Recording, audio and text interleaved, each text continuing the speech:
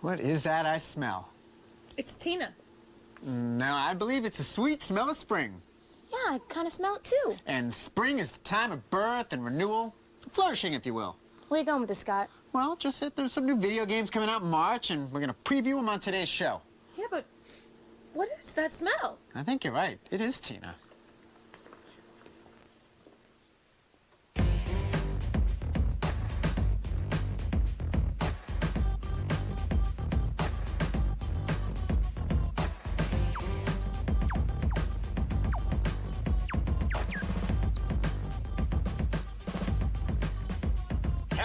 Welcome to G4TV.com, the show that plays every platform available to gamers. I'm Scott Rubin, and here to manifest your gaming fantasies is the smelly the dub, Tina Wood. My bad. Sorry, you guys. Yeah. I didn't think about it before I came. People ask why I sit at the little table. Now we understand. Yeah, also joining us is a woman who inspired the Final Fantasy hairstyles. She's blonde, she's spiky. It's Laura Foy.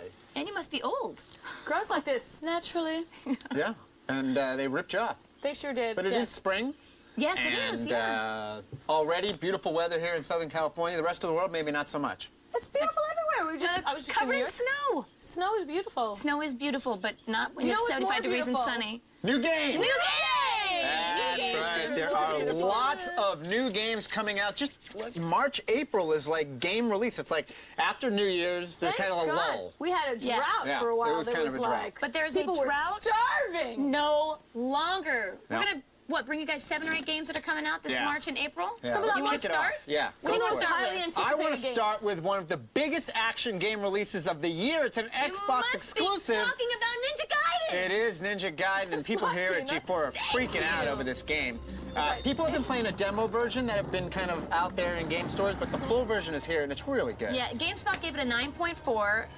It looks incredible. It's based off the same story as the arcade game in '88 was based off of. Hidden in there are the original Ninja Gaiden games, so you can unlock those and play them. But this one here, for GameCube fans, it's a long time coming. Twin Snakes. Yeah, it's Metal Gear Solid. Dude, this one, the boards are lit up all over. People want this game. Now, it's not a brand new Metal Gear game. It is kind of one of the, I think it's the original one, kind of updated for the GameCube. There's new abilities that Snake has. Yeah. He's able to hang from ledges, shoot from a first-person perspective, and hide himself and enemies in lockers. And you know what this also shows? That just because it was an exclusive PlayStation game for years, it came out on the Xbox, and now it's on the GameCube, so that exclusive thing, it just showed a little while. Not so Nothing's much. ever exclusive. But We what's know also that. happening? Are we getting into spring training here? Yeah. We're getting into preseason? Yeah. And Poor the- Yankees, I feel bad. They got A-Rod now, and just the downfall of the whole struggling. organization. Yeah. But I'll be taking him out. I'll be sliding feet first into A-Rod because MVP Baseball 2004 from EA Sports is pretty much out by the time you're watching this show. Yeah, and it it comes has out the new 9th, stuff. March 9th. It Yeah. has new stuff, like the ability to slide feet first and really? take someone out. And you use the right stick, so when you're sliding into home, you can knock the catcher down and try and knock the ball out. Yeah. We did that. Tina and I played a little We bit. did of this. play a We did little bit of that. home run derby. It's got the pure swing I- system, which Yeah. allows a lot better controlling for when you're going to be when you're hitting. So. And I was just looking at the game right before we came out on the PlayStation 2, and even for a PS2, the graphics are tight. This is a good game because now you can play it online. That's right, PS2 version, MVP Baseball will be online. People have been wanting this one for. What is it, Tina? It's Unreal Tournament 2004. This game looks great, and it is a blast. These guys worked really, really hard on it. There's a bunch of new vehicles. There's a bunch of new weapons. They've got this, like, mine spider, which is a new weapon where you actually fire it. Basically, the spiders are mines. They go towards the enemy, and they blow everything up. And the demo's out. People have been downloading and playing the demo, and It's like it's the getting most rave downloaded reviews. thing in Everyone history loves of it. Based gaming. on the demo, and that's just proves what a great game is going to be. A couple of new game modes, a couple of new weapons, but really the big thing about this release is the vehicles. You can now get and drive around these maps. Very, very cool. Let's talk about one of the biggest games of the past couple of years in terms of online play, Battlefield 1942. fast forward to the rice paddies of Vietnam, and you've got Battlefield Vietnam. Yes, you Right, do. well, this game, I mean, I checked out the trailer on the site. The site's really pretty intensive. I checked out the trailer. It looks beautiful. It looks great. But what I'm more excited about, and what a lot of people are the mods that are going to come out for this game. Very, very and true. It comes out, they give you the kit, the SDK, whatever you're going to need, and people are already excited to start modding this game. And apparently each loading screen is going to contain some general background about exactly what's happening, what the conflict is, or what region you're in, which I don't think they did in 42. It comes out on our birthday. Yes. So It that comes reason out alone. 23. What I like about it is now you've kind of moved ahead from the whole World War II era, so you get more updated and modern weapons, vehicles, and jet fighters. We got Splinter Cell, Pandora tomorrow. and another one that Sam people are just Fisher's. going crazy over. The first Splinter Cell game was just a huge hit, multi-platform. This one comes back and adds something that really everyone wanted, which was the ability to play multiplayer. And apparently Sam is not the only operative in this game, is what I'm hearing. That there's going to be somebody else that can actually help guide you through these missions. It's stealthy, it's got gadgets, really cool, The first but one was really so good. I'm excited for this one. the Yes. PC game that a lot of people are going to be putting on their machines. If you've got a brand new 3D card, you got a really fast processor. We've shown it in the show before. It's Far Cry, and it is, you know, the game that's got like the furthest draw distance of any PC game ever. And it's just water. the Just coolest look at thing that about water. this is the free roaming AI and that nothing is scripted, which I haven't actually played it. You may have, so. It's pretty fun. We- It is a great looking first person shooter. The AI is smart, and well, there's a dead guy right there in the water. But you know who, remember our old friend Yui Bowl? Absolutely. He just got the rights to this one. He's going to make Is a he? movie He's out of gonna Far make Cry. another movie? Wow. He is snatching up video game licenses. When's he going to make the G4TV.com movie? Yeah. That would be crazy. Hey, That would be I've got crazy. slices of pie here. Yeah, what you got, Not the Scott? kind of pie that you guys wear on your head or slices throw on at each the other. wheel. The wheel stuff to talk about That's right. in Bring its it back. infancy stage. This is before it's assembled. People Oh my wonder how it God. goes on. This is some behind-the-scenes action going on right here. But you might get like iToy might come up. Oh, Maybe. information, You never know. yep. Tina Tat. Ooh, Tina's I hope she doesn't go tit for tat. I don't know what that would mean, but Yes, you do. T-Flo Fee. Has nothing to do with No, but really, movie. I think What's what going on? everyone at home, they're going to be rallied around the television, gathering their friends and family to find out if it will land on this slice right here. Does that say Laura's butt crack like I That's think right, it does? people. It There's some does. controversy out there in the world right now. Yeah. People are posting to the boards multiple threads, whether or not there might have been some scandalous butt crackage Yeah, being we don't know if shown. it was a costume reveal that went wrong, but like gonna- the Zapruder film, we will, if we land on this, we will get the footage and we will roll it We're gonna frame by get to frame the to find out bottom of whether this. Lawrence ass crack made it on the air. The FCC is going to be coming down on I'm going to us. investigate. I'm going to be G4 watching. Standards and Practices is going to take the show right Did you off call the it air. a wardrobe malfunction? I did. It could I was be gonna a say it again wardrobe later, but now I won't. Hey, game development is coming to a standstill in a few weeks. We'll tell you why when G4TV.com returns. Want some pie? Want a slice of pie? I'll take a little, just a sliver, please. You want to think you eat Laura's butt crack? show You up. want a piece of Laura's butt crack?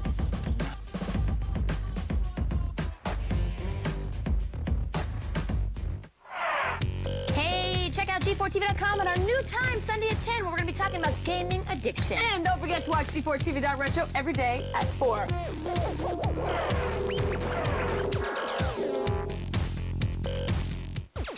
This portion of G4 is brought to you by True Crime, Streets of LA. Good Lord, they shooting at me. Give me your gun, give me your knife. It's true crimes, better tuck your light. Hide your kids, hold your wife.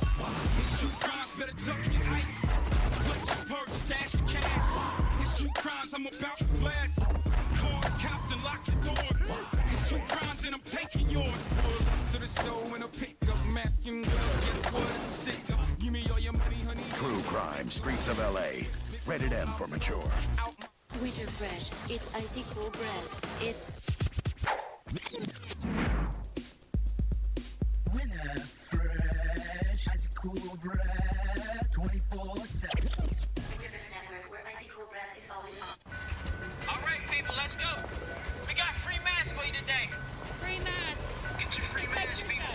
You gotta learn to protect yourselves. Free mask. It's an epidemic going on out here. Free mask. Come on, people. Protect yourselves. It's not a joke. It's not a joke. 50,000 people die each year from secondhand smoke. I worked where people smoked. I chose not to, but I got lung cancer anyway.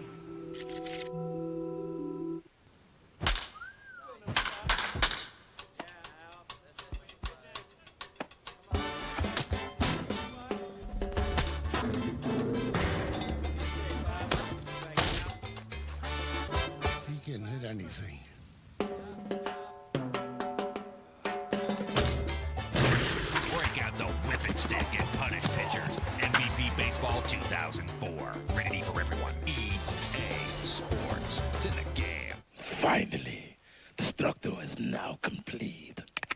Destructo, come to me. Entering attack mode. Attack mode. Attack mode. No, attack Destructo. mode. No. Attack mode. Halt. Attack mode. No, Destructo, halt. Attack mode.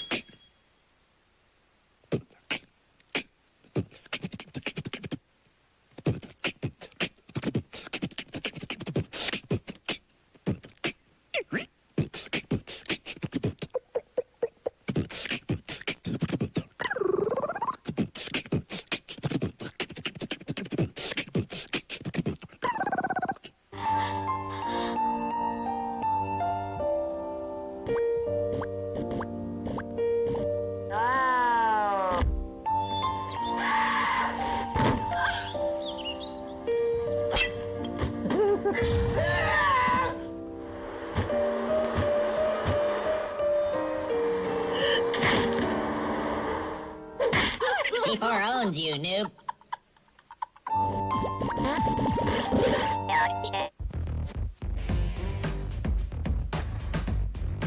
And welcome back to the show that will soon be the butt of many jokes if I keep making cracks like that. Oh, God. That was actually kind of funny. Great. Hey, you know what's even funnier? Old reruns of this show hitting the Absolutely air. hysterical. It's going to be 7 days a week. They're calling it G4TV.retro, and it's going to be at 4 o'clock Eastern, 1 Pacific, starting on the 12th. That's a lot of numbers. It'll be 7 days a week. You'll catch old episodes of this show. Good. So if you've missed some of the classic moments here on G4TV.com, now's your chance to catch up and learn a little bit of our history. Yeah, you might be able to play that G4TV bingo game. Watch Scott's hair as it goes like this. Yeah, true. And Tina goes like this. Other big I say news, the same. Thug. And you're Our new time slot. We're moving. The show is moving. It will no longer premiere the new episode on Friday nights. We now premiere new episodes Sunday nights, Sundays. 10 p.m. Eastern, 7 Pacific. So after The Sopranos is over, you'll come and Are we watch. competing But with is the rest of our No, schedule we're the right same? after them. So we follow The Sopranos. Yeah, they're all leading. Yeah, they're all leading. They're leading. Right. Forget about it. Hey, All right, so what's now? Is it the Twisted Sweet game provided by Juicy Fruits? It is that time. The game is Animal Crossing. Who doesn't love this great Nintendo game? Animal Crossing is an everyday life communication. I hate you guys so much. Look, here you play the only human in the village, if you want to call him a human, and you start off the game by buying a house. You're going to try to earn money by pretty much selling anything that you can find in the town, which will help you upgrade your house and decorate with furniture, yada, yada. The game utilizes a real clock, and it parallels the 27-world universe that we live in. So when it's daytime, it's daytime. When it's nighttime, it's nighttime. What is twisted and sweet about it, though? Okay, what is sweet is that it's cute, it's funny, Okay. and it's simple. But what is twisted is that the reason why we play video games is to escape reality. This game makes you go to work. It makes you take out a loan to buy a house. I think it's twisted it because forces you to communicate with people that you don't want to communicate I with. do that in real life. In real life. So that's twisted. Right. But it's completely addictive. It's a great game, and it's twisted. I think it's twisted because you have to play these weird little creaturey animals that talk to each other. I hate both of my co-hosts. I want to be on both. Exactly. Hey, we got something else for you. Each year, game makers gather in San Jose, California for a week of conferences, schmoozing, and the Game Developer Choice Award. The event is also the place, for independent game makers to participate in the Independent Games Festival. And here to tell us all about it, returning to the show, is Alan Yu. How are you guys? Alan, welcome to the show. Not only on this show, but we see you on Filter, we see you on Pulse. You're all over the place. Yeah, pre-4, How did you get started in the game business and then kind of lead that into how you got involved with GDC? I was a receptionist at the company that owns the GDC, and I needed a job after, serving my stint as a receptionist, and here I am. But basically, I started by picking up Madden again in college. Now, Naganude posted to the board. He wants to know a little bit more about the GDC. What is it? How does one get involved? And what are some of the highlights maybe that you expect to see this year? Okay. The GDC is a gathering of 10,000 professionals in game development, so creators of games. Open to the public or no? It's not open to the public. If you're in an industry, you can attend. It's a high barrier to entry. Now, there are students that do attend, the GDC. The GDC provides this forum for people to get together in our industry. You know, it provides inspiration for game developers. It provides training going forward. It gives gives people a signpost for basically what's going to come in the future. That's great. Actually, That's we have very a call. exciting. Hey, caller. Hey. Hey, what's your name? Game Dollar. All right. Hey, you have a question for Alan? What kind of advancements do you hope to see with the Game Developers Conference, such as the state of the art and driving growth in the game market? Yeah, that's a good question. I think as much as the GDC is a reflection of our industry, and it's a big mirror, it's also kind of, in a lot of ways, it pulls the industry along.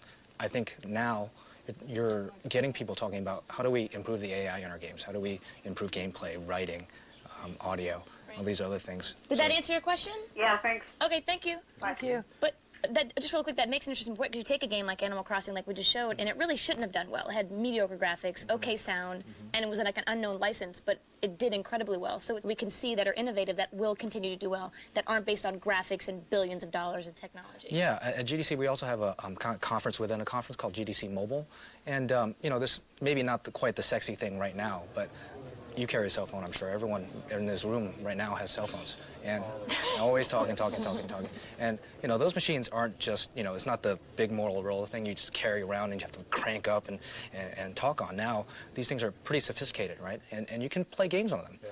But, you know, I think when we're going to see kind of the killer app in that game is not trying to port a PS2 game or an Xbox game onto there, because, number one, you know, you can't render all that stuff on a little screen. But that's not playing to the strength of a mobile device, right? You really want to leverage the always-on network connectivity. You want to leverage the fact that is a built-in payment system. You want to leverage the fact that there's a community involved. So I'm waiting for that kind of killer app. So the next big thing might come out of mobile. Yeah, it might. Well, the last time there was a big announcement at GDC was Microsoft unveiled the Xbox early on there. Bill Gates was there. There's rumors it might happen at this one. I know you don't have any kind of tip that you can give out.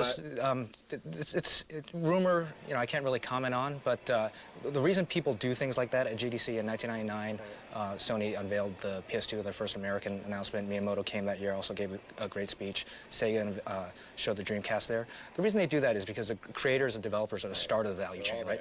They're all there, and basically without developers, you have no games, and without, you know, you can't sell a game system without the games, right? Well, people don't have to worry, because G4's got a ton of coverage on GDC this year. Absolutely. The awards, the Independent Game Festival, the conferences. Thanks for taking the time to be here. Thank you. And we'll see you in a couple of weeks. Yeah. Sure, Canadians have hockey night in Canada, but we're cross-checking all 4 hockey video games right here, right after this.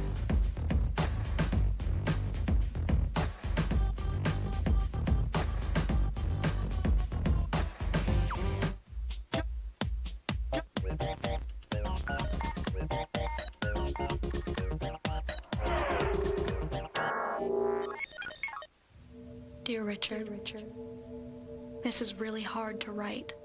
Dear Richard, people are starting to talk about you.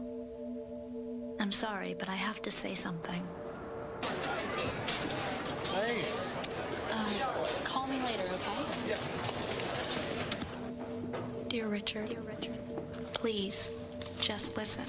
It takes a lot of guts to talk to your friends about their problems with marijuana or drinking, but it could make all the difference.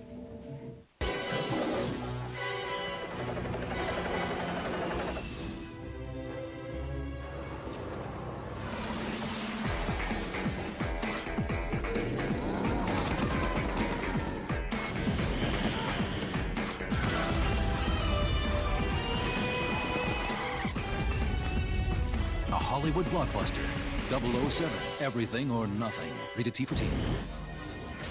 EA Games. Challenge everything. Do you have short, thin eyelashes that won't curl? Or apply coat after coat of messy mascara only to end up looking like this? Well, now you can have natural long lashes without any mascara with new Dream Lash from the Salon Shop. The revolutionary serum used by Hollywood stars that's scientifically proven to permanently lengthen and thicken even the skinniest eyelashes. Go from barely there to full and thick, from short and sparse to long and lush. Dream Lash is a nighttime treatment that lengthens and thickens lashes. I never dreamt I could have lashes like this. Now I have naturally thick, long lashes thanks to Dream Lash. Now I have beautiful, full, thick, long lashes, and they're permanent thanks to Dream Lash. Here's the secret. Dream Lash's clinically proven ingredient penetrates each hair shaft to grow longer, thicker lashes permanently. And special proteins strengthen, condition, and intensify color for younger, sexier-looking eyes. It even works to thicken and define eyebrows. So stop using coat after coat of flaky mascara or clumsy fake eyelashes that just fall off. With Dream Lash, your own lashes will be long and luxurious, guaranteed. Call now and get Dream Lash for only $14.95. That's a 50% savings. We'll also send this amazing heated eyelash curler to curl your new long lashes gently and perfectly. A $25 value free. There's more. You'll also get this lighted magnification compact mirror, a $20 value, absolutely free. But wait, call now and get 2 bottles of Dream Lash. Altogether, that's over a $100 value for only $14.95. This offer is not available in stores. Here's how to order. For longer, thicker lashes, call 1-800-340-6622 and get 2 bottles of Dream Lash, the free lighted compact mirror, and the heated eyelash curler, a $100 value for just $14.95. Your guaranteed results, so call 1-800-340-6622. Hi, I'm Chuck Norris. And I'm Christy Brinkley. The Total Gym is the one piece of fitness equipment that replaces an entire gym full of equipment. It's the fastest and most effective way I've ever seen to get into shape and stay in shape. A few minutes a day is all it takes to get into the best shape of your life. And we're not the only ones that feel this way. The Total Gym is now used in over 14,000 health and fitness facilities to train millions of people each year. It's the favorite of everyone from world-class and professional athletes to millions of families who have it in their homes. And with over $1 billion in sales in 85 countries, the Total Gym stands alone. And right now, you can try it in your own home, absolutely risk-free, for an entire month. You won't even be charged for shipping and handling. Or you can ask for this free DVD and information kit. Call 1-800-322-1598. That's 1-800-322-1598.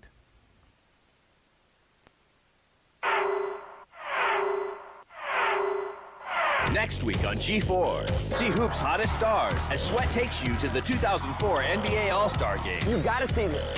Then, with entry into the Hall of Champions on the line, Team Kaizen faces off against Team 1051 on Arena. And Filter takes you on a chocobo ride through the best games, bosses, and characters of Final Fantasy. Sweat, Monday at 10 p.m. Arena, Tuesday at 10 p.m. And Filter, Thursday at 10:30 p.m.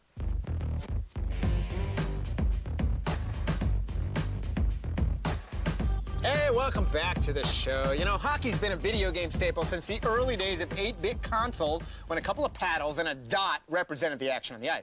Now we have fully 3D, photorealistic hockey with online multiplayer that puts the intensity of a game in your hands. So we thought it was a good time to show you all 4 games that are out right now. Take a look at the quad split. And we'll start off with you, Dub. All right, let's take a look at ESPN NHL Hockey on the Xbox. It's a Sega game. I truly believe this is the best hockey game available. It is far better than last year's NHL 2K3. It's all about the ESPN brand integration. You've got Gary Thorne and Bill Clement on vocals, which adds a lot of authenticity into the experience. There's a great skybox mode that lets you see unlockables, trophies, look at records, and you get to actually play some air hockey. So I'm a big fan of ESPN. Hey, it's good. All right, this is NHL Rivals. It's the first hockey game from Microsoft for the Xbox. Of course, right off the back, Xbox Live support for up to 10 players. You can do 5-on-5 hockey, which is really cool. You get like 6 Xboxes and multiply it up. There is a short fuse, long fuse thing for each player, so if someone's going to get mad and going to get to fighting, his fuse will be short and he'll be kicking some ass early. Advanced passing system. The game is beautiful. The presentation is great. Here we got NHL Hits Pro. What I like about hockey, if you go to the arena and in the game, is the fights. I wanted an arcadey hockey game, and this game has got the fights. It's got over-the-top gameplay, zany, crazy, weird places you could play. People's helmets come off.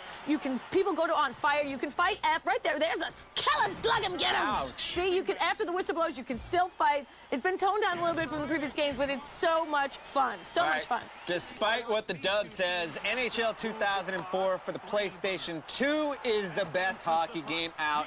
Using the right thumbstick to check guys into the board is very, very satisfying. The game obviously graphically looks incredible, but what I really like are the little details in the motion capture and the animation that make it feel like you're watching a real hockey game. It's NHL 2004 for the PlayStation 2 from EA Sports, and I'm telling you, it's got online play for the PS2. It's a great game.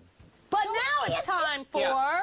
Well, as if there's not enough stuff to talk about, we've got the Wheel of Stuff to Talk About. We'll walk about. Do a little walkabout. Hey, that's right. It's a wheel filled with all kinds of gaming goodness, games by grudge and Toon Time and... People write in. They want to hear. Jasper wants to hear about Matrix Offline. Tina's Tat. You never know what that is. I say you spin it. Spin it. Spin the wheel. Spin that wheel.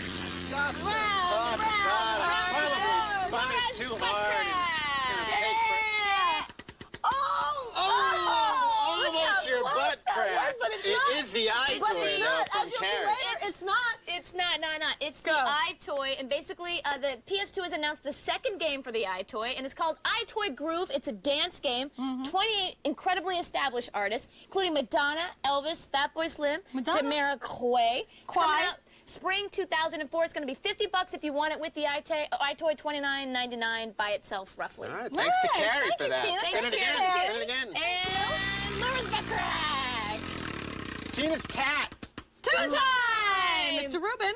Toon Time, that's right. You heard him talking about the Independent Game Festival at GDC. Well, AOL is teaming up with the Cartoon Network to have another contest where an independent game maker is going to get a chance to make a game featuring a Cartoon Network character. Yay. So, if you're an independent game maker, get yourself to GDC. All right, spin it, Laura. Spin it. We'll be here a week while that... No, with that... Woo! Price is Right. TFL, that's right. Recruit wants to know, he's very much looking forward to True Fantasy Live Online. It's the first massively multiplayer online game for the Xbox, but is there going to be a fee? Is there going to be a fee additional to just paying for Xbox Live, Tina? I don't know, you know Laura. What? Is there going to be a fee? It looks like there is. You know, it looks like there is. It's going to be minimal, but like about $5 a month. But based on, you know, the way games have gone and in the past trends and the way the Japanese market's looking right now, I would say get your $5. What are you doing? Nothing. What's wrong with you? I don't know. I think we've got to spin the wheel one last time. We're out of time. Before we do, though, there's another... Wait a minute. All right, spin the wheel, Scott. Spin the wheel of stuff to talk about. And it is on... Wait a minute.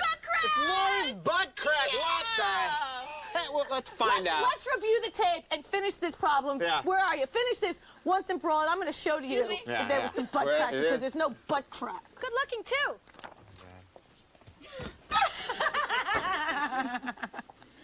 All right, wait. First, let's explain why we're showing this in the first place. All right, this episode from a couple of weeks ago, I go to the boards after the show, and sure enough, lots of posts wondering if they saw Laura's butt crack. And some actually looking to start a class action lawsuit. And let me tell you right now that you do not see any butt crack. It is my tattoo. You see 100% USDA Let's take a look at the tape. Let's go to videotape. Evidence. Examination. Slow motion. So you'll see she's in motion now. And hold it, hold on a second.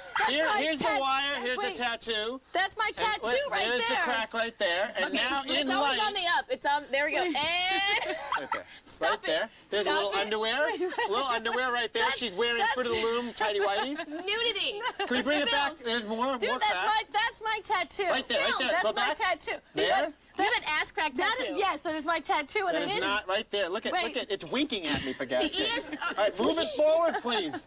And when it hits the light, right on the down. There. Can we zoom in, please? Is there any way to get it close? Up here. Yeah, there that is Laura's This looks butt crack. like fat kid's cheeks, the dimples. That is not my butt crack. That is so fat. Look how low All your right, pants so are first off. of all, I think it's obvious. We've already come to the conclusion that we've seen no ass crack, that it is all tattoo and mic wires. Can we make that wiggle, please? Smoke and mirrors, Can we get the here. wiggle? I think if you look on this shot right here. Wiggle. That's right a there. G-rated television show. All righty, thanks for watching the show. Big thanks to Alan Yu from the Game Developers Conference. Check out Pulse's coverage of the awards and the Independent Game Festival. Also, I want to thank the chatters and the forum members who alerted us to this nastiness on our air. Will never be shown again except in reruns. Just a tattoo. And for Tina Wood and Cracky Foy, I'm Scott Rubin. Until next time, take it to the board. Cracky, come on. Turn around. Turn around. Let's see it. Let's see it. Is that the real ass crack?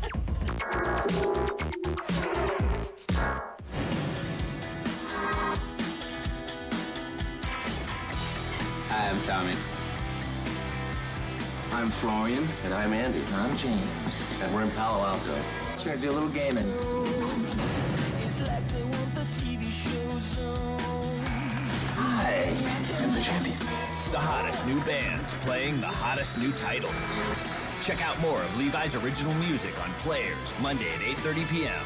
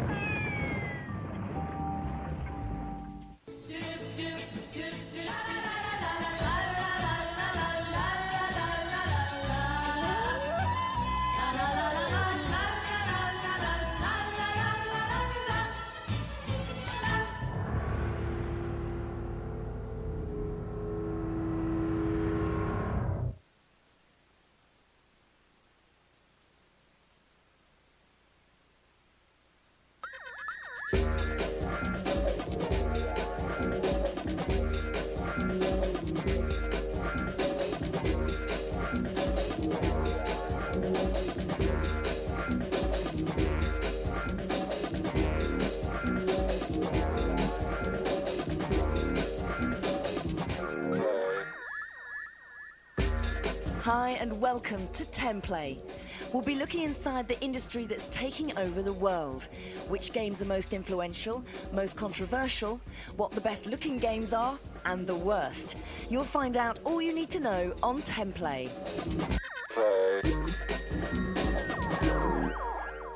When Pong was first introduced to an unsuspecting public back in the 70s, games were predominantly about the player, i.e. you. They continued in this vein for a while. The character stayed firmly out of the game.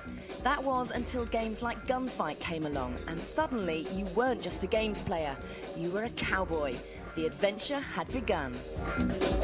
Since that day, designers have been adding characters as an integral part of gameplay. They're smart, they're funny, they can achieve feats of daring that no ordinary mortal can accomplish. They're superhuman, sometimes they're not human at all. So iconic are they have, by the back door, entered the public consciousness. You think you know nothing about games? Think again. Ladies and gentlemen, we bring you the Templay countdown of the best games characters in the world. Pay attention now, this is straight in at number 10. In 1991, when Street Fighter II was devised, the original plan was to do away with the old characters, but the public demanded the two original fighters make a return. With an additional 10 pugilists from around the world, Street Fighter II grabbed the gaming community's absolute attention. The toughest by far was the quietly confident student from the Shotokan School of Karate, one of the original characters, Ryu. One of the important things to remember about designing a computer fighting game is to make sure the characters in the game have their own roles. You've got to bear in mind that people who are going to play these games are often going to play the characters where their moves are easiest to pick up and master. Ryu is one of these guys who's very accessible for people who want to play the games. You could even say that he's a cliched martial arts type. Ryu's recognition factor lands him in the Templay chart at number 10. Make way for character number 9. Back in the 80s, when Arnie and Sly were battling each other for screen supremacy, a new character entered the fold. Metal Gear was the first game to use stealth tactics rather than out-and-out shooting action to redefine gameplay. The central character in the game was the newest member of the elite military team, Foxhound. After defeating the big boss in the original game, he was called back for a number of sequels. Over the course of these, and with the introduction of Sony's PlayStation technology, Solid Snake was brought to life.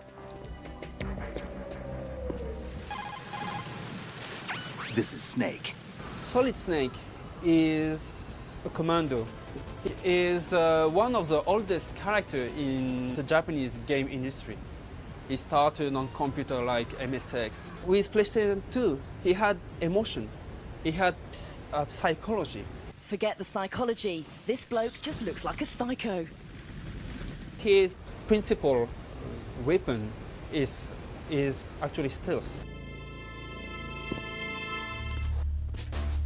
Well, I mean, what exactly does Solid Snake mean? It's a bit of a weird name, isn't it? And what about the others? Revolver Ocelot and Jack Russell Machine Gun or something? You have to feel that those names made more sense in the original Japanese. I mean, can you imagine, you know, news reports that terrorists had taken over a building and that they were declaring their names were like Revolver Ocelot and Decoy Octopus and Psycho Mantis? I mean, you'd fall around laughing, wouldn't you? So that's why you changed my code name. So what's in a name? You can't deny that Snake's a great-looking character, can you? Well, his hair is a bit 80s, isn't it? I mean, the guy's stuck in a time warp. And what about his walk? I mean, he actually does a mince along. It's not exactly macho. He's a very attractive man, and I think that, in all seriousness, is quite an interesting diversion for game characterization. Freeze. Huh? So, Solid Snake. He's a man's man with a softer side. However, he still smokes 20 a day and has a mullet. Easy to spot in a crowd, his recognition factor lands him in at number 9. In at number 8... 1986 saw the launch of a new type of game for the Nintendo Entertainment System, or NES for those in the know. It was the first to have a free movement environment, not platform view, but more of a bird's eye view. And it was the first game ever to feature a built-in lithium battery for saving games, so you could come back to it weeks later. The central character stuck in a few memories too. I would say Zelda, is one of my favorite because he's one of the very rare character who start like a child and grow up to become adult. It was the age-old story. Bad guy kidnaps princess who is then saved by hero. Set in the magical land of Hyrule, our hero Link is a pixie-type elf thing that's thrown into a world of swordplay, magic and fairies. His quest is to save Princess Zelda from the evil clutches of Ganon. With something like Zelda, Link, the main character, he's really sexless and quite naive. It's a real character trait for Nintendo. They do that a lot because they want to make people feel safe and comfortable. You don't feel that Link's got any advantage over you. He's not older than you, he's not younger than you. With some characters you feel like you're doing it for your own gain. Take Lara Croft. You know, she's a rich babe running around tombs in Egypt. I mean, she should be on a yacht somewhere. You're basically just playing it because you want to look at her. With Link, you've got to rescue the princess. That's a good noble cause, and it's something that you have to admire. With the exception of his rather girly costume, I think I'd like to be Link because he has the best adventures, he gets up to the most exciting things, and he's got the most credibility. So popular was Link, he returned for 7, count 'em, that's 7 sequels. Link is still going strong 15 years after his original appearance. Well worthy of the recognisable number 8 spot in our humble opinion.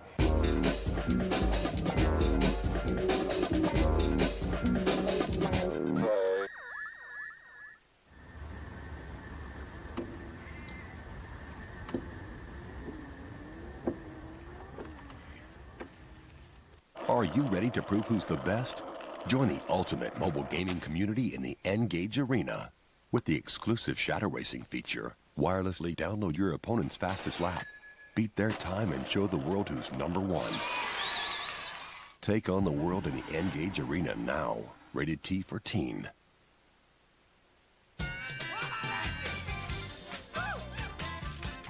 Getting a new car is a good thing. Getting a brand new Honda Civic with impressive savings on features like air conditioning, CD player, and a center storage console is an even better thing. So go see your Honda dealer today and ask for the Civic Value Package. Oh, coupon not required. Now you can lease a 2004 Civic Value Package Coupe for $159 a month for 36 months.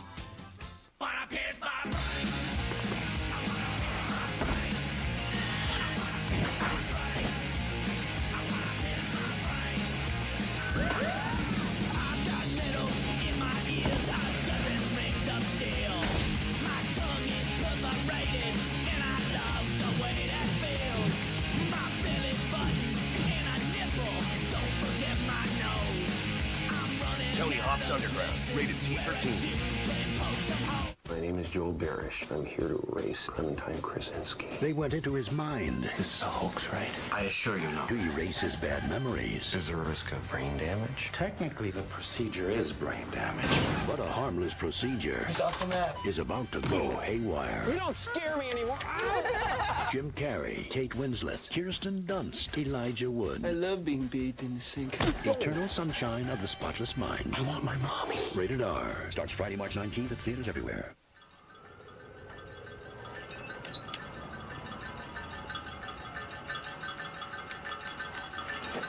Tobacco companies sell a product that kills their customers. But without their customers, they go out of business. So every day they need to attract what one tobacco exec called, quote, replacement smokers. My dad died from emphysema from smoking 6 years ago. I haven't met his replacement yet. Check this out. This is what we do for a living. We're video game designers. And we're game programmers. With the training offered at Collins College, you can learn to design, code, and test games like this. And this. Game design is a growing career. For a brochure on a career in game design, call Collins College at 1-888-256-1200 now. That's 1-888-256-1200. Call Collins College now.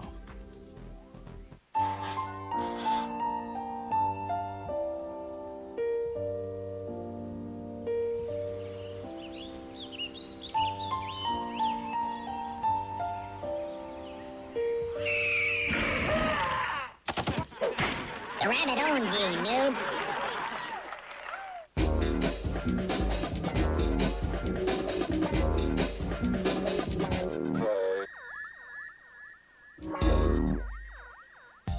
In 1991, the public's appetite for cute game characters was almost insatiable.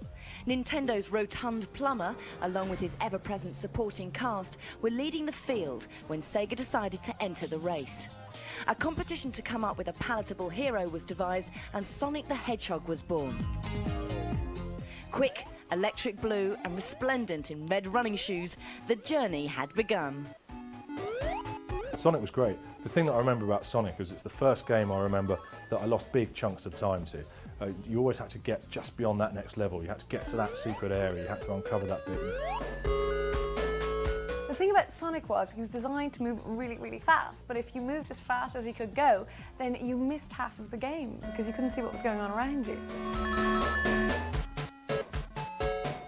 If he stands still and starts talking, I don't really like him as much.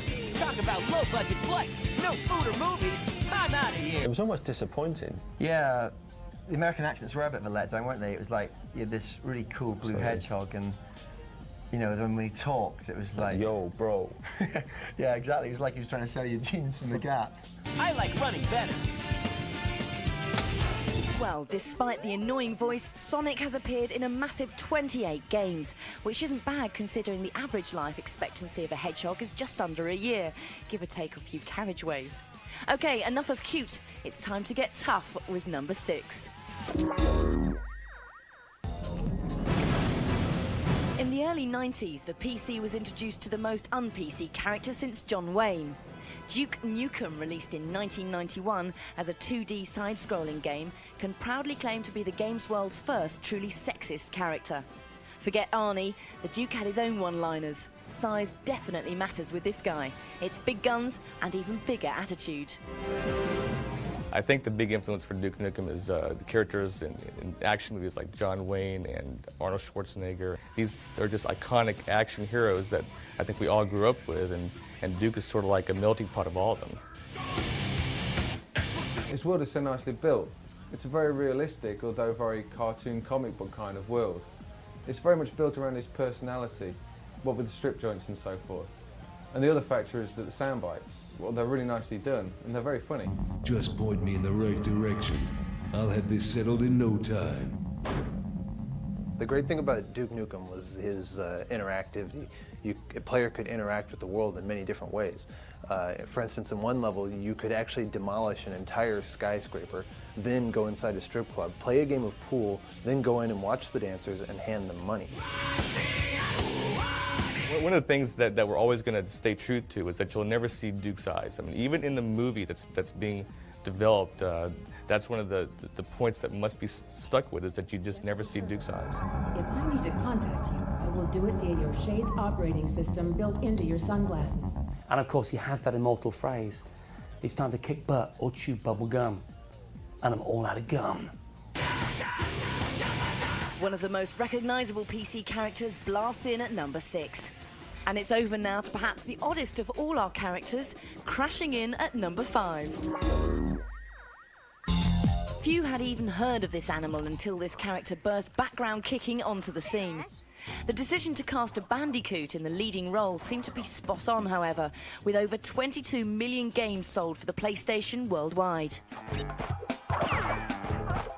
Crash Bandicoot was a great character. I mean, he was done in the real spirit of those old animations, so I kind of love that. If it isn't Crash Bandicoot. We had this idea that if we could pick a creature, or a word really, that was well known, but at the same time was unknown, so that the word made sense, it sounded right, but no one knew what it was or what it looked like, that we could put in people's minds the idea of what that character looked like. Crash Bandicoot came at what must have been a trend at the time for a series of weird names. You had Donkey Kong, Sonic the Hedgehog, Echo the Dolphin. So I think PlayStation really wanted to latch onto the idea of having a real Mickey Mouse character for them. So we know why he's a bandicoot, but why did they call him Crash? It's actually a really easy decision to name him Crash because he crashes through boxes. And that's what he does for a living. He's a bandicoot, he smashes stuff, Crash Bandicoot. And believe me, we went through a lot of really bad names. There was somebody at Universal, who was our publisher, that gave us 3 choices: Wuzzles Wombat, Wex Wombat, and Wezzy. So believe me, in the end, we picked the right name. From one odd name to another, this one took the world by storm and charges into our number 4 spot. Pikachu and his family of fighting friends were inspired by the designer's childhood recollections of collecting bugs in jars. Yes, quite. This pocket monster was unleashed upon an unsuspecting public in 1996 and basically took over the planet. Bags, games, pencils, playing cards, it was a marketing man's dream. The games were almost secondary. I can remember being in the office of N64 magazine and hearing about the Pokemon phenomenon from Japan, whereby Japanese school kids would collect these cards of monsters. And I can remember saying to my then deputy editor, this will never, ever work in the UK or America. I hope they don't release it over here, it's going to be embarrassing. How right I was. Everybody knows Pokemon, and I think Pikachu is the most popular.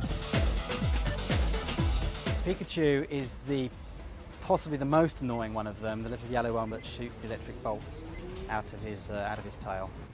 Whenever it comes to video games, whenever a kid is asking what characters do you like or what characters do you know, there will be always some words: Mario, Zelda, and obviously Pikachu.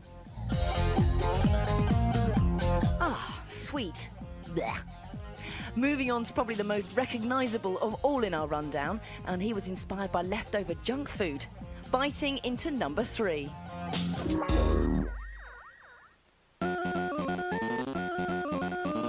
Pac-Man was inspired by a pizza with a slice missing, only this pizza did all the eating.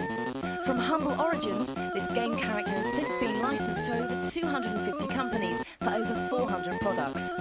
Originally called Puckman, but altered to avoid hysterical graffiti opportunists, the game's manufacturers, Namco, wisely decided on Pac-Man, and they've never looked back. Pac-Man was arguably one of the first video game characters. Up until the game came out, gamers intended to take charge of faceless spaceship blobs or very rudimentary car shapes. Nothing that you could really call alive or human. What I really liked about it was you only had one knob, right? You didn't have to like do this and then do this. The real effect Pac-Man had on the games industry was the massive marketing opportunity it actually presented. I mean, Pac-Man was a massive marketing explosion. Yeah, it's like Pac-Man lunchboxes, Pac-Man t-shirts, scratch cards everywhere. He doesn't have any sort of physical relations to human beings, and he was just almost like a supreme synthesis of design. I wouldn't really know that as a kid, but you know, being an animator nowadays, I would say that. Ah, those halcyon days of gaming. Right, enough of that. Let's bring it right up to date with the two best reasons for gaming in the 90s.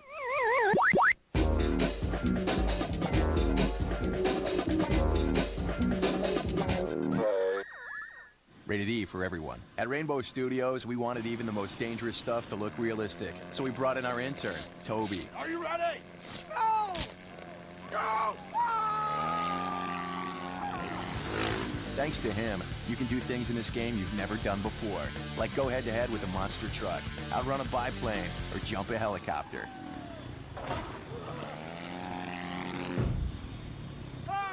You're the man, Toby. You're the man. MX Unleashed. Ever wondered what it's really like to be a soldier? What do you got? I have a sit rep from Alpha Company. BT, ready to be verified. Verified. Put yourself in the picture with this free video.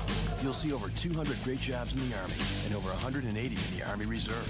You'll also see what skills you learn, how you can earn money for college, even what soldiers do in their free time. Call 1-800-984-ARMY now and get this free t-shirt and your free video. Put yourself in the picture and see what it's really like to become an Army of One. There's so many cool things going on at the G4 booth this year, but one of the coolest things is they're giving out free tattoos. Not little fake tattoos that you put on with water. The real deal. Needle and ink going in your skin. One thing is, it's got to have the G4 logo in it. It shows dedication, that's for sure. Just like that. Nah. I'm a little nervous, yeah, it's first time. Oh, wow. The pain purifies. Hardcore, dude.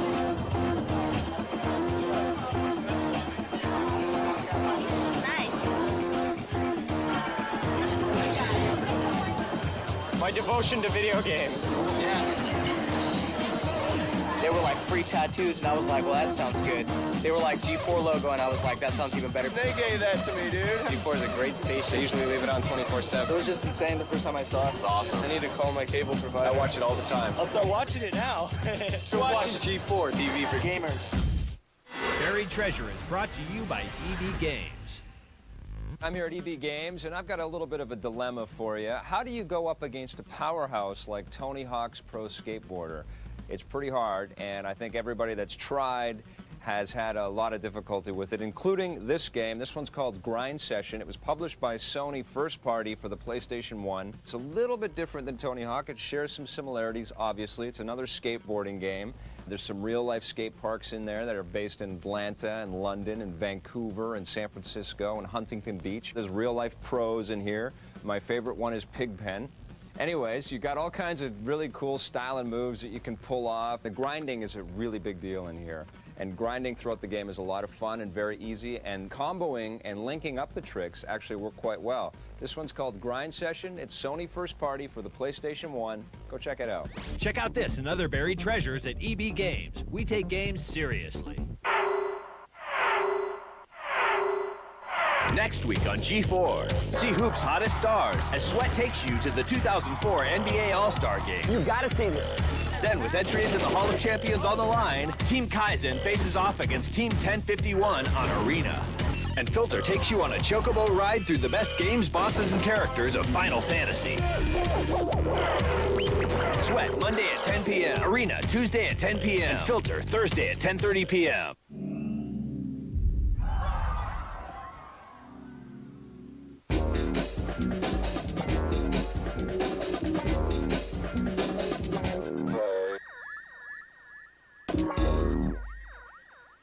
The mid-90s spawned a gaming revolution the like of which had never been seen. Up until 1996, most characters had either been male or cute animal, but all that was about to change. She was tough, posh, sexy, rich. She was every schoolboy's dream. She even made the rare successful transition from game to movie. She's been raiding tombs for nearly a decade. She is Lara Croft. There are two main reasons why people really get into Tomb Raider, and they're both on the front of Lara Croft. But it's the character of Lara that really makes the game, the character and the physical attributes. I mean, she was like the first computer game character that you actually felt sort of slightly guilty in the Catholic sense for playing. She's the daughter of a very influential and rich family. She had a very, very privileged upbringing. You know, we always say sort of butlers and corgis. She sort of almost rebelled against all that. She found that there was something out there in life that sort of motivated her, which was, you know, the zest and feist of sort of being out there, being on the limit, being on the edge of going and finding artifacts. Semaket, High Priest of Horus, forewarned that he... Before Lara, the man on the street didn't really have an image of what computer games were, but now when you hear the name Lara Croft, you think computer games, and that's a big step forward. Lara Croft had such an impact on the games industry, I think, because firstly she was a female. You know, that had never been done before. That allowed people to relate to the character, nurture the character, look after her as a character far more than a man with guns.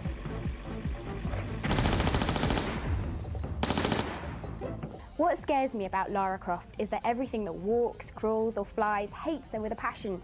It's like she's the embodiment of human evil.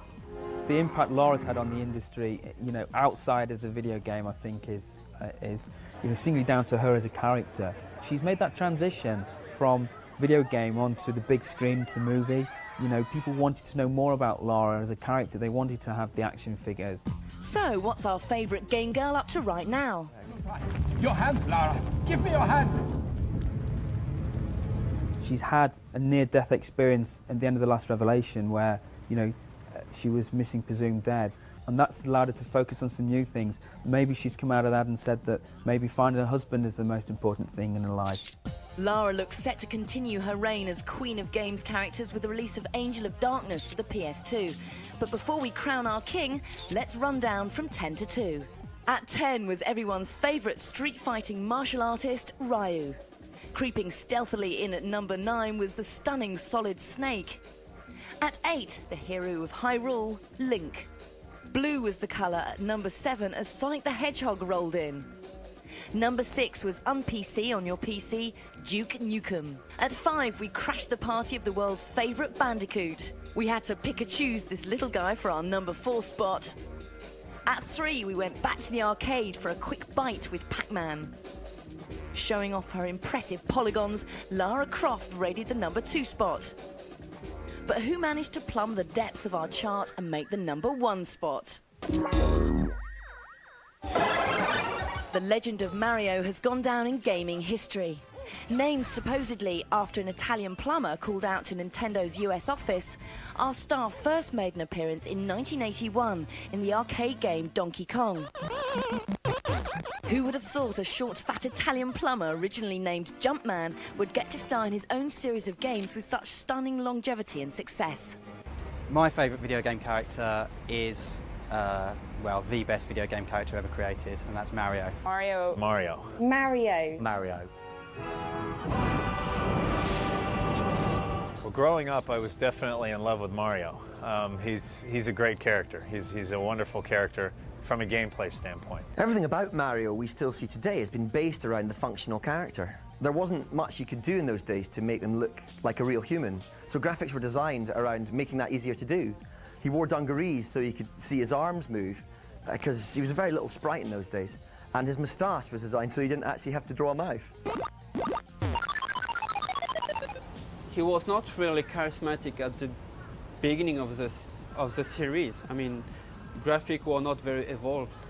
He became 3D, and with 3D the added motion. I think he created the need for these mascot characters. Yeah, I mean, it's probably the only actual influence that he had. There was a survey in the early 90s about character recognisability for American children, and Mario pipped Mickey Mouse to second place, but they were both beaten by Ronald McDonald. Getting pipped to the post by a mop-headed clown is enough to depress anybody, but our Mario's too much of a nice chap for that, right? Don't really know anything about Mario's personality. Just know that he lives in an extremely strange place. He's always incredibly delighted with absolutely everything that's going on, and more power to him. I wish I felt like that sometimes. He has such a perfect game personality, and it's just so much fun to play. Yeah! Yeah!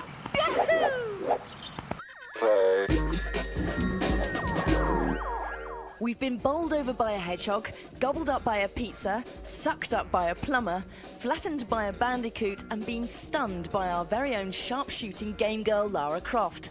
Love 'em or hate 'em, the game world would be a much less colourful place without the characters. We'll see you next time on Templay.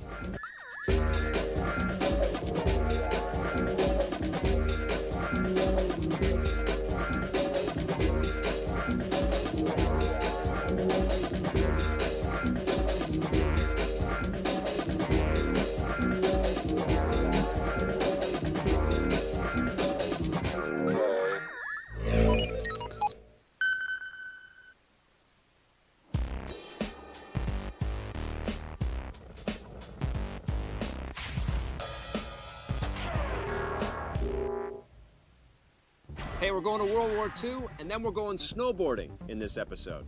Right. Today on the show, we're taking a look at Medal of Honor Rising Sun, Call of Duty for the PC, Secret Weapons over Normandy, and in Versus, we look at two snowboarding games, 1080 Avalanche and Amp 2.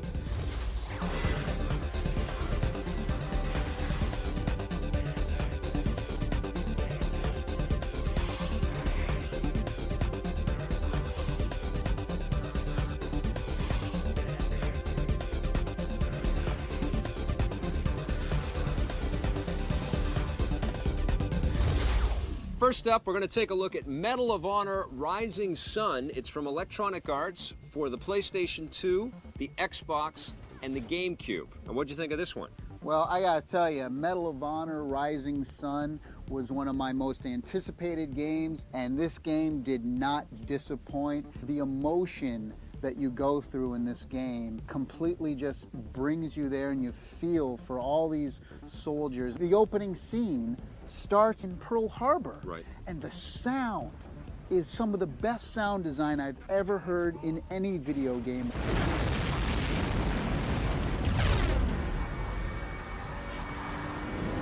I would agree with you. The presentation of Rising Sun is outstanding. It's larger-than-life moments. Absolutely. Awesome to play these kinds of moments in a video game. Completely fun. But you also talked about emotion, and I want to convey some of the emotions that I felt while playing this game. Oh God! Mostly, I felt frustration. It didn't live up to the hype that the game itself creates and engenders as you're playing through it. You're shooting at enemies, and sometimes you'll shoot them right in the chest or the neck or something, and they'll just go, and then they'll pick up and start shooting again, or you'll shoot them in the foot and they'll bounce around like idiots. It drove me crazy. I find that on every single game. I found the same thing in Call of Duty. You also don't want to have controls like you have in this game, which are controls. very touchy. The best first-person controls I have played on the PlayStation 2 and consoles. Right. Just as good, if not better, than Halo. Oh my God! I'll tell you that. That's what I'm blasphemy. saying. There are some great moments from really, really beautiful cinematic moments in the thing, but the graphics overall are a little disappointing. You are insane. I thought that some of the environments looked very blocky and chunky. Way. I thought that the vehicles. I thought you're all playing of the wrong game. No, listen. I thought all of the lush jungle stuff. It was an interesting idea, but very repetitive. What about the bridge on River Kwai?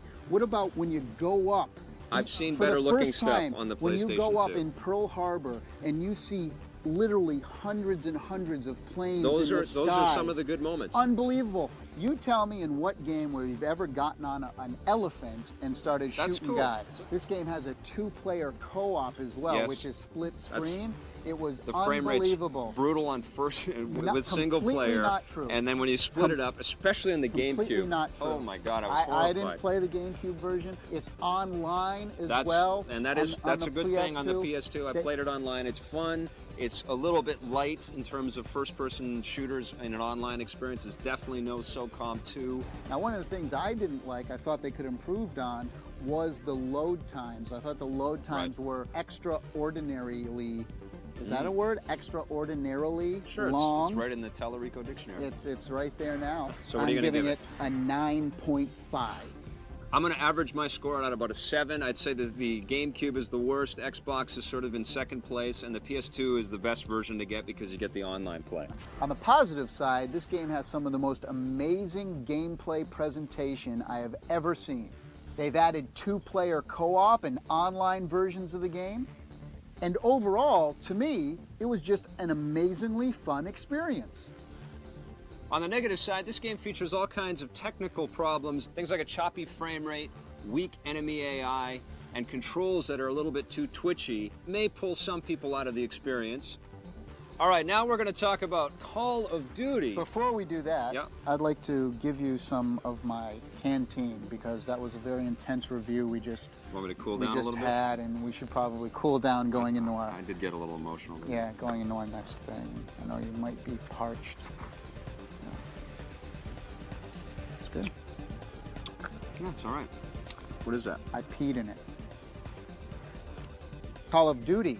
For the PC, thanks for that. From Activision, for me, this is the most incredible World War II experience I've had in a first-person shooter game on any platform. Most of these war-type games, you always get the sense that you've got a squad and you're running beside them, and then you've got a bunch of enemies to take care of.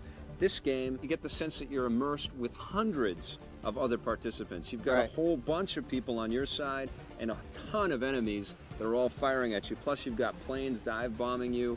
You've got all kinds of artillery shells coming in from every direction. I'll tell you one of the things that disappointed me, though, and this is in all seriousness, is that for a PC game, which more adults are apt to be playing, especially a game like this, I was really disappointed that there wasn't more, and I hate to say this, but blood and guts. Realistic violence. Exactly, because there's realistic elements throughout the whole game. They did such an amazing job of making everything so real. But you know how you talked about how the frame rate or whatever took you out of Medal of Honor? Yeah. Not having that gore element in there really kind of took me out of this experience as well, because I felt like I was just going around shooting dolls or mannequins. You get to play the Americans, the British, or the Russians. You have in the single-player campaign, you actually get to experience all three of those different types of viewpoints. And that's, I think, what was so compelling about this game for me, was that it's not just one side of the story here. You actually get to see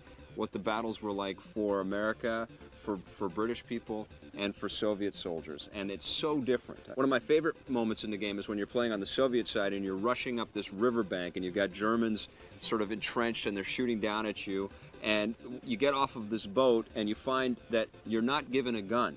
You get bullets, and you're basically left to your own devices, so you can pick up a gun if somebody dies, kind of thing. I wasn't really sure who my enemies were and who the people on the team. You mentioned that it felt like there's hundreds of people around. Yes, that's true, but to be honest with you, like they're all kind of, they're very confusing. So I was shooting my own guys. Which is a statement, man. War is madness. You have a lot of, basic storm, the enemy type missions, but then you'll also have some things where you have to bust people out of prison camps. My favorite missions in the game, though, are the ones where you have to basically fend off the enemy and wait for your reinforcements to come in, because it is just brutal. Now, you could hide behind dead cows. I mean, how many times do you see that in a game? I think this is big the first. Old dead cow carcasses. I think this is a first, and it's Good absolutely stuff. Loved every second I got to play with Now, this what about thing. multiplayer? Multiplayer is amazing as well. The maps are beautifully set up so that there's lots of sniping positions. A very innovative addition to the multiplayer online is that you have a kill cam, and it'll show the last 5 seconds of what your enemy that killed you got to see. So you can see yourself like an idiot standing in a window wide open like that. There's a time where you have to kind of take out these tanks and stuff.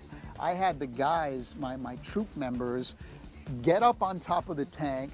They lifted the thing, started shooting down there, dropped a grenade, and then jumped off the tank. I'll tell you something, Call of Duty is my favorite PC game of 2003. Seriously, the best World War II video game I've ever played. I love Call of Duty. Definitely pick it up. 10 out of 10. 9.5.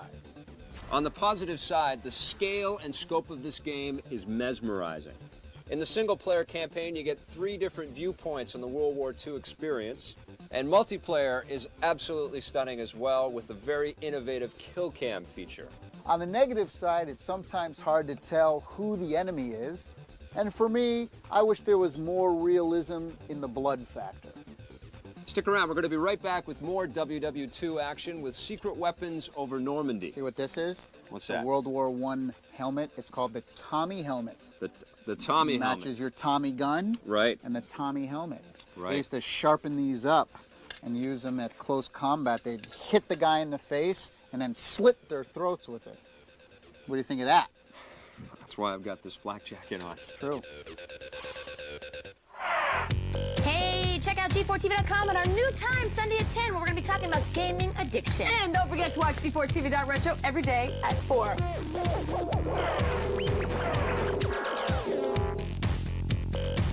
Brought to you by the Nokia N-Gage wireless multiplayer gaming device. N-Gage, anyone, anywhere. Only one can be the N-Gage king of the office. Cubicle Queen. Mailroom guy. Ready, go! Only one will be the N-Gage king of the office. N-Gage, anyone, anywhere.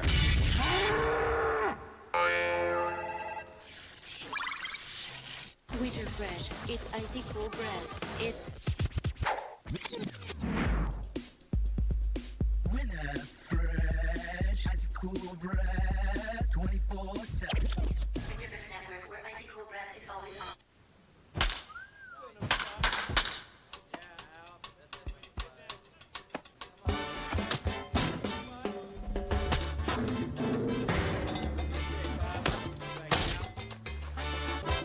He can hit anything.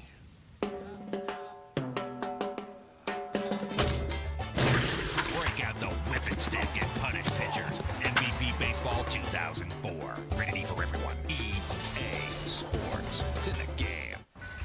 All right, people, let's go. We got free masks for you today. Free mask. Get your free masks, people. You gotta learn to protect yourselves. Free mask. It's an epidemic going on out here. Come on, people. Protect yourselves. It's not a joke. It's not a joke. 50,000 people die each year from secondhand smoke. I worked where people smoked. I chose not to. But I got lung cancer anyway. What made you come back now? I just wanted to relax, catch my breath. We try to keep things simple. If the life you believed in was threatened, They're selling drugs out of the casino. I want to bring you inside. No. what would you do?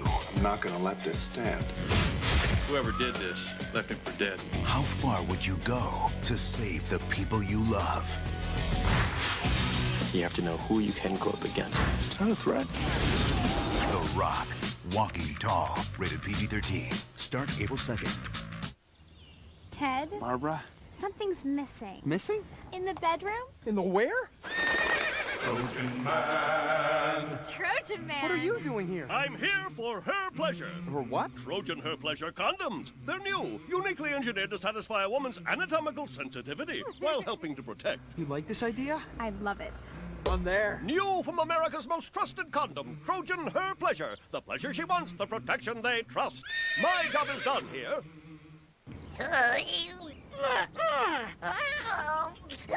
That's it. Lip to the right. Oh! Oops.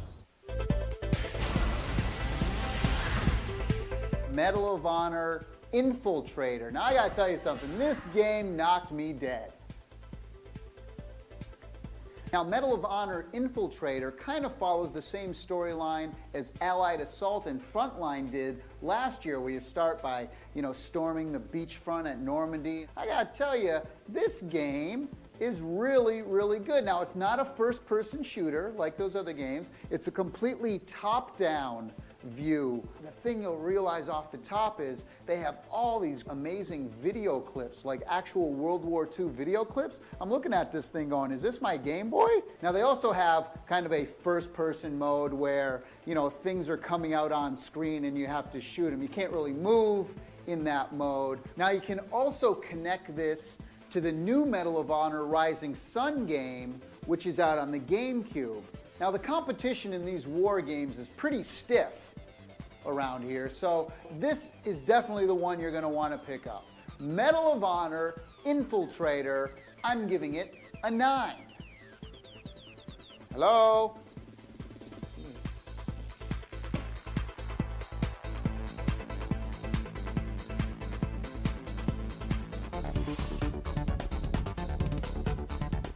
All right, we're back, and we're going to talk now about Secret Weapons over Normandy. This one's from LucasArts for the PC, but it's also available for the Xbox and PlayStation 2. What'd you think, man? Well, now here's a game where you shoot planes. That's correct, yes. It's a World War II game. Lots of them. It's like any kind of World War II air combat game that you've played before, but it's meeting Rogue Squadron.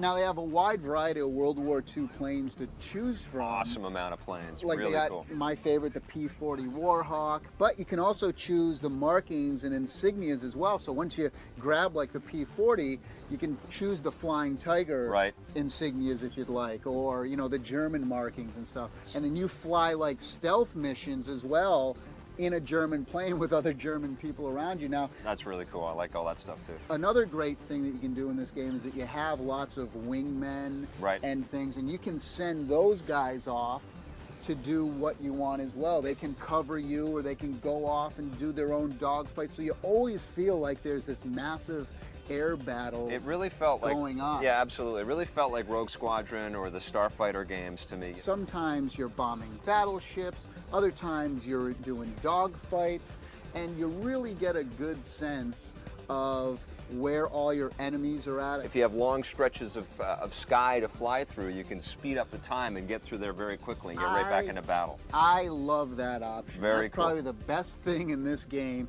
You can actually slow down time too, so you can see where your enemies are and you can maneuver your plane. It's kind of like taking to the skies in the world of the Matrix. In the flight simulator world, Yes. there's a lot of people out Very there, hardcore. especially PC people, Yeah. who are, okay, is my flap set right? I Is my know. landing gear? You got 7,000 buttons and I gotta click this, and is that all right? You're not gonna get that, okay? Right. You know? Yes. There are also like all the detail in the ground targets and the sort of ground armaments that are out there. Lots of tanks shooting at you and recon cars, and there's little bonus missions that you can go on.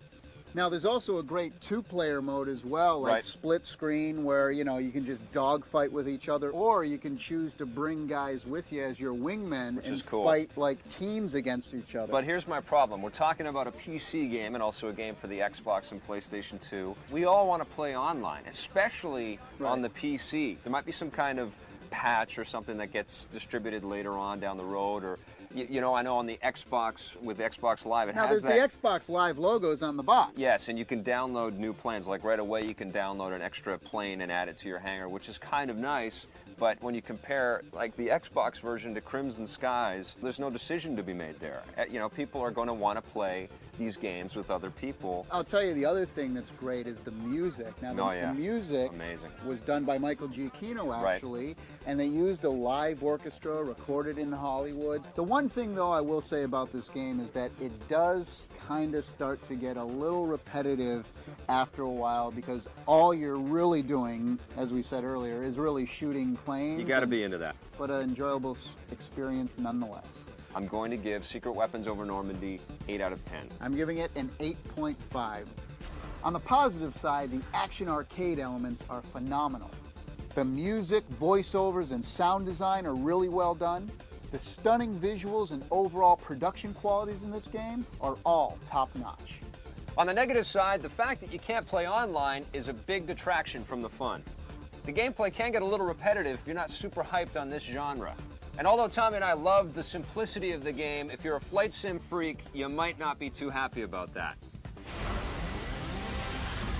Now we're going to take a look at a product that is supposed to be the definitive cheat or anti-cheat device for the PlayStation 2. They're called the Clash Pads. I should have called these the crap pads. The crap pads. That's basically what this is. They have a little box which has a lot of switches on it that enables each of the joysticks to control the other person's joysticks at a random spot by pushing a button. Now you're saying to yourself, well, why would anyone want to do that?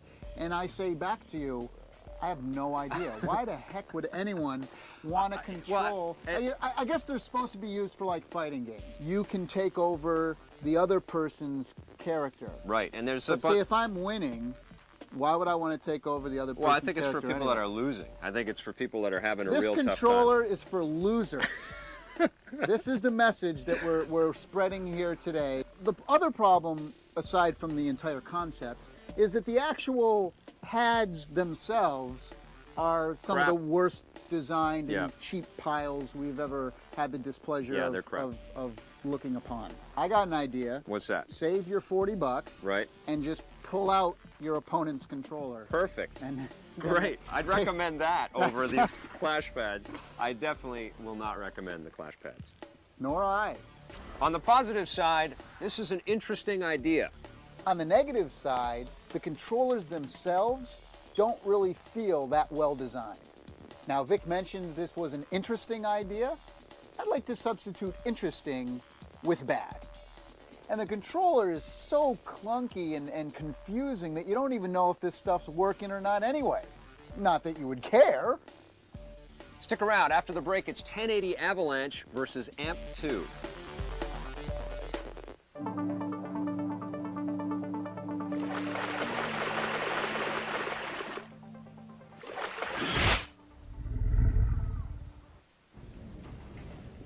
New juicy fruit grape melon. Cool. Ah! Wait, what are you doing, man? Gotta have Twisted Sweet. Mine. Gotta have new Juicy Fruit Grape Melon and Schrappleberry. If you're 20 pounds or more overweight, there's news from the Obesity Research Institute. Dramatic weight loss can now be achieved without diet or exercise. I lost 25 pounds in 6 weeks. When I lost 7 inches through my waist, I couldn't believe it. I was 247 8 weeks ago, and I'm 30 pounds lighter today. The first week I lost like about 10, and then every month like 20 pounds. Propylene, scientifically proven to reduce weight without special diet and exercise. Backed by 9 clinical studies with the exclusive active ingredient, and propylene is available without a prescription. It definitely works by itself because I know I didn't do anything different, and I took it and I lost weight. I eat at fast food places almost all the time, so it's hard to eat healthy. And the weight still came off. It was just very easy. You just take these pills about 20 minutes before you eat, and the pounds just fell off. If they're a skeptic, just say, here, trust me. Try it, eat the same way, do what you're doing, and this pill will work. Please understand, propylene is so powerful that it was formulated only for those who need to lose at least 20 pounds or more. If this could work for me, it could work for anybody, because I haven't been to the gym in over a month, to be honest. I have not gone to the gym even once. I don't have the time. I mean, it works. You know, and I don't know how, but it does. Every morning when I look at myself in the mirror, I see another person there. Now you can get propylene over the phone without a prescription. Call the number on the screen and it will be shipped directly to your home. Call now to try propylene risk-free for 30 days for only $29.95. If you don't lose up to 20 pounds in 30 days, send it back and we'll refund your $29.95. But wait, it gets better. Call now and we'll include a second bottle absolutely free. Call in the next 10 minutes and your shipping and handling is also free. That's right. Call now and your second bottle and shipping is free. To order, call 1-800-524-4664. That's 1-800-524-4664.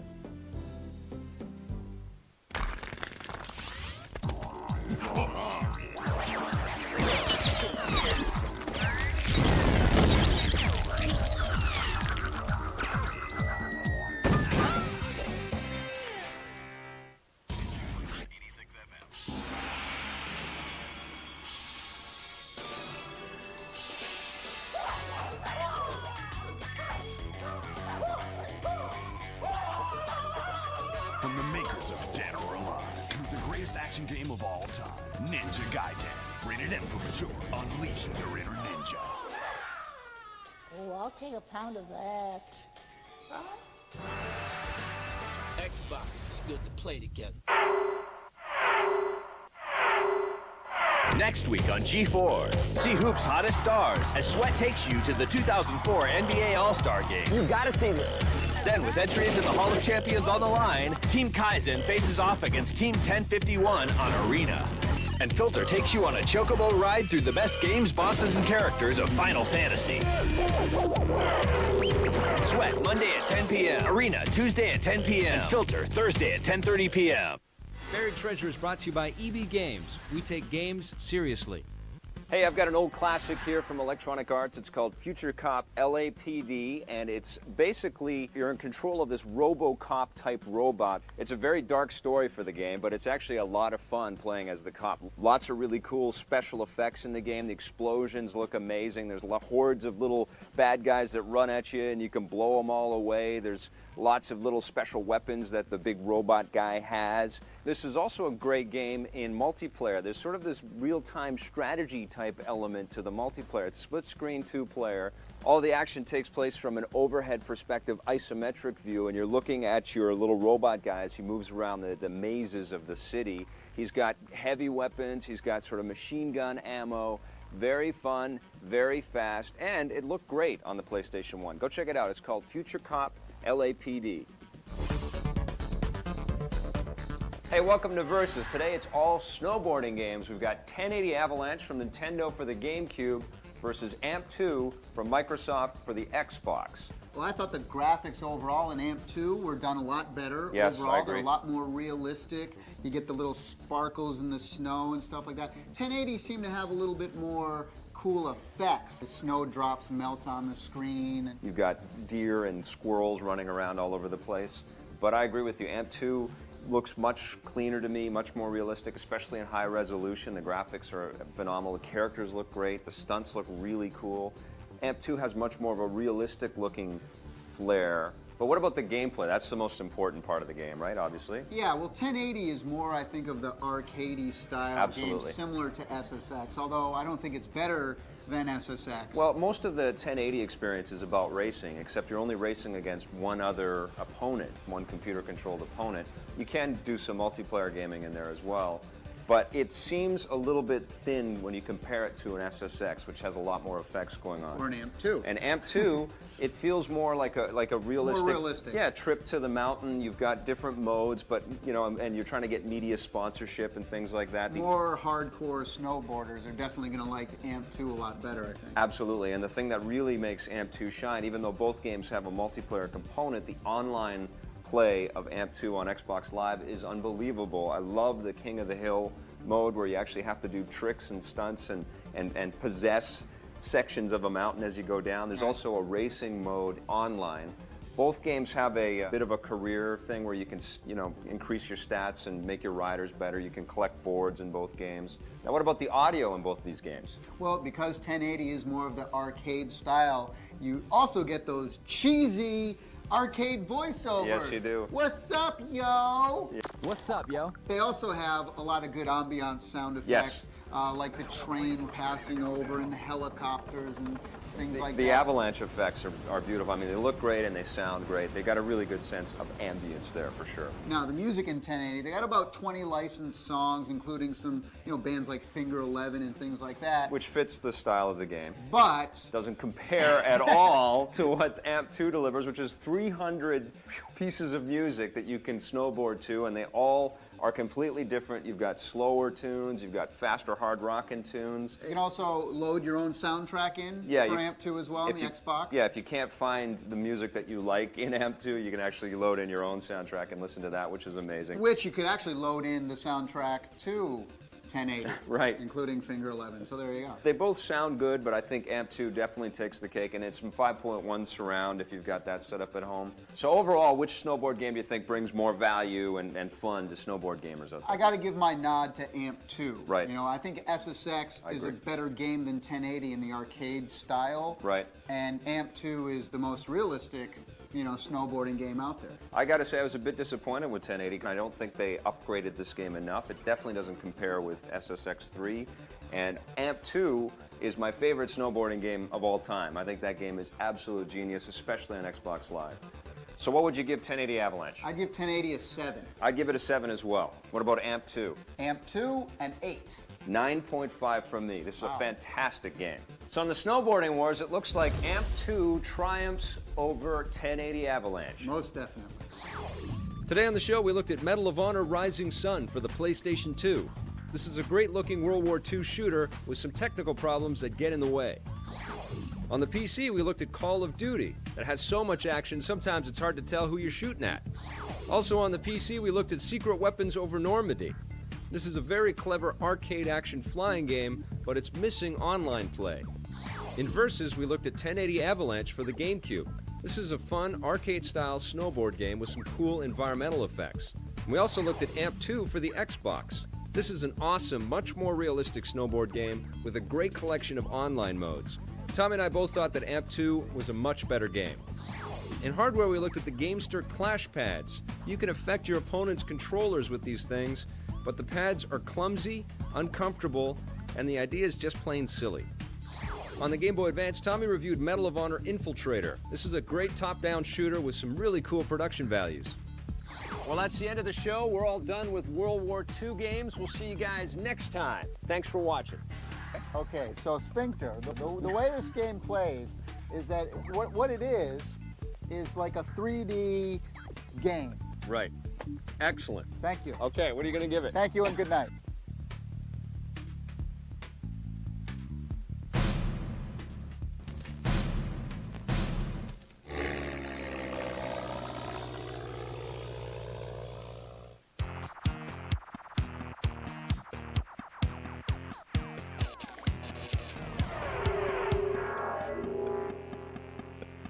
Do you remember where you were on $9.99? Did you ever think a fighting game could be so addictive, or that a polygonal blue hedgehog could look so good? Dust off that old white console, because it's time to count down your favorite Dreamcast games right now on Filter.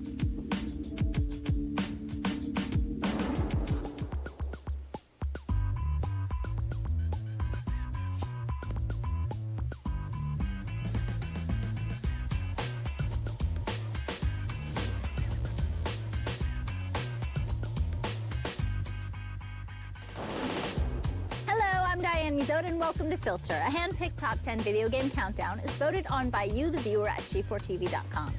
From Arrow Wings to Zombie Revenge and everything in between, the Sega Dreamcast went from the top of the console world to the bottom faster than you can say PS2. But along the way, the little white console that could delivered some groundbreaking titles that still look and play great today. And this unforgettable console deserves some unforgettable recognition. So today, I stand before you as its most unforgettable character, Ooh La La. So it's with great reverence, high esteem, and some bittersweet nostalgia that we look back on your favorite Dreamcast games. But before we do that, we thought you might want to know a little bit of the history behind Sega's Great White Hope and what made it so great in the first place.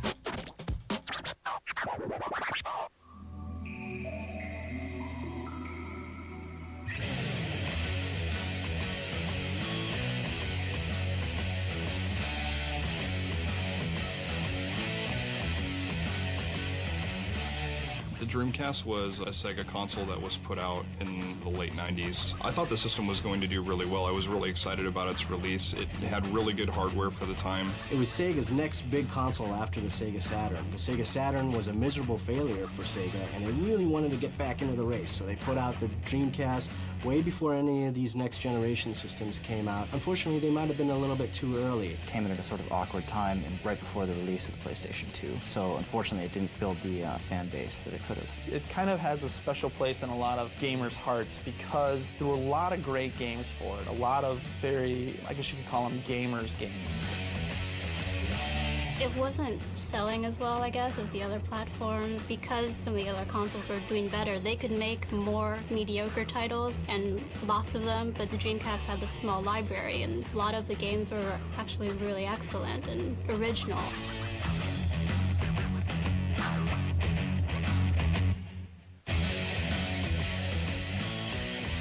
I kind of wish they still made games for the Dreamcast. I don't understand how 2 years pass and the system still is as powerful as the newer generation systems that are on the market right now, yet nobody's made a game for it in ages. So now that you know what made the Dreamcast great, let's get to the countdown.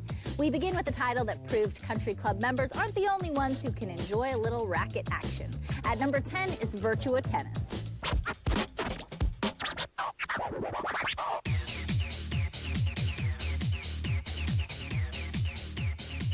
Virtua Tennis is a fantastic game. It's basically simplicity defined. You know, it's you just move the joystick, press one button. It's about as simple as tennis is itself, and just as complex. Usually tennis games were kind of limited in terms of movement around the court, but with Virtua Tennis, it's not like a basic Pong type game or a ping pong type game. I mean, it actually required a great degree of skill.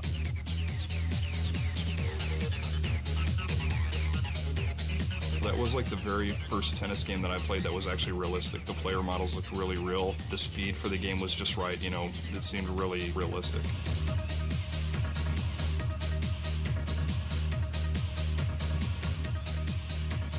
Virtua Tennis is by far the best tennis game I've ever played, genre breaker.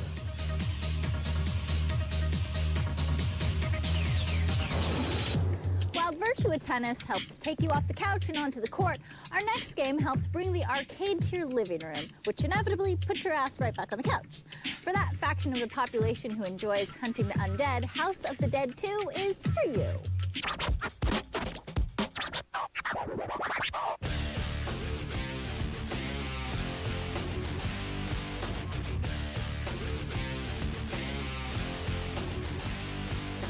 House of the Dead 2 is a funny shooting game. I think the thing that I remember most about House of the Dead 2 are these kind of ridiculous voice acting. Please be safe, G.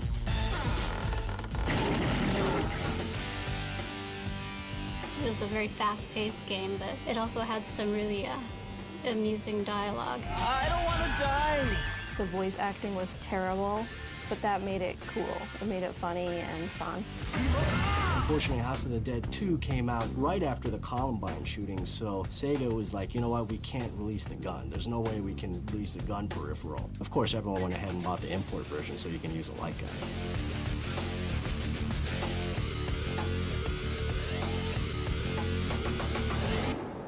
If you like the feel of cold steel in your hands, but you also enjoy pummeling enemies with your fists, then you're a prime candidate for our next game.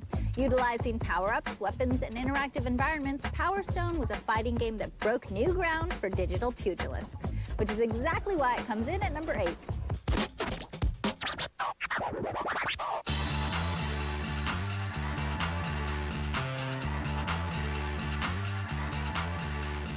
Power Stone is probably my most favorite game from the Dreamcast library. It's sort of classic Capcom stuff. It's fast, it's fun, it's colorful, it's got lots of character. It was really a nice mix between sort of complex and simplistic gameplay.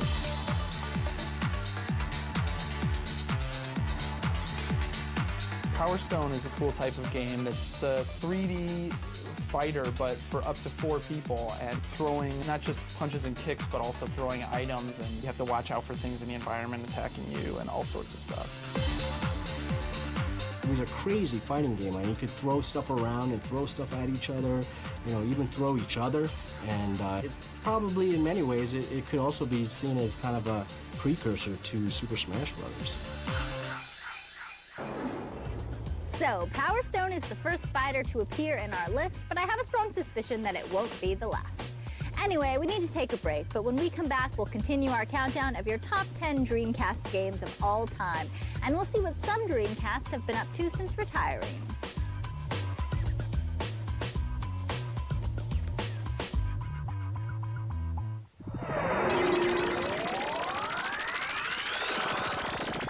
This week on Expansion Pack, Arena presents America's Army.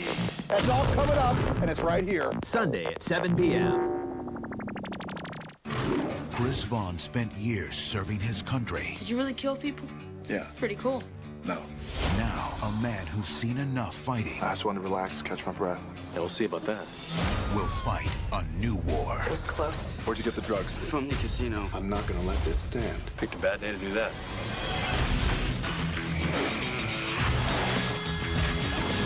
The Rock. Walking Tall. Rated PG-13. Starts April 2nd.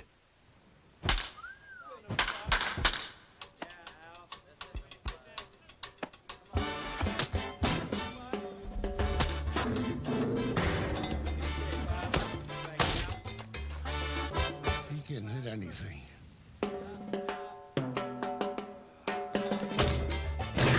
Break out the whipping stick and punish pitchers. MVP Baseball 2004. Ready for everyone. EA Sports. It's in the game. Winter Fresh. It's icy cold bread. It's... Winter Fresh. Icy cool bread. 24/7. Matravers Network, where icy cold bread is always on. 6, 7. This is for you.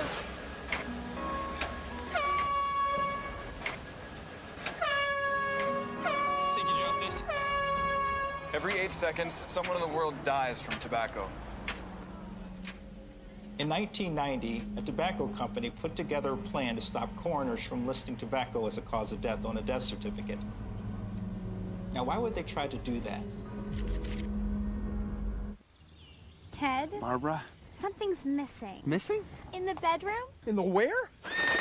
Trojan Man. Trojan Man. What are you doing here? I'm here for Her Pleasure. For what? Trojan Her Pleasure condoms. They're new, uniquely engineered to satisfy a woman's anatomical sensitivity while helping to protect. You like this idea? I love it. I'm there. New from America's most trusted condom, Trojan Her Pleasure. The pleasure she wants, the protection they trust. My job is done here. Why should you consider getting an education in the Navy? This is one of your classrooms. Navy, accelerate your life. Finally, Destructo is now complete. Destructo, come to me. During attack mode. Attack mode? Attack mode. No, attack Destructo. mode. No. Attack mode. Halt. Attack mode. No, Destructo, halt. Attack mode.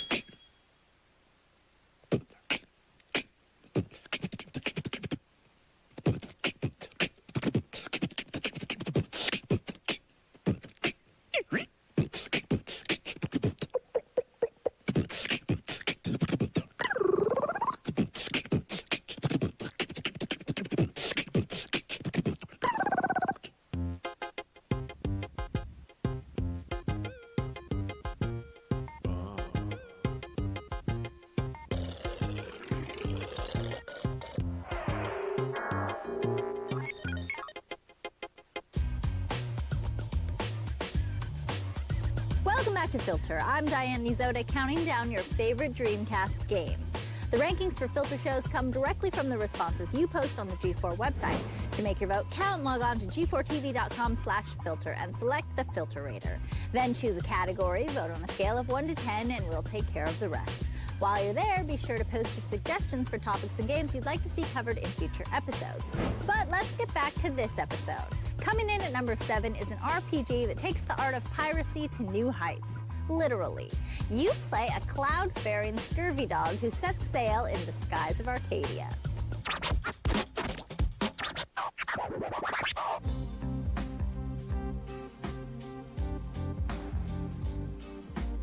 Skies of Arcadia was a huge RPG for the Dreamcast, and you know, a lot of people when they think of RPGs, they think during that time it was either a 2D thing or it was a kind of a polygon characters with pre-rendered backgrounds, but this thing was all full poly 3D, so a lot of people got a real good taste as a different kind of RPG, and it was so popular that it also moved into the GameCube.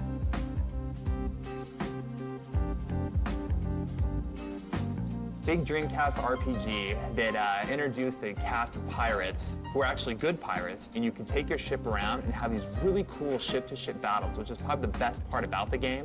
And you were always flying from like floating city to floating city, which is pretty much a standby in most RPGs. But this game, just the scope and the scale of it was so grand and cool that it made it really different and fun.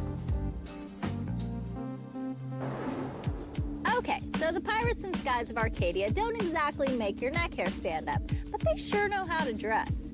Anyway, our number 6 title is a game that takes good music, amazing visuals, and a unique concept and puts them together in a tight package called Jet Grind Radio. For all you rollerblading graffiti artists, this one's for you.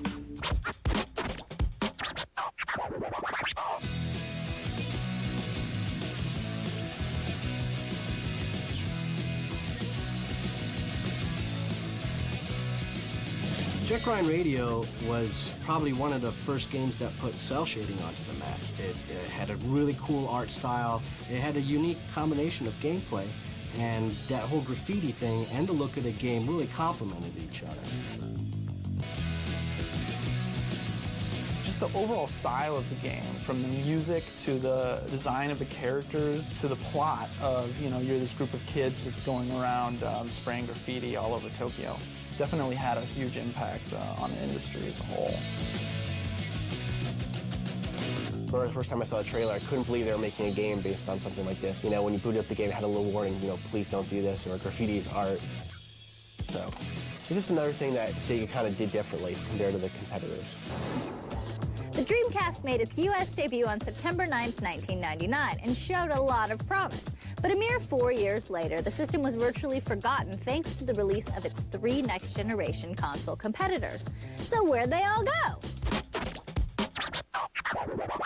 I still play it, yeah, so I don't miss it too much. It's sitting in the closet right now, but I still pull it out every once in a while. My Dreamcast, I have actually like 4 or 5 of them in a box in my apartment, sitting away, disused, covered in dust, unfortunately. It's hooked up to my TV. I have 2 Dreamcasts hooked up to the TV, a Japanese one and an American one. I still play it every other day. My Dreamcast is in the basement now. My Dreamcast is in my cabinet next to my television, probably with my Nintendo 64. I don't miss the Dreamcast that much because I still have mine plugged in, so I still visit it once in a while. Actually, I still have it. It's still hooked up in my living room. It's hard being a game reviewer to actually find some time to play older games. We were sleeping one night and a cat came in and took a dump inside my Dreamcast. It avoided all the other consoles, went straight to the Dreamcast. Very sad, really, but there you go. And ever since then, it's never been quite the same. Probably a couple of them will be sold on eBay. I'll probably just keep 1 Japanese one and 1 US one. My Dreamcast is collecting dust in the basement. You know, there's a whole bunch of other stuff down in the basement too, so I'm sure it's got a lot of company. Well, those aren't really the creative answers we were looking for. Personally, I prefer to use my Dreamcast as a blender on margarita night. Okay, we're about to break into the sweetest 5 presented by Juicy Fruit, so let's get to it. Phantasy Star Online was the first console RPG to take the action online, and it comes in at number 5. Check it out.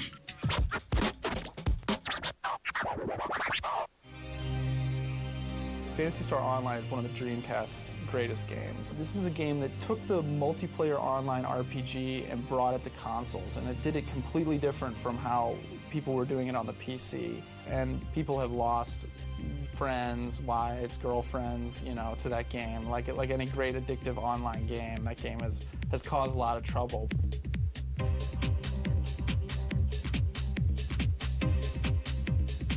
Like, just to give you an idea of how addicted I was to this game, the power went out in my apartment. And my apartment had 2 different separate fuses. The refrigerator and 1 light was on one, and the entire rest of the apartment was on the other. So the entire rest of the apartment, I lost power.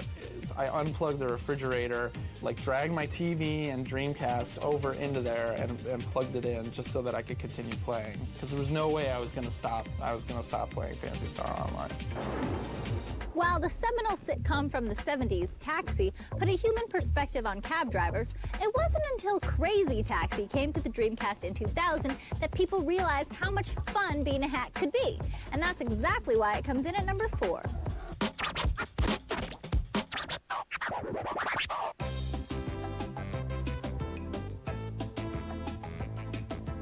Crazy Taxi was another arcade game that got brought to the Dreamcast.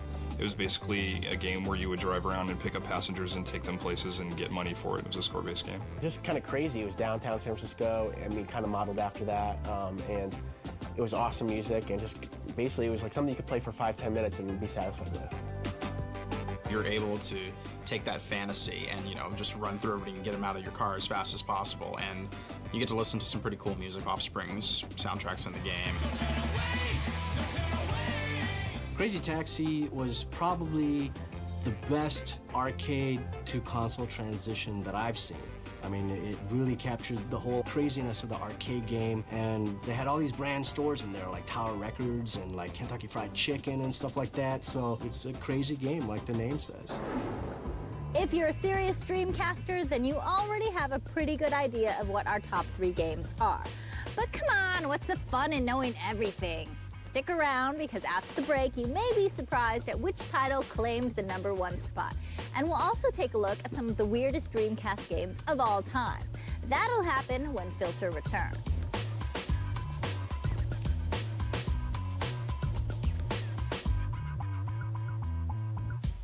Hi, I'm Vanessa Williams. I had acne as a teenager, and I've struggled with it as an adult. I've tried the pills, the creams, I've done it all, and you probably have too. Finally, my acne is under control, thanks to the remarkable Proactive solution. Special formulas developed by 2 leading dermatologists that clear your skin without irritation. Looking at my face now, you can't tell that I used to have bad acne all over my chin. I can't believe that Proactive has changed my skin so much.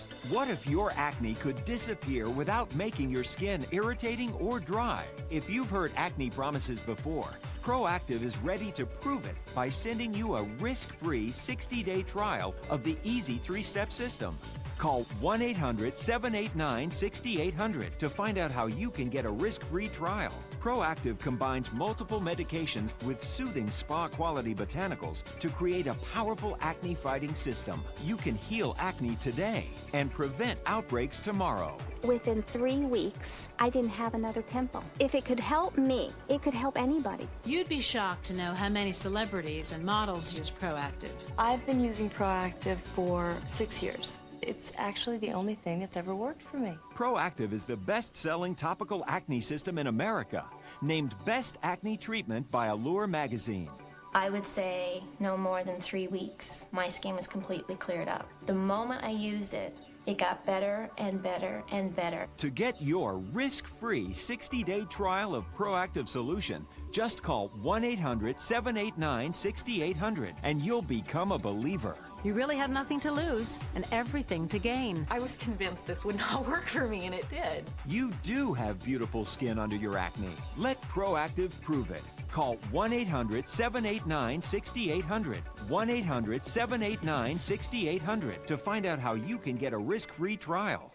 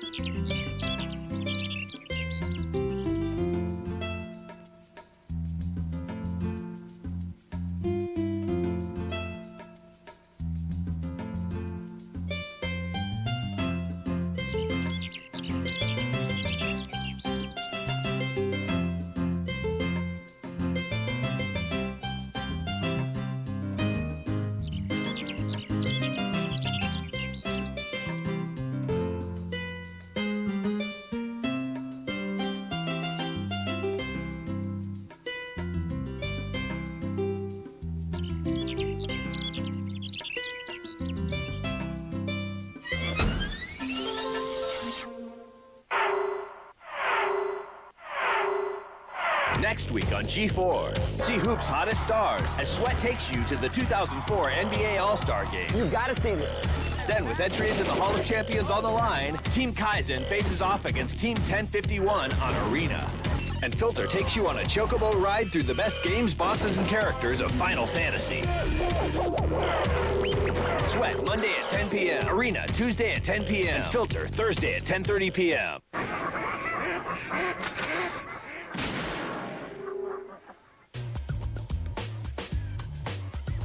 Welcome back to Filter. I'm Diane Mizota, counting down your favorite Dreamcast games of all time. With 7 down and 3 to go, let's review where we've been so far. Virtua Tennis serves up a winner and aces the number 10 spot. House of the Dead 2 brings arcade action to the living room and occupies 9th place. Fighting its way into the 8th slot is the melding of fisticuffs and fine jewelry, Power Stone. Skies of Arcadia takes to the clouds and flies into the number 7 slot. Vandalizing the competition at number 6 is Jet Grind Radio. The world's first online console RPG claims the 5th spot in the form of Phantasy Star Online. And Crazy Taxi goes off the beaten path to take the number 4 slot. In the number 3 title, there is no beaten path. It's up to you to create the path yourself. In Yu Suzuki's open-ended masterpiece, Shenmue.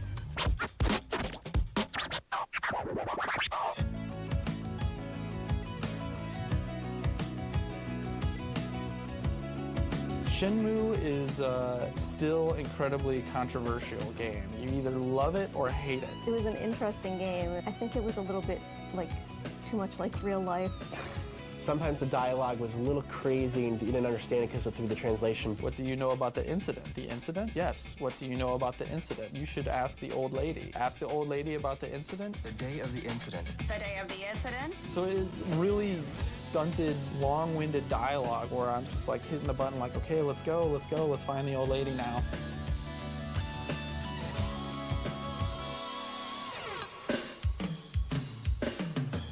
It was a very different experience for games. We still haven't seen anything quite like it since, but unfortunately, it was a game that was mired with the Dreamcast's failure. It was definitely one of Sega's most expensive games they've ever made, and unfortunately, it didn't do too well for them. Shenmue was unusual in that the game's environment was completely interactive. While Shenmue was different, the Dreamcast also had its share of flat-out bizarre games. But which ones were the most bizarre? Dreamcast had tons of cool, weird games. Sega's known for it, they're classic for it. My favorite one was Samba de Amigo. It had crazy cartoon monkeys. My personal favorite would be Choo Choo Rocket. Choo Choo Rocket was the first console online game, I believe. It was created by Sonic Team initially internally as an experiment for Dreamcast's online connectivity, and they decided to release it as a game in itself. Another one of my favorite ones was Typing of the Dead. You could use the keyboard and basically play House of the Dead, but instead of shooting, you had to type out a sentence quickly enough so you could shoot the zombies. Space Channel 5 was another pretty bizarre offering from Sega. It was basically a music game, but it featured Ooh La La swishing around like a model, so this is really quite like nothing that team had done before. Well, definitely the most bizarre Dreamcast game, without a question, is Seaman. Came packaged with a microphone, and basically the idea was that you nurtured this bizarre underwater creature and eventually developed a relationship with it. Ask him how his day's going, he'll ask you how your day's going. So basically corresponding with a fish. And so eventually it would sort of make these sort of unnerving observations about your life or ask you why you weren't home at the regular time and stuff like that. That pretty much takes the cake in terms of bizarre, though. Okay, we've reached the point in the show where you determine the #1 Dreamcast game of all time. So are you about adventure or do you believe in soul? Sonic Adventure followed the exploits of the world's most famous blue hedgehog after his 128-bit facelift. Although the game stayed true to its platforming roots, it marked the first time Sonic had ever appeared in the third dimension. Soul Calibur was the killer app of the Dreamcast launch, and even today it still wows anyone who sees it. But which of these Dreamcast launch titles is the best of all time? The only way to find out is to check out the Filter Face-Off.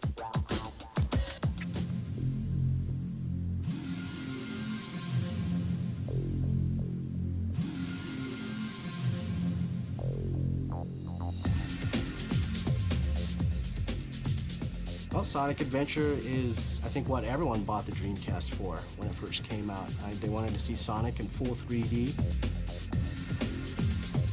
Sonic is a great character to show processor speed. I mean, he's just running full blast, and you know the environment's moving really quickly, and it was a very impressive title for the Dreamcast at that time.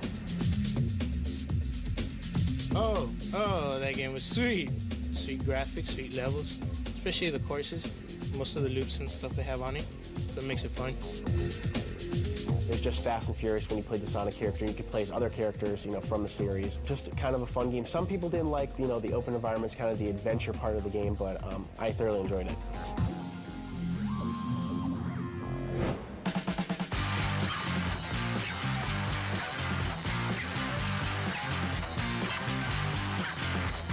Soul Calibur is the game that sold the Dreamcast. It was just incredible. I mean, out of nowhere, this great, deep, gorgeous fighting game. It was a one-on-one fighting game where the players fought with, weapons. It was pretty much the first game of that kind, so it was a pace setter in that genre.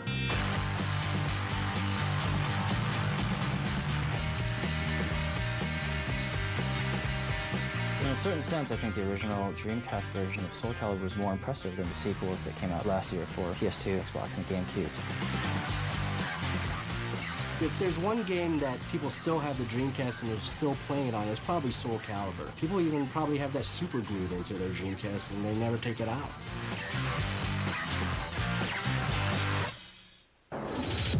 You'd be pretty hard-pressed to find someone who doesn't agree that these are the top 2 Dreamcast games of all time. But only one can be crowned the champion, and based on your votes, the best Dreamcast game of all time is Soul Calibur.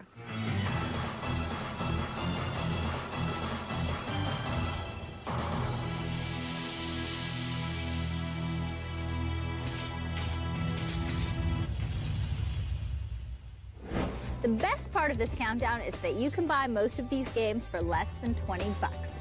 Well, that wraps up this episode of Filter. Remember, the opinions expressed on this show are yours, not mine. So make your vote count on future episodes by logging on to the Filter show page at g4tv.com/filter. Until then, I'm Diane Mizota, and I'll see you next time.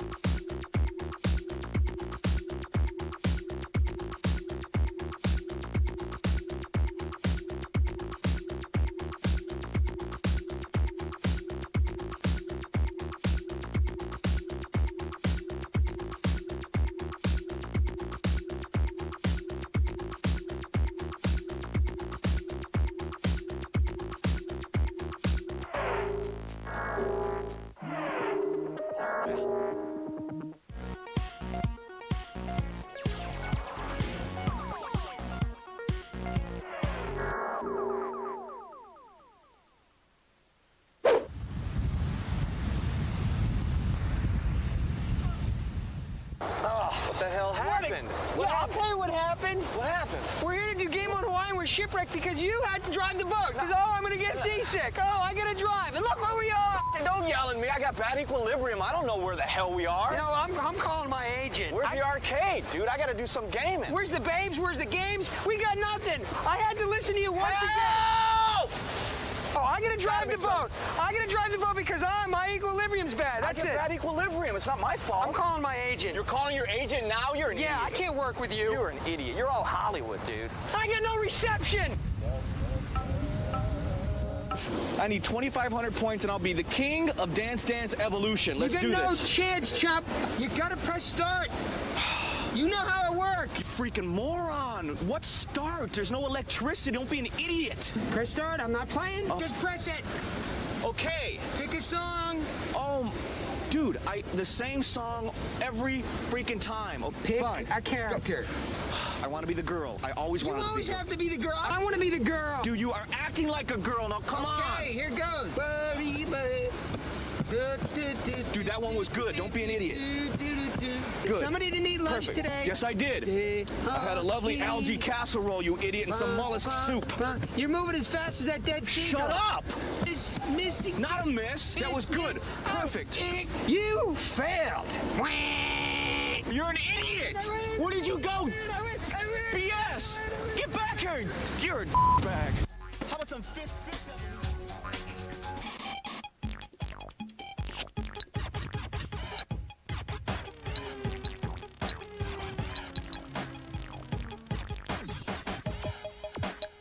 Game On, brought to you by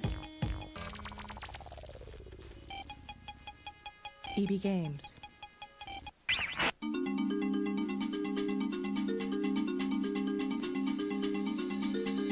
Hey, I'm Gallant. I'm Randy Kagan. And welcome to Game On. Randy, where are we today? Oh my God, we're in heaven. We're at Waikiki, Hawaii.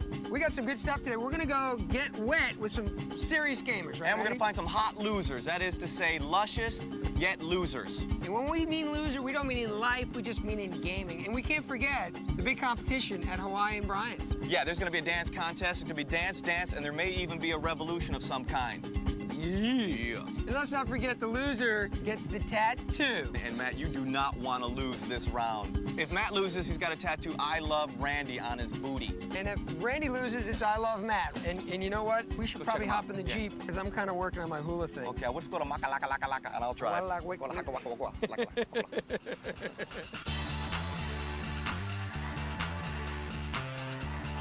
So yeah, we're looking for this place supposed to have the raddest surf wherever. It's called Pacific Blue, and it's It's called Blue Planet. It's called Blue Planet. It's right and here, it's bro. So unbelievable. take a ride, Blue this Planet. This dude's supposed to be the raddest, like Rad Central. Hey, we got our gear. Let's roll.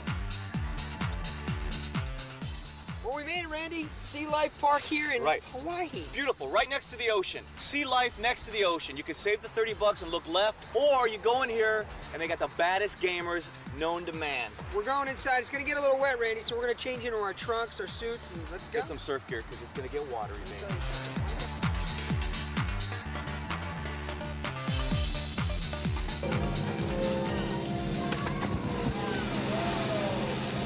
We finally found it. The ultimate gamers actually live in the game, Matt. They're the best gamers on the island, and who'd have thunk it? They're dolphins. What? These are the best gamers on the island because they live the game. They are the game. They never leave the game. It's all over them. I'm with my player, Kikai Amalo. I got Kaleo right here. She's an unbelievable gal. I think I'm in love. We're about to go head-to-head. We're going to be playing Echo the Dolphin from PlayStation 2. Right. And these guys are dolphins, Right. so... They're a shoo-in. They're bound to know what's going on. Naturals. Come on, Kaleo. You know what Daddy likes. Oh, yeah, see? She's... Oh, I think... Look at... All right, you ready to play? I know what you mean. She's ready to play. We've got our special dolphin controller. All right, we've got Echo the Dolphin for PlayStation 2. We're doing the shark reef level, so whoever's dolphin takes out the most sharks wins. Here we go. My player is gonna rock. Here we go. She's getting on. Okay, check it out. Chasing after the shark. Knocked it down. Get it again. Look at the concentration on my little dolphin. Go. Turn around. Just follow that shark. Don't be afraid, baby. Ooh, shark's biting back. All right, there. Oh, there's one down, baby. Come on, get it. Yes, hit it again. Look at my dolphin go right after the shark. Not yet. Oh, get it. All right, 2 sharks. What do you say we go get a tuna sandwich? No?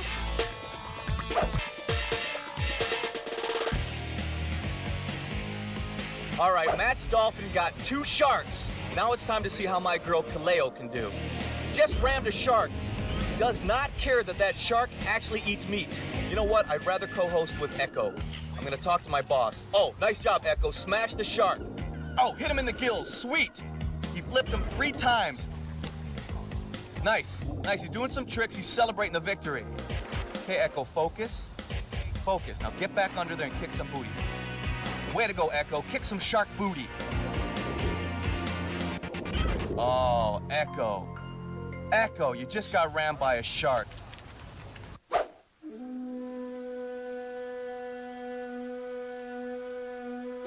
Randy, who would have thunk it? I can't believe it.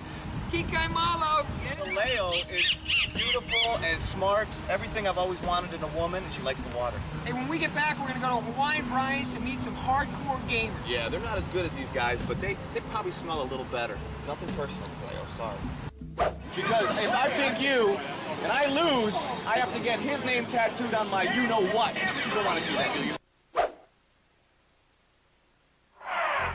Hey, check out g4tv.com and our new time, Sunday at 10, where we're going to be talking about gaming addiction. And don't forget to watch g4tv.retro every day at 4.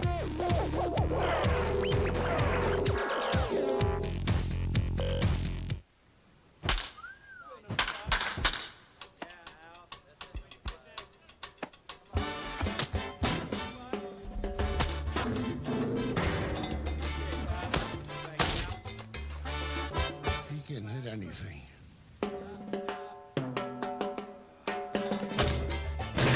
Break out the whipping stick and punish pitchers. MVP Baseball 2004. Rated E for everyone. EA Sports. It's in the game.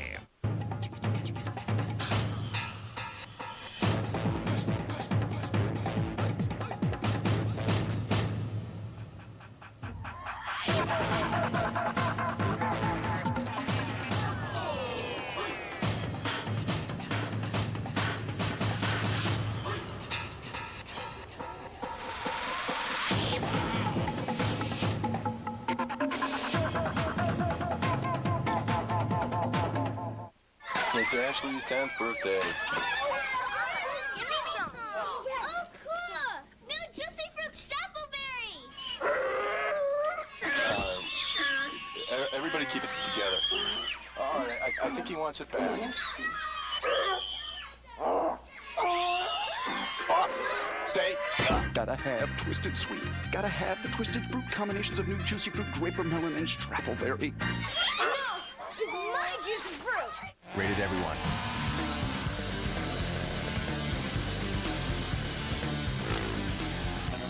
It's everything you wanted in a motocross game, plus a bunch of stuff you would have never thought to ask for. MX Unleashed. War hero Chris Vaughn has come home, only to find a new enemy. I'm seeing him in action. I'm not gonna let this stand. Yeah, we'll see about that. The Rock. Walking Tall. This is my town. Rated PG-13. Starts April 2nd. All right, people, let's go. We got free masks for you today. Free mask. Get your free masks, people. You gotta learn to protect yourselves. Free mask. It's an epidemic going on out here. Free mask. Come on, people. Protect yourselves. It's not a joke. It's not a joke. 50,000 people die each year from secondhand smoke. I worked where people smoked. I chose not to. But I got lung cancer anyway. Sentenced to death. A condemned man awaits his fate. Until... Whoa! Inmate, back in your cell. Everything's under control. all hell breaks loose. In a place where nothing is what it seems, you must choose your path and uncover the truth behind the suffering. Out now on PlayStation 2 and Xbox. Rated M for mature.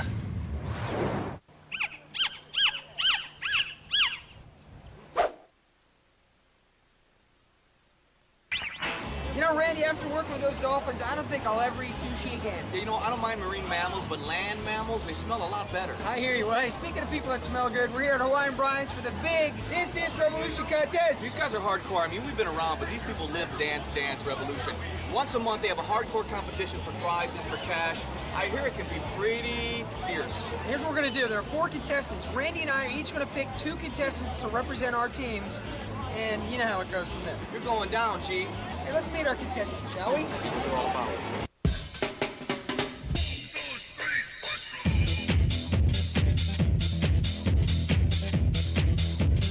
Hey, here's our first guy. What's your name? Ernest. Okay, how long have you been doing Dance Dance Revolution? Almost 2 years already. 3 years. All right, what's your highest score? A couple million. He's in the millions. What's your name? Oh, name's Kia. Kia, how long have you been doing Dance Dance Revolution? Last October. And how do you feel right now? Do you feel ready to conquer? Yeah. Because if I pick you and I lose, I have to get his name tattooed on my you-know-what. You don't want to see that, do you? No. All right, man. What's your name? Steven. Now, how long have you been doing the Dance Dance Revolution? About 3 years. What's your highest score? About a million. Triple A. Really? You know this place is crawling with ladies. Are they impressed with your style on the Dance Dance Revolution? Not really, because I think you're too much already. Okay, now, what's your name? Sharon. Sharon, how long have you been playing? A little over 2 years. What's your highest score? Good question. I don't know. You feel the pressure being the only woman in today's competition.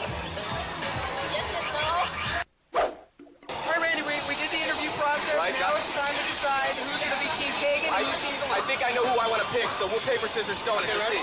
Paper, scissors, stone. I got you, sucker. No, those are scissors. No, that's not scissors. You're going down. I'm taking this seat right here. Yeah, give me some. Yeah, what do you mean you knew it? Where's your confidence? What? I'm taking this guy. I'm going to take the gentleman with the 2 earrings. Come on over here. Matt, I hate to be gender-based, but I'm going to go for the tall dude as opposed to the short gal. I'm hoping that you have a height advantage like in basketball. Well, Randy, that leaves me with the final choice, and I'm going to take Sharon. And Sharon, I want to tell you something. Randy may not have picked you, but you just get picked by a winner. You're part of the winning team. How do you feel? Go!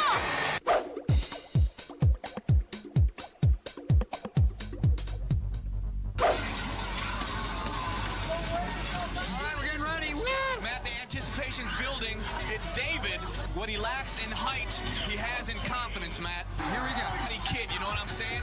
Don't underestimate him. Right away, confidence and rhythm. Wow. I like it. He's got a certain style. It's robotic, yet fluid. Look at that move. Nice move.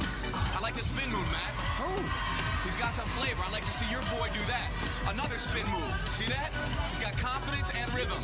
He seems relaxed and undaunted by your heckling, Matt. Oh, perfect. Even the machine itself just told him he's got nice steps and good moves. Look at that hop, skip, and a jump. At Hawaiian Prize, they take this game very seriously. We've not seen this before, Matt. Show him some love, ladies and gentlemen. Show him some love. Way to go, David. How'd you feel out there? Tired. Tired? Yep. I thought you had some confidence, you had some flavor. I like your spin move. What do you call that? My little remix. It's called a little remix. Way to go. Matt, I think your representative's up next. All right, Sharon, I think you're coming up next. Now, I was talking to the judges. They said that David was a little too old school, too jerky. They saw nothing new. That gives us an in. I think we're in the lead. Oh, that's good. All right, get out there and win one for the Gipper. Go, baby, go! Give it your best shot! So, look at, here we go.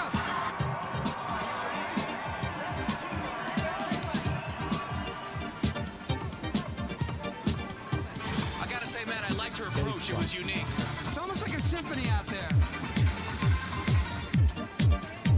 Yeah, you see, what my guy didn't do is work his upper body. This gal seems like she's got the whole thing working. I gotta say, Team Gallant's looking... Whoa, you just missed a major faux pas. She fell off the Dance Dance Revolution machine. Oh, wait a minute. How did the machine go? Oh, did you see that? She's got some flavor, Matt. I have to say, it's not looking good for Team Kagan right now. You're a bad man, Matt. A bad man. And that's why you had the restraining order, but let's not go into it. She lost her glasses. What a She finish. lost her glasses. Oh, Sharon, come on over You're here. being biased. That's not fair. Let me tell you something. That was commitment I've never seen before in Dance Dance Revolution. Dropping to your knees. Wasn't that painful? Yeah. But you did it for the team, didn't you? Uh-huh. What did you think about her dropping to her knees and risking the kneecaps just for the competition? That's pretty brave. That's hard. That's commitment there. That's putting your whole body into the game. I hope she gets credit for that. Are you trying to sweet talk points off of me? All right, let's get back to Randy. I saw that, Matt, and that talk don't get any sweeter. DDR, let's max! That's my boy K.E. There he goes. Look at that. Whoa. Little Mike Tyson move. K.E. Nice job. If I didn't know better, I would swear I was looking at Michael Jackson in his earlier days. Look at that. Nice. I gotta say, he's smooth. He uses arms and his legs. That's unique, but it's Matt. He belongs on Team Kagan. Nice. Nice job. Team Kagan in the he-house. Way to go, Kea. You know what? I wasn't really happy with my first contestant, but I really think Kea might have brought me over the edge. We'll see. Look, he's ready to go. Here he comes. Your boy is confident. I gotta say, he's got that Fu Manchu mustache, but looks can be deceiving.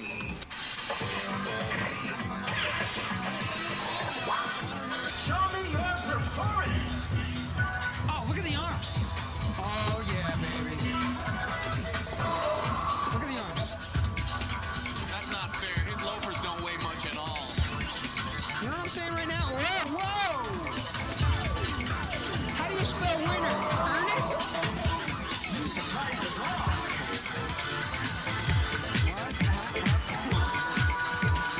Oh, yeah, you too. There we go, Ernest. Yeah, bring it on, Ernest. Yeah. See, now he's milking it. He's playing in the crowd. See, that's what I like. You know, Milking it. he's a showman. It's sad. He's showboating, man. He's showboating. I like that. Look at it. The thing is, what's really sad is you had first choice and you refused to choose him because you didn't like the glasses. I know it.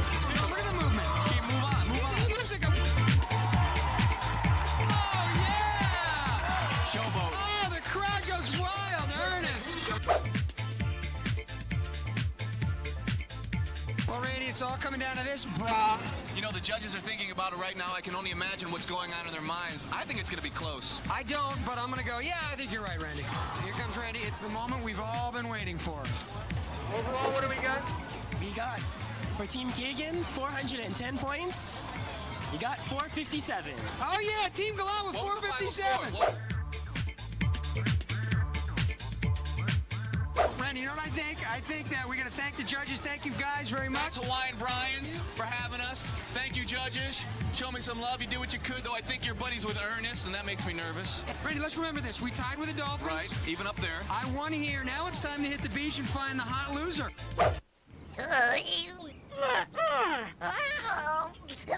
That's it. Lip to the right. Oh! Oops. Winter Fresh. It's icy cool bread. It's... Winter Fresh. Icy cool bread. 24/7.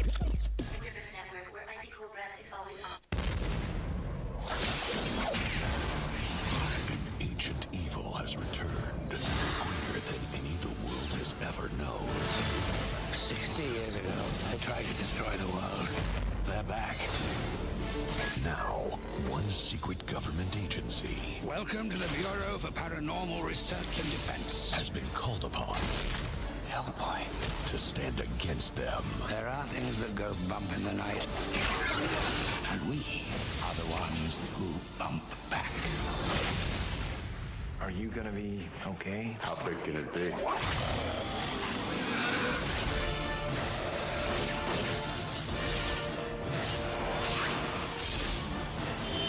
You should be running. It's coming for us! Hellboy. Skip to the end, will you? How do I kill it? Rated PG-13. Opens April 2nd. It's gonna be insane is what it's gonna be. I can't wait. This one's gonna be so awesome. What do you think? This last week in school was crazy. It was hectic. I cannot wait until this party. Do you understand? I need to blow off some steam. Like, you know Jocelyn, she's gonna be at this party, man. Hey, where are we going? What are we doing? It takes a lot of guts to talk to your friends about their problems with marijuana or drinking. We really need to talk. But it could make all the difference.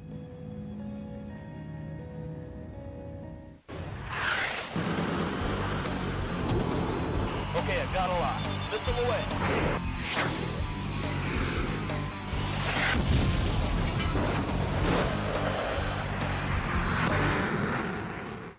Buried Treasure is brought to you by EB Games. Hey, this week on Buried Treasure, we're talking about Black Dawn for the PlayStation. Now, Black Dawn was one of the first completely 3D action arcade helicopter games. It's really not a simulator, but the amazing thing about Black Dawn was that the way you could control the helicopter. The controls in this were really, really well thought out and well done. The missions in this game were incredible. They're really unique. Everything from landing your helicopter a la Choplifter and bringing in some guys, go, go, go, and then you take off. Sometimes you have to bomb out radar dishes. Other times you're protecting things and sneaking around. The music is also pretty cool in this game as well. It's all kind of orchestral, Rambo-ish style music, but the music's interactive. It changes as the mission itself changes. Check it out for sure. Black Dawn for the PlayStation 1. Check out this and other buried treasures at EB Games. We take games seriously. Next week on G4, see Hoop's hottest stars as Sweat takes you to the 2004 NBA All-Star Game. You gotta see this. Then, with entry into the Hall of Champions on the line, Team Kaizen faces off against Team 1051 on Arena. And Filter takes you on a chocobo ride through the best games, bosses, and characters of Final Fantasy. Sweat, Monday at 10 p.m. Arena, Tuesday at 10 p.m. And Filter, Thursday at 10:30 p.m.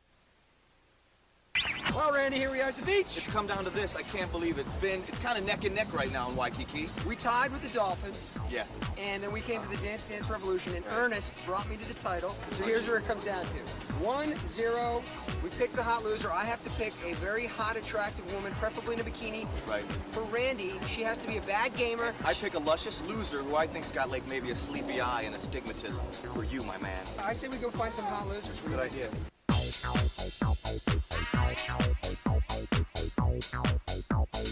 Let's see what we can find. That's a bunch of men over there. Hey, gang. I reckon canoe ride, surfing lessons. No, actually, I'm looking for some hot ladies. Can you help me out? Oh, no problem.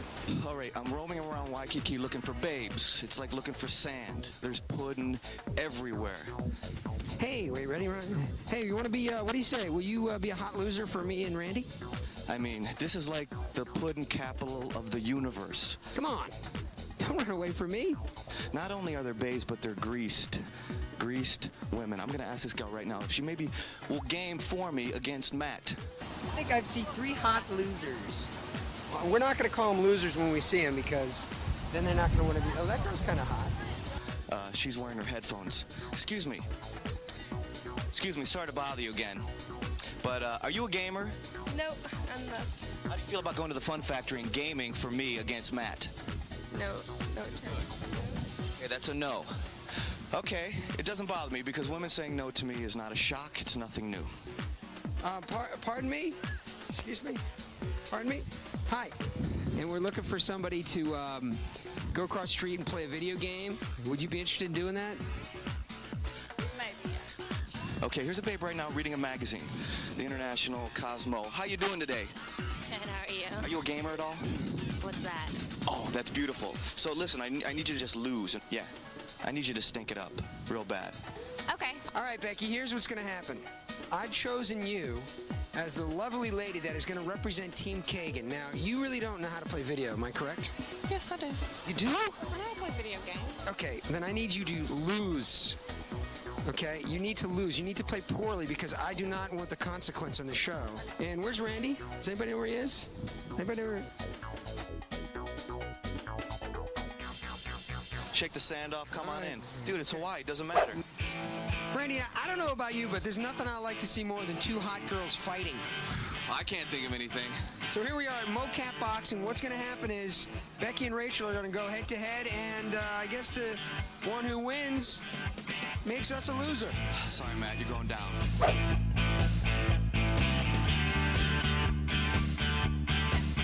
Yeah, go, hit, go. The duck, yeah, okay, hit. Wait, Duck, you gotta duck, sister. Did I just get punched? Ready? Hit. Yes, hit again. Okay, duck. Darn, you gotta duck. Duck. Come on. Yes, hit, come on, hit. Duck.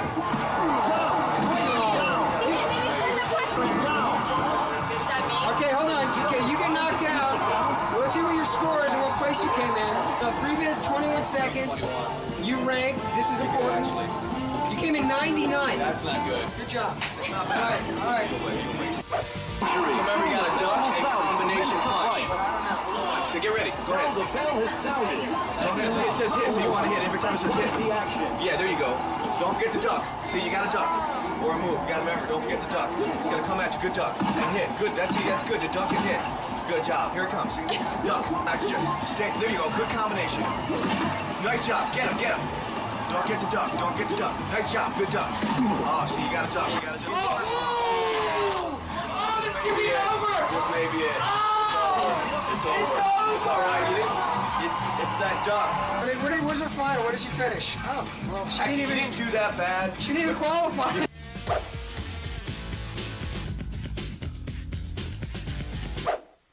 Well, finally. Whatever. Finally, Randy Kagan loses. I can't believe this. You know what? I like the position I'm in. Winner, loser. You know what? We're leaving the Fun Factory and we're going to Tiki Tattoo right now. Bye, ladies. Bye. Thanks for losing. We'll see you on the beach. I'm about to change my lifestyle, Matt. It's upsetting for me. Hello. You know, the last thing I even wanted to do is come in here and ask you to do this for me, but could you get, I can't even ask. I wouldn't even ask. Somebody's angry and bitter. No, I am. What's new about that? I am. No, it's ridiculous. I gotta get your name tattooed on my body. This is ridiculous. I'm thinking bigger. I like that. You know what? Can we just not do this? I'll give you $50. We'll forget the whole thing. All right, tattoo boy? 52. $52? Yeah. You're sweating me for $2? Yeah. What happened to the Hawaiian, it's all good, brah. Kick it back, man. It don't matter, brah. Wait, okay, no, but seriously, wait. Before you do it, can you numb the area or something? What's so hard? Did they tell you to tell me that, or is that true? Yeah. Ready? Yeah. Ah! Actually, that does kind of hurt. You like it? You're not doing the whole thing like that, are you? Pretty much. Come on! Hey! All I want to say is, all the losses that I've had in the past are well worth it. No, after you. No, after you. I'd like to read my name on your back. Hey, whoa. Hey, why don't you spin around and show everybody? Come on, let's see it. Oh, yeah, baby. Yeah, baby. Let's go I hit feel the pretty. beach Let's now. go. Come on, homie. Hold my hand. Straight. I'm not a big. Come on. I think we should walk near some hot ladies, Randy. What do you say? Oh, look at those hot girls over there. Hey, look at his tattoo. Look what his tattoo says. I lost a bet. Look at that. Hey, look at that tattoo. Woo! Friends, it's not that kind of love. Oh, there's. Where's your feet? Oh. Look at it. You owe me my dignity. Take a look. Turn around. See what you made me do? It ain't real. Come on, It hurts. real. It still hurts, South Carolina. Come here. It hurts. Let's go talk to these ladies. I love what? Matt. Really You can nice tell by pink looking at short, me. though. Oh, You just look ouch. sexy. Whoa. Wow. Wow. Hey, ladies. It hurt like hell. How sweet is that, huh? Lovely. Kind of sexy. What? Oh, wait a minute. This isn't a consequence. This isn't a consequence. I'm winning, baby. Gaming certificates provided by EB Games.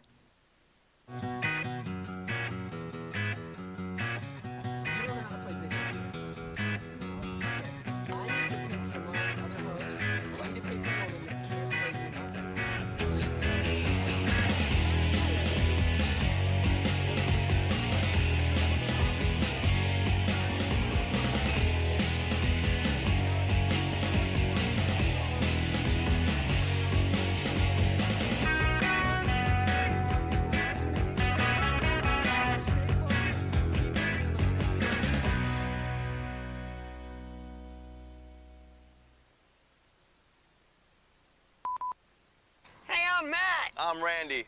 And you're watching Game On Hawaii. Oh, yeah. They took my legs. Airfare provided by Aloha Airlines. Accommodations provided by Ohana Hotels.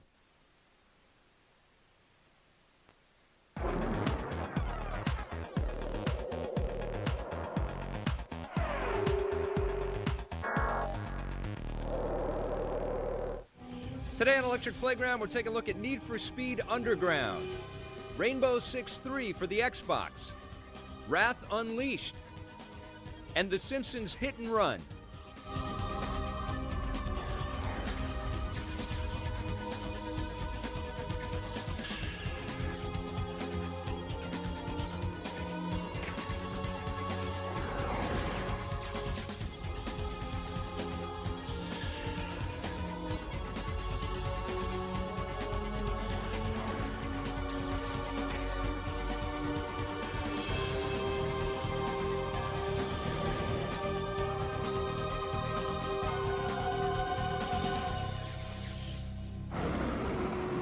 Now, Siphon Filter was a pretty popular franchise for Sony back on the PlayStation, but it hasn't made an appearance on the PlayStation 2 yet. Until now. Get ready for Siphon Filter, the Omega Strain.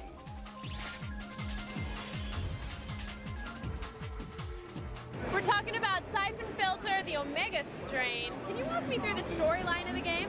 Sure, Siphon Filter's the Omega Strain's making its first appearance on the PlayStation 2. You know, this is based on the popular hit that was on PlayStation. So, man, all our Siphon Filter fans will be really happy. It's an online game, too. It takes advantage of the headset. It's a passive headset, so you can just talk at any time, control your, yourself as well as your players. The game looks really smart. I mean, the graphics are amazing, and there's a lot of detail. Tell me a little bit about the levels and the environments that we're going to be playing in. There's over 12 missions, and you can fight various different terrorist groups. They're all based on real-life locations. You have Toronto, we have Yemen, European cities. They're real to a certain degree, but they're very in-depth, a lot greater, of course, than the PlayStation game. Is Gabe Logan returning to the game? Actually, no, this time you create your own character, and you're actually an agent of his agency to fight against terrorist groups to protect world peace. Now, I noticed that there's some really cool maneuvers, some rolls, some nice angles and different shooting positions. There is, and there's also over 100 different weapons you can select from as well. Is this a game suitable for my mom to play? It doesn't look too G-rated. Oh, your mom would like this game. I could see her take the role of one of these characters and try to save world peace, right? Even you, too. So when you get shot, there's blood on your clothes, you can see the flesh wounds. Well, I mean, there is some graphic detail of, when people get shot, so 18 and older. Oh, well, it looks exciting. The Collective is known as a company that's great at creating fighting engines for adventure games like Buffy the Vampire Slayer and Indiana Jones and the Emperor's Tomb. Well, now they're taking that fighting engine experience for a brand new game called Wrath Unleashed. Take a look at this. Hey, we're here at LucasArts, and I'm standing with Nate Schaumburg, who's the producer on The Wrath. We know from the Buffy game and from the Indiana Jones game that the Collective knows how to go into this multi-person combat thing with destructible elements and all kinds of stuff that you can introduce into the gameplay. Is that what we get in this game? Well, this game is actually one-on-one fighting in battle arenas, and it's turn-based on a map mode, and when you get two opposing players in a hex, then you go into the one-on-one battle with definitely destructible objects and all sorts of fun stuff going on inside the battle arenas. It reminds me of Archon from the old days, you know, when you had like the chess pieces and you moved around and they started fighting? Definitely the inspiration's been taken from Archon. We've taken it one step further and, you know, really updated, obviously graphically, but also, you know, put a lot of thought into how we want to take this fighting engine and the real interactivity and make it something that's really interesting and you can really sink your teeth into. Awesome. Well, tell us a little bit of the characters and the creatures and the magical attacks and some of the combat stuff that we're going to see in this game. Okay, well, all the creatures are based on mythological creatures that should be pretty familiar, but you know, they have a real fantastic twist to them. They've done a really great job designing these creatures to make them really unique and really stand out. It's a LucasArts game. Are we going to see stormtroopers or Yoda? Does Yoda or a Jawa or anybody pop out in this game at all? Is this like traditional sort of Dungeons and Dragons style combat where, you know, you see in those RPGs where there's like a couple of animations and it's kind of, you know, you get your giants doing a little bit of this action, or is there like lots of combos and cool stuff going on? And this is the international sign for cool combos, by the way. No, is there? Yeah, absolutely. Every character's got their range of melee attacks, ranged attacks, magic attacks, and then combos that you can link all those up with, and they're all unique combos for all the characters. Right on. 8 characters per side, 4 sides, so a total of 32 characters, and then on top of that, each side has an overlord, which is like their god character that can cast spells on the map, heal their units, teleport units. You collect mana per turn on the map that you can use to use offensive spells, defensive spells. You can transform some of the elements, the grids, to your home element. You can also teleport units from one side of the map to the other. So all depending on how you want to strategically play the game, you can either use spells for your turn or you can move and engage in battle. Is it only for 2 players, or can you do like a 4-player game in this one? It's 1 to 4 players against 2 players, 3 AI, 3 of your buddies. There's a single-player campaign that consists of 12 missions, and then there's 15 multiplayer maps also. Check it out. It's The Wrath Unleashed from LucasArts, and there are no Jawas or Yoda or Stormtroopers in this game. Coming up after the break, it's The Simpsons Hit and Run.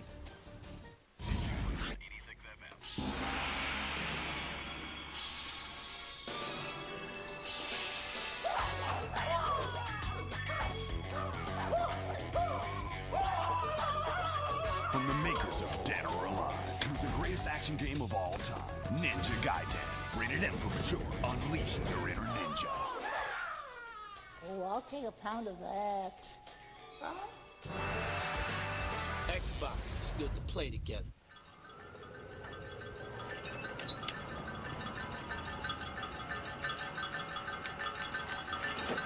Tobacco companies sell a product that kills their customers. But without their customers, they go out of business. So every day they need to attract what one tobacco exec called, quote, replacement smokers. My dad died from emphysema from smoking 6 years ago. I haven't met his replacement yet. What made you come back now? I just wanted to relax, catch my breath. We try to keep things simple. If the life you believed in was threatened, they're selling drugs out of the casino. I want to bring you inside. No. What would you do? I'm not gonna let this stand. Whoever did this left him for dead. How far would you go to save the people you love? You have to know who you can go up against. Is that a threat? The Rock, Walking Tall, rated PG-13. Starting April 2nd.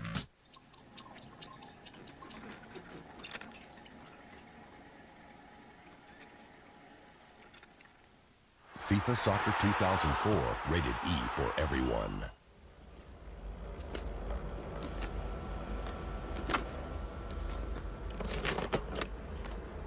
NCAA Football 2004, rated E for everyone. From EA Sports, now on Engage. New juicy fruit grape or melon. Cool. Ah! Wait, what are you doing, man? Mine.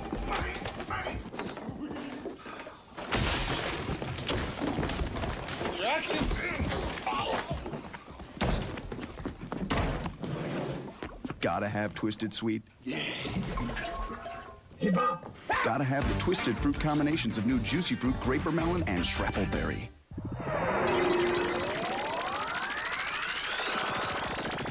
This week on Expansion Pack, Arena presents America's Army.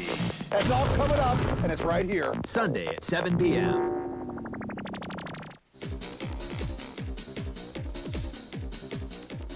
Anybody out there not convinced that Grand Theft Auto 3 is one of the most influential games of all time should take a look at this. It's called The Simpsons Hit and Run. No. The Simpsons have had a history in the video game industry. Some games good, some not so good. But we're talking to Mike Schneider today about Simpsons Hit and Run. Now, I am a big fan of Simpsons Road Rage, and I'm also a big fan of other games like Grand Theft Auto and racing games. How is this game going to compare? We are shooting to create a mission-based driving game with out-of-the-car platforming action as well. So in a sense, we're building on some stuff that we've done before and taking it to the next level. And even, I could say, the next level after that. We are adding a ton of content to the world of The Simpsons. We have huge levels with, your favorite Simpsons landmarks like the Quickie Mart, the Simpsons house, Krusty Lou Studios. Some of these you'll be able to actually go into this time, explore around. There's interactive objects within each one. There's characters to talk to. There's pickups to get. So it's not just a racing game anymore. Now you can go explore, steal cars, you get coins for destruction. We have destructible cars. We have pickups for collectors. We have 7 collector cards in each level that have Simpsons references. We have cameras that you have to destroy. They're part of the plot. It's a very, very involved plot. To sum it all up, the aliens, Kang and Kodos, have come to Springfield to film an intergalactic reality television show. So it's up to Homer and the family, and these are the user characters. These are actually who you play as, and Apu to stop them from doing this, because they're not only filming, but they're also shooting for high intergalactic ratings, which means violence and destruction. Describe specifically what some of the levels are. Are we playing in Springfield? What are the environments? It's all in Springfield. It's just different parts of Springfield. We have a downtown section where we have the nice downtown, the beat up downtown, where we have the Helter Shelter, the Blood Service Center. We have the Squidport, which is a very impressive level visually. There's kind of a time of day thing we're doing as well, where we have it at sunset, and we have lighting that's to that effect. We have neon signage everywhere, sections of the nuclear power plant. So Homer's not running around with like a baseball bat beating people up or anything like that, right? No, everything's very Simpsons. Some of the missions are collecting roadkill for Cletus to sell to the Krusty Burger. Yum. Well, thank you so much. The game looks awesome, and I can't wait to play. Thank you. I am here with Brian Michael Bendis, who has breathed a new life into Spider-Man with Ultimate Spider-Man. Now, I'm a huge Spider-Man purist. When I first read the Ultimate books, and Peter Parker's a web designer, he's listening to CDs, at first I'm like, what are they doing to my Spider-Man? How was it for you? Well, basically, I think, what I wanted to let people know is that we weren't doing this because Spider-Man was broken. Spider-Man's not broken. This is just another presentation of Spider-Man. This is just taking the idea and setting it in today instead of in the 60s. That's all it was. I came from the world of independent comics where you don't really get crapped on online. To hear the no, and they email me, damn you, and I'm like, oh, what? Why are you saying bad things? You haven't read it. I think a lot of people bought it initially to hate it. It was nice to turn it around like this. Now, I noticed that you kind of go out of your way to thank Steve Ditko and Stan Lee sometimes. What does their influence mean on this whole project? Stan Lee is like our Shakespeare. You can take his stories and place them in any kind of environment, and they still ring true. Think of another author other than Shakespeare that you can do that to the stories to. other than Stan. There's really nobody. That's where I was coming from. It wasn't just to be like, you know, I want you to know that I love Stan. I really feel this. I really deep down feel this, and I analyze this like every day for the last few years, and it's absolutely true. Hey, welcome to Game Break. We've got a DVD to talk about today. It's Daredevil. That's right, my second favorite Marvel comic book hero, right behind Spider-Man. But it wasn't your second favorite Marvel movie, was it? You know, it wasn't. I didn't really like the Daredevil movie too much, but I gotta say that the DVD was better than the movie because DVD is awesome. Because of all the amazing extras. It's got 2 discs. Yes. Okay, and on the second disc, it's kind of cool because they split it up into 2 areas: the comic book Daredevil area and the movie making of area. So they have a bunch of making ofs and specials that were on television and behind the scenes stuff, but they also have great interviews with all of the original artists, writers, Stan Lee, of course, the creator. I love seeing Affleck and Jennifer Garner doing their fight scenes and rehearsing all that stuff. This is definitely a DVD to pick up, especially if you're a comic book fan like Tommy and I are. Coming up next, it's Rainbow Six 3 for the Xbox.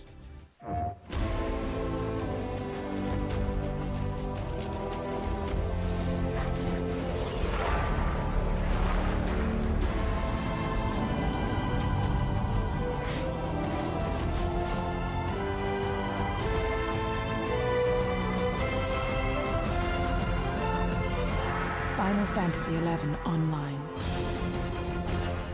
Rated T for Teen. Good morning, Lacuna. They had the perfect system for erasing bad memories. Why remember a destructive love affair? Until one patient Mr. Parrish? ruined everything.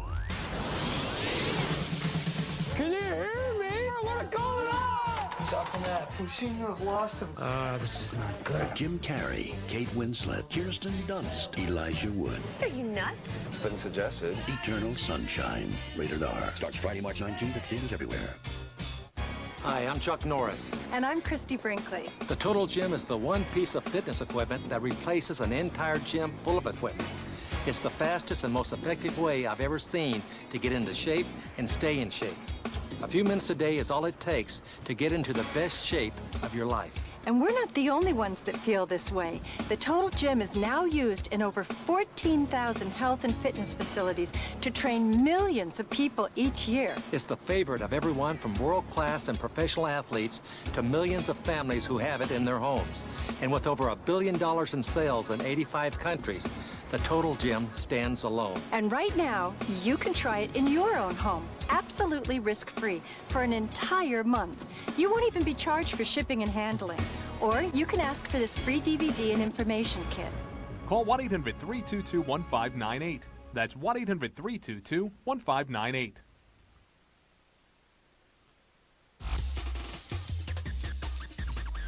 We've already had awesome games like Splinter Cell and Ghost Recon, but with Rainbow Six 3, Tom Clancy's a triple threat on the Xbox. We're at Ubisoft's Montreal headquarters, and I'm standing here with Shadi LeBeau, who is the producer of Rainbow Six 3 for the Xbox. This isn't exactly the same as Raven Shield, is it? Not at all. It's actually a complete new game that we built from the bottom up. We wanted it to make it more console-oriented. Basically, all the design features, all the graphics, everything was made to go there. We used the Splinter Cell graphic engine, some part of it, which is like the soft bodies, dynamic lighting, shadows, you name it. And we integrated it in the Raven Shield engine in order to make it really come more alive in terms of immersion, graphic immersion. Not to forget all the sound and the possibilities we can do with the Xbox with the 5.1 surround sound. The most important aspect of sound in that game are the weapon sounds themselves. We have around 30 or 32 guns, different sounding weapons with or without silencers, outside interior perspective. To get those, we work with Danetrax, a company based in LA, where they recorded for us all the weapons outside in a shooting range. We record those with using 13 microphones in different placements to get all the perspectives, real close range, distance, to get all the elements on which we could use to reproduce or replicate exactly what a sound will behave. The multiplayer games that we get, what are we going to be able to do? What kinds of, it's not just deathmatch? No, not at all. You have what we call a co-op, where you'll be able to play all the single-player maps and missions with your friends, and the other part will be able to do a terrorist hunt, which is like you're going to have the maps, and you have terrorists spread around, and you're going to go hunting. Adversarial, team adversarial, and we have a new mode that is sharpshooter, where it's pure adversarial, only with respawn. So you have a faster kind of gameplay, which for the people that basically they are the mass market who like to go more faster gameplay. The people that are playing Unreal and Quake and stuff like that. Exactly. I think most of all, the AI in Rainbow Six 3 for Xbox is the characters not only are more aware of their environment, but they take advantage of their environment a lot more than they did before. For example, Rainbow will take cover behind objects, will line themselves up against the wall to protect their backside. They'll make use of their environment a lot more. Same thing for the enemy AI. They'll be hiding behind objects. They'll shoot at you blindly. You won't see anything but an arm sticking out from behind a barrel. And they'll dive for cover. They're just a lot more conscious of where they are and how they can use their environment. And you can also now issue orders to your team using the voice communicator on the Xbox, which allows you to just talk directly to your team. So rather than going through a menu, you can just tell your team what you want them to do, and it allows you to stay in the immersion of the game. What you do, you simply look at the environment and you can give orders by simply talking. I'm going to give an order now to my team to move. Move. There you go. As you can see, they're moving out to the barrels. They're going to take cover using the barrels. They're going to peek on every side. One guy's looking back. Also, what you can do, you can tell your team to regroup. That way they're going to follow you. Regroup. There you go, they regroup. Also, if you look at a door, you can look at a door and issue different orders like open and clear, open flash and clear, open breach and clear. So we're going to go ahead, open flash and clear. So as you can see, the team moves to the door. They set up on formation on the side of the door. They open the door, they throw the flashbang. Flashbang goes off, and then they storm in. As they storm in, they spread into the room to cover every angles. Room's clear. All the tangles are neutralized, if there was any. What about the transition from mouse keyboard controls to the dual analog? Yeah. Did that provide challenges for you guys? Of course. And how did you surmount those challenges? Trying to take a whole keyboard and mapping it on a controller is a bit difficult. I can say that the theme of the controller changed around 20 times during the whole project. Really? So just to tell you that we took a lot of time, even until the last minute. I'm sure it's going to change, but we need to make sure that this is what the player wants and this is what the player will be comfortable using it. Do you play PlayStation too? Yeah, I just love video games. I'm kind of a boy. I love video games and action What movies. other games do you like? My favorite game is Dead or Alive 3 because it's got so many there's so much like kick-ass girl characters in it. That's why I like it. There's a lot of girl fighters. I'm all about that. If you could create a video game, what kind of game would it be? I don't know. I loved Tomb Raider. That was like my game for so long. And I would probably do a game like Tomb Raider with like a really strong, butt-kicking girl that travels all over the world and saves the world and gets to shoot wolves and hyenas and stuff and snowboard. Nice, that's awesome. Thank you so much. Thank you. Hey, get online and talk with the EP community at bb.electplay.com. That's bb.electplay.com. I've got Chris Wolf on the other line of Xbox Live here, and we are playing Crimson Skies High Road to Revenge. And this is one of the most anticipated Xbox Live games of 2003. Chris, tell us why that is. Essentially, the cool thing about Xbox Live will be the 16-player dogfight. So be able to have you and 15 of your friends or strangers hop onto the Xbox Live, hop in these souped-up biplanes, and essentially dogfight in various different modes. So tell us a little bit about the different planes that we get to fly in this game. There's going to be over 10 different planes within the game, both single-player and that you can use on Xbox Live. Plus, you'll be able to download additional planes, maps, levels, things like that on Xbox Live after the game comes out. Describe some of the different weapons that we're going to be able to have in multiplayer. You have two different weapons available. You have your main machine gun style weapons, plus you have your secondary weapons, which is like a missile launcher or some other type of weapon. My plane has a machine gun and a missile launcher, though some planes have like a cannon instead. So every plane has a variety of different weapons, plus you can upgrade them. Well, speaking of cannons, though, I've just flown into this missile launcher thing, and I can actually shoot a guided missile at you. One of the other great things about Crimson Sky is that you can actually get out of your plane. So be it in the multiplayer or the single-player version, you can hop out of your plane, hop into a turret, shoot down other aircraft, shoot down your buddies, and then hop out of the turret back into your plane and continue fighting. There's also repair depots where you can go fly in and land your plane. You can also switch planes mid-level. So if you're playing the single-player version, you can actually land, switch planes, hop in a new plane, and then go from there. I just did this awesome spin thing. How do you do some of the stunts and stuff in this game? There's a bunch of trick moves you can do simply by clicking in the right controller and then tweaking your two controllers. You can do things like rolls or reversals. This is unbelievable. This is so much fun. Thank you so much for this game. Don't go anywhere. We're coming right back with Need for Speed Underground.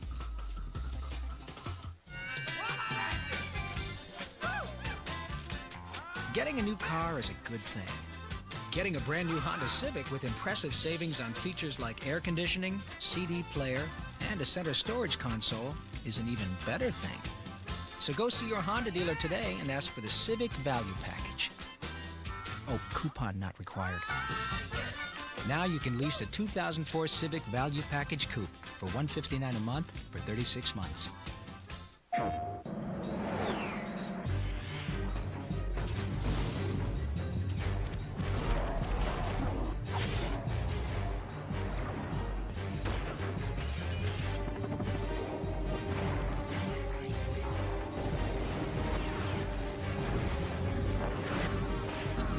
Over 50 weapons and gadgets not fit for this world. Ratchet and Clank going commando. Rated T for teen. If you want to solve a mystery, there's only one team to call. They're smart, they're stylish, Those so don't go with that sweater. and they know how to party. Scooby-Doo 2, Monsters Unleashed. Rated PG. Starts March 26th. Winter Fresh. It's icy cold bread. It's... Winter Fresh, icy cool bread, 24/7. Network, where icy cold breath is always on. Ever wondered what it's really like to be a soldier? What do you got? I have a sit rep from Alpha Company. BG, ready to be verified. Verified. Put yourself in the picture with this free video. You'll see over 200 great jobs in the Army and over 180 in the Army Reserve. You'll also see what skills you learn, how you can earn money for college, even what soldiers do in their free time. Call 1-800-984-ARMY now and get this free t-shirt and your free video. Put yourself in the picture and see what it's really like to become an Army of One.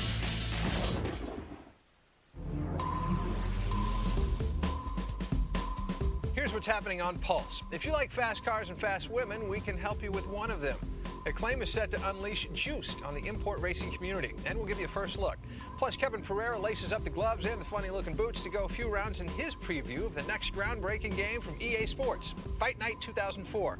That's what's coming up this week. For all the news in the world of games, make sure to watch what you play right here on Pulse.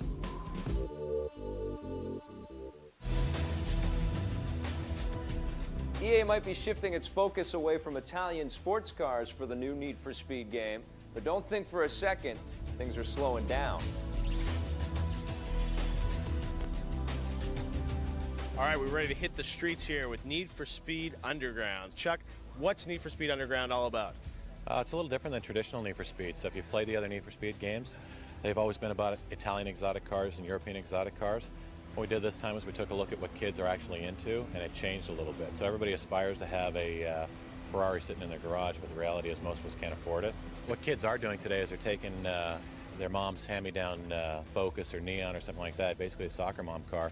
They're taking their McDonald's money a little bit at a time, putting $100, $200 at a time into it, and building out these monstrous import tuner cars. So was this when you guys saw Fast and the Furious? You said, we got to do a game like that? Or we were actually looking at it a little bit before the Fast and the Furious, but the cool thing about that movie is it really blew the lid off it. The culture was around. It's been around for about 15 years, but it was really underground, and that's kind of where we got the name.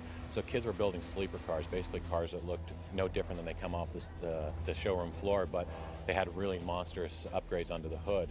Fast and the Furious really changed it. It made it really visual medium as well, so kids are expressing themselves with how their car looks as well as how it performs. There's hundreds of different parts that you can apply to the car, so it's not like we give you 2 or 3 different cars to drive. There's 20 different cars in the game from licensed manufacturers. Everything in the game is real. 52 aftermarket parts manufacturers in the game, and you can apply all these different parts to the car and actually build the car that you want. So not just how it drives, but how it looks as well. It has a great visual style. How'd you guys come up with that sort of feeling? Well, we took the Hot Pursuit 2 engine, which was built by the Black Box team that we acquired last fall, and we built on that. And how we did it was we brought in a 2-time Oscar nominee from ILM, who had done work on the pod racing scene from episode 1 and a couple other movies, and he brought some techniques to the table that we hadn't thought about before. And with the talent of the rendering team and the art team up there, we were able to combine them all together. Now, we're talking about the cars and some of those for the soccer mom vehicles. What about the environments? It all takes place in city environments, and it's not a real North American city, and the reason for that is most cities are actually built for urban growth. They're not built for racing. So the most important thing was to actually build tracks that accentuated what the strengths of these cars are, which are, quick acceleration, lightweight, and good handling. So we've built the tracks, and then we build a city up around them, and they're all interconnected, so there's actually a wide variety of tracks that you can drive. With Hot Pursuit, a lot of cops in that game. There's going to be sort of a whole element of that, of sort of the authorities chasing you in this? We talked about it a lot at the beginning, and what we decided on is, unlike a lot of other games that are out there that have added cops, Hot Pursuit 2 is really built around the idea of cops as a gameplay mechanism. We didn't want Underground to actually feel like Hot Pursuit 2.5. So we decided to take the cops out of the game because we wanted to concentrate on what makes the import street tuner culture really cool, which is the customization and the street racing aspect of it. They might not be chased by the cops, but maybe the moms are chasing them, trying to get their soccer vehicles back. Trust me, if Mom was driving one of these, she'd be able to catch it. Thanks, John. Appreciate it. Production assistance for Electric Playground is provided by Nintendo, publishers of F-Zero GX for the GameCube. Sony, publishers of Jak 2 for the PlayStation 2. And Microsoft, publishers of Voodoo Vince for the Xbox.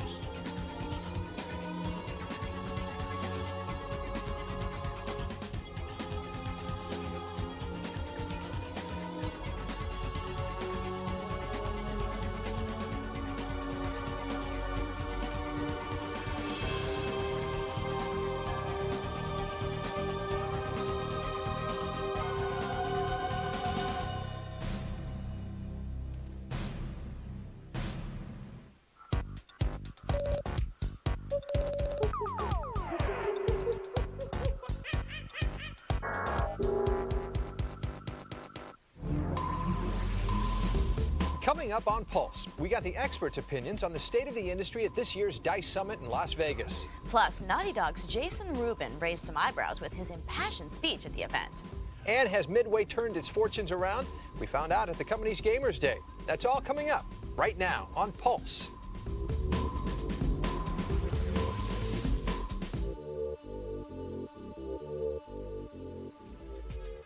Welcome to Pulse, your 1-hour weekly look into the world of interactive entertainment. I'm Patrick Clark. And I'm Ronnie Lynn Riley. Today we'll give you a first look at Acclaim's new street racer, Juiced. Plus, Kevin Pereira is always looking for a good rumble. We'll see if he's found it in his preview of Fight Night 2004. But first, it looks like the next Xbox won't have a vital component that the current system does. But will it be missed? Even though the Xbox 2 is likely more than a year away from seeing store shelves, the rumor mill is already in full swing. For example, M Systems president Dov Morin recently stated that Microsoft's next console will not be equipped with an internal hard drive. Instead, Moran claims the Xbox 2 will utilize M Systems fast flash disks, which have storage capacity ranging from 16 megabytes to 47 gigabytes. While it is true that M Systems recently inked a deal to develop removable flash memory units for Microsoft, no specific uses have been confirmed. While Moran's claim seems like a distinct possibility, Microsoft labeled it as merely speculation. And there's no speculation in Jason Rubin's corner, as he is definitely leaving Naughty Dog Studios after the completion of Jak 3. The announcement came just days after Rubin's impassioned speech at the DICE Summit, in which he demanded greater recognition for developers. Rubin co-founded Naughty Dog with Andy Gavin in 1986 and sold it to Sony in 2001. The company is best known for its Crash Bandicoot and Jak and Daxter series. While Rubin has not publicly announced his plans, he told GameSpot that, quote, "I want to lead by example, take a real risk." Rubin also added he, quote, "wants to build relationships with people outside of this sector." We, too, had a chance to talk with Rubin at DICE about his speech and his future plans. Stay tuned for it later in the show. This year's DICE Summit wasn't just for inspirational speeches.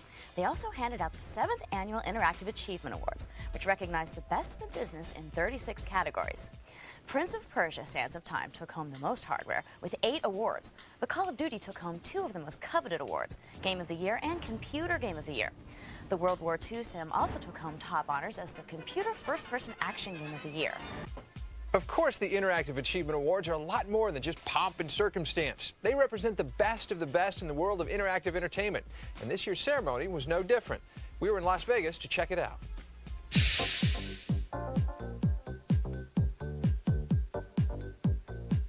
The Academy is a nonprofit organization made up of members of our video game industry. The Academy's mission is to elevate the presence of our industry in the mass market, really, by recognizing true art in video games, whether it's technical achievement, artistic achievement, or achievement in design. The creation of this organization was to recognize that talent and recognize the craftsmanship when it displayed excellence. And that's what created the Academy Awards for Games. Tonight we're here to celebrate the very best of interactive entertainment. Outstanding achievement for musical composition, Medal of Honor, Rising Sun. We continually aim to shoot as high as possible and to have video games sound, bigger and better than films. I mean, we're truly interactive films, and EA can only take credit for the decisions we made. Chris did all the work, and he delivered a score that I feel is unparalleled in any video game in previous history. Console role-playing game of the year, Star Wars Knights of the Old Republic. One of the things that caused Star Wars Knights of the Old Republic to stand out was the story, and the story works no matter what the platform is. It works on the PC, works on the console, has a huge impact, really made the game something special. We're really proud of it. I think our award system protects our craft and fosters more growth within the industry by explaining to people outside the industry that video games really are not just toys for kids. And the award goes to Prince of Persia: Sands of Time. And the award goes to Prince of Persia: Sands of Time. What a surprise. Prince of Persia: The Sands of Time. The Prince of Persia: The Sands of Time. Well, I'm going to get fired just for Prince of Persia: The Sands of Time. It means a great deal because we're saying that the industry is not innovative enough. Dennis and the team, we took the chance and the risk of being innovative, and tonight it pays off. So, and it's important. Like I said to you today, we're only at the beginning of something in the game industry. We gotta continue being innovative. There's something special about winning an award that is given to you and voted on by the people that actually create the products. As nice as it is to have recognition from the magazines and things like that, there's nothing like your peer going, man, you rock. The Hall of Fame Award. Peter Molyneux. It feels really emotional. I mean, it really does. I mean, you've got to remember that this is absolutely my life. I mean, I do this for pleasure, total and utter pleasure, and to be rewarded by your peers is an incredible feeling. It really is. Overall Game of the Year, Call of Duty. It's, beyond our wildest dreams. The competition for that category, I mean, it's the overall big game hunt right there. I just can't believe it. Just really astounding. And I'm very thankful to the Academy, all the people that put on this work for this show. It's very incredible. Oh, it's just it's so gratifying. I mean, the team worked so hard. We had a very, very short schedule. We had 18 months, and we really just had to crunch the whole time and come together. And it was really great to see that recognized for everyone.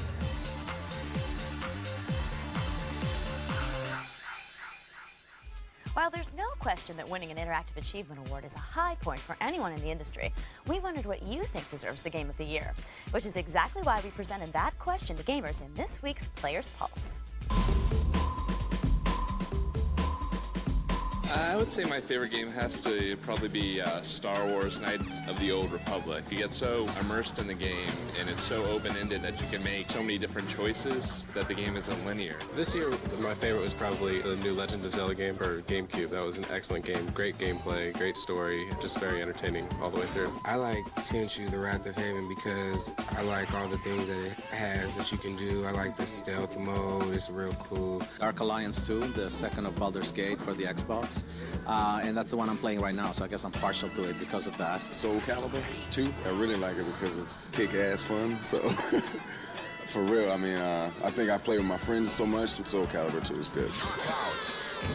EV Gamer's Choice Award goes to Grand Theft Auto, Vice City. So many different shows, pick different games that, you know, it might stick in my mind a little bit, but I'd probably have to get the corroborating reviews before I would decide on a game from an award show. I never watch TV, so I'm rarely aware of the fact that there is even awards shows that are on TV. So, no, not really. I'm one of those people, like, when I come and I look at a box, it doesn't really tell me anything, but I have to go to a gaming show or award show to see who's the best, so why not? In a way, I guess it does, just because if it's a game I haven't played and it's won an award, I probably want to check it out, so it does influence, so it does help a lot. We hope you enjoy the show!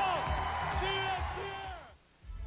While I try to figure out why Diane Mizota hosted the Interactive Achievement Awards and I wasn't even invited, you can ponder the EB Games top 10 overall titles for the week.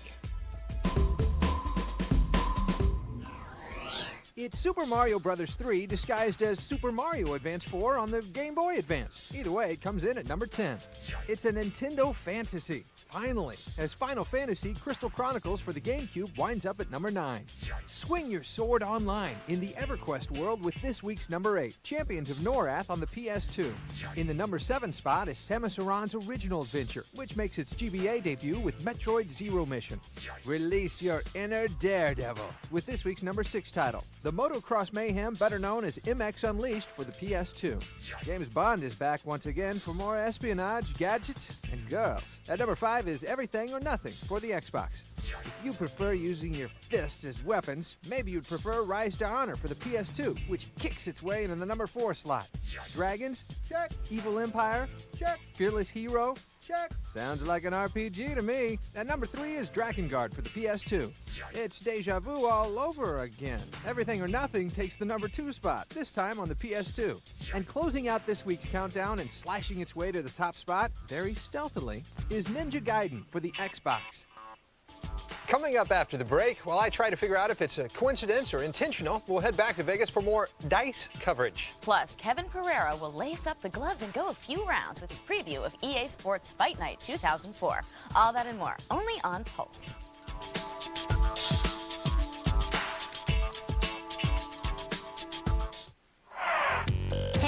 Check out D4TV.com at our new time, Sunday at 10, where we're going to be talking about gaming addiction. And don't forget to watch D4TV.retro every day at 4.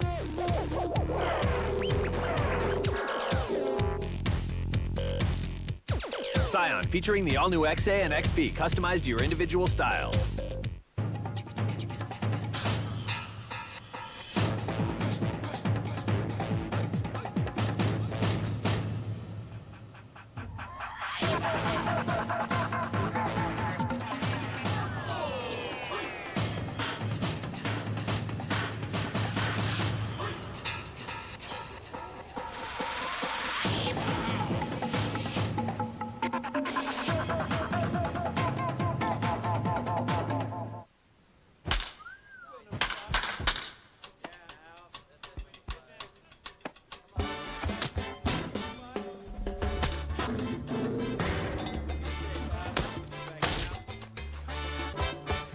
Anything.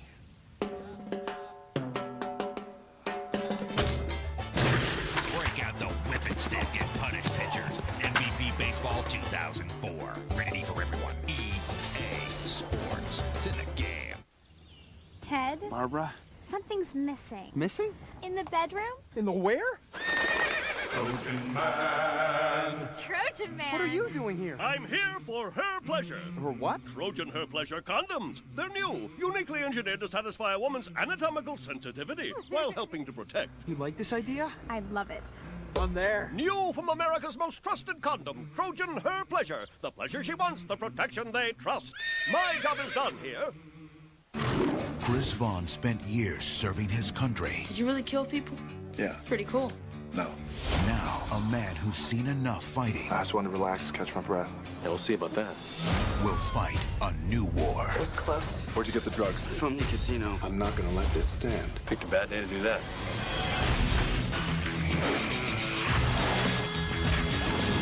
The Rock. Walking Tall. Rated PG-13. Starts April 2nd. It's Ashley's 10th birthday. New Juicy Fruit Strappleberry! All right, I think he wants it back. Gotta have Twisted Sweet. Gotta have new Juicy Fruit Draper Melon and Strappleberry. Buried Treasure is brought to you by EB Games. I'm here at EB Games, and I've got a little bit of a dilemma for you. How do you go up against a powerhouse like Tony Hawk's Pro Skateboarder?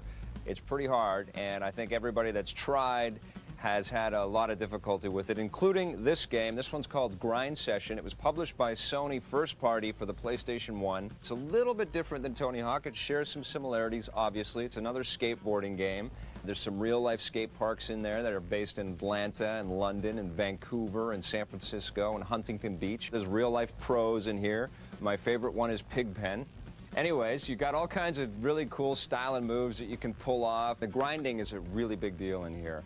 And grinding throughout the game is a lot of fun and very easy, and comboing and linking up the tricks actually work quite well. This one's called Grind Session. It's Sony first party for the PlayStation 1. Go check it out. Check out this and other buried treasures at EB Games. We take games seriously.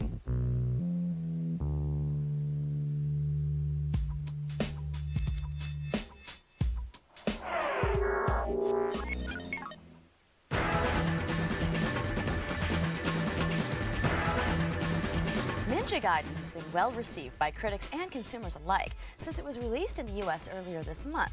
With its stunning visual presentation and graphic ninja-style violence, it looks poised to be one of the top titles of the year. But it's a different story in Europe, as some of the aforementioned ninja-style violence is being removed before the game's release. One feature in particular, the ability to decapitate enemies in one fell swoop, won't be present when the game is released in Europe. The change will keep the game from getting the European equivalent of an M rating. It's reported that this was a mutual decision made by Microsoft and Tecmo in order to make the title more sales-friendly. Gamers have been frothing at the mouth for Doom 3 for close to 3 years. And with the PC version's release supposedly just a month away, the anticipation is reaching a fevered pitch. But it's an Xbox exclusive feature that's generating excitement right now. The Xbox version's developer, Vicarious Visions, recently revealed that Space Marines won't have to go it alone. CEO Karthik Bala said, quote, "We're including new features like co-op play, which requires a tremendous amount of creativity and planning from everyone at VV and id. You may remember that Halo offered a similar gameplay mode when it was released, although it took considerably more effort from the user to get it to work." While Xbox fans started checking their internet connections and planning vacations around the release of Doom 3, Nintendo was busy downplaying the importance of online gaming. Perrin Kaplan, Nintendo's Executive VP of Corporate Affairs, had this to say on the subject at the DICE Summit. I think from where we stand, it looks to us like it's still going to be something that's fairly niche for some time. We just have a philosophical difference in also charging people to play. It's just something that, as a company, we're not comfortable with. The wireless that is with Pokemon in Japan that's just launched has done exceedingly well, and I think some of our interest lies in building community that way. So you may see more of that effort than you would with the traditional online, if there is such a thing as traditional online. Nintendo may not be interested in online games, but it is definitely concerned with the health of gamers. That's because a family in Louisiana has sued Nintendo for failing to properly follow federal consumer protection laws after their son suffered a seizure while playing a Nintendo game. The family actually filed 2 lawsuits, one for personal injury and the other for the violation of federal consumer protection laws. The personal injury suit was settled for an undisclosed sum, but the federal case is ongoing. Testimony will be finished by the end of this month, and the parties will have 45 days to file their arguments. We'll be sure to follow the story and keep you updated. The video game market is saturated with racing games, so trying to create a game that's unique is quite a challenge. But Acclaim thinks it has a racer that's going to throttle the genre into the future with Juiced, which is this week's first look.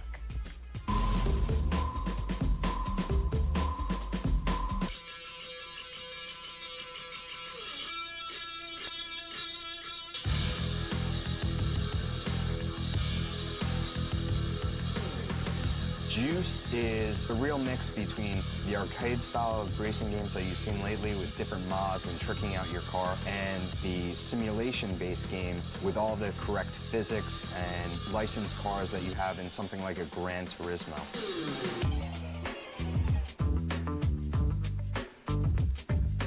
You have 3 basic styles of paint you can put on your car. Every different hue that there is, you choose a base, then you can put a different metallic on top of that. Then you can put a different pearlescent on top of that. So when you go online with your car, the possibility of somebody else having the same exact color is pretty much slim to none.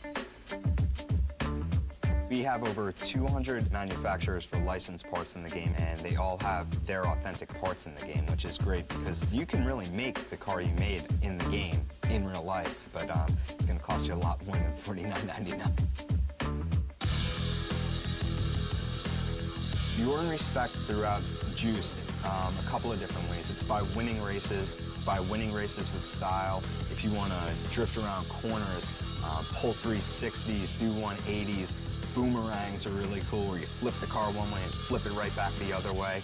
You know, that's how you get your respect points, because people look at you and are like, damn, he can't only win races, but he makes you look like a fool while you're doing it. I mean, that's the essence of Juiced. It's really punking people out and showing them you're the best racer on the street. Juiced will be out in fall 2004 in time for the holidays on PS2, Xbox, and PC, all with online capabilities.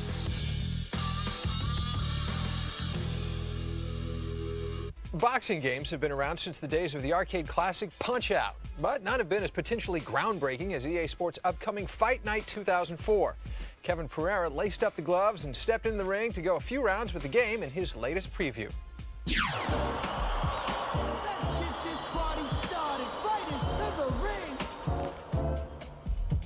Since 1998, gamers have been exchanging blows thanks to Electronic Arts and the Knockout Kings franchise. But this year, EA has thrown in the towel on their old ways, and they're about to release a whole new contender. Ladies and gentlemen, boys and girls, entering the ring March 23rd for both the PlayStation 2 and Xbox consoles, featuring 8 electrifying venues, 30-plus boxers, an expanded career mode, and total punch control, the punishing polycarbonate disc of destruction, Fight Night 2004! Now, before you discount this game because it's just another boxing title, well, hear me out. This is not a mindless button masher or a cel-shaded child's plaything. This, my friends, is a delicious blend of boxing simulation and arcade action. Fight Night's total punch control gives your right thumb some serious authority, as it allows you to execute a wide variety of punches without ever having to touch a face button. The left half of the stick controls the left arm of your boxer, while the right one, well, it controls the right arm. Now, pushing the stick to the upper right will trigger a right jab, and pushing to the left and rolling it up will throw a left hook. It might sound a bit gimmicky, but after a few rounds, you'll be buzzing like a bee, stinging a butterfly. Or something like that. Well, simply put, total punch control works, and when you combine it with the new stamina system, you get a game that allows for a more realistic pace and encourages the use of strategy. But that's certainly not all the innovation that Fight Night brings to the squared circle. It's time to say goodbye to canned animations and hello to physics-based knockdowns. They're here, and they are good. Now, don't think for 1 minute that getting up from a knockdown is going to be some walk in the park. Once you're sprawled out on the canvas, you'll be introduced to a pair of blurry referees. Using the left and right analog sticks, you've got to make your character realize that there's really only one of them. Now, this innovative minigame is a breath of fresh air to the boxing genre, and it really adds to the overall tension of the match.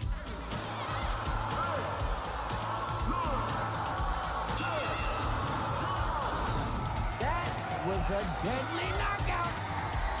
The Create a Boxer mode has added depth and is more refined. You can now train your custom character in between matches, increase his stats RPG style, and even unlock the colored mouthpiece that you need to match your protective guard. Oh, and did I forget to mention online multiplayer? Yeah, if you're a PlayStation 2 owner, it's in the game. So while we deduct a point from the scorecard for the Xbox low blow, we also have to give out a few warnings.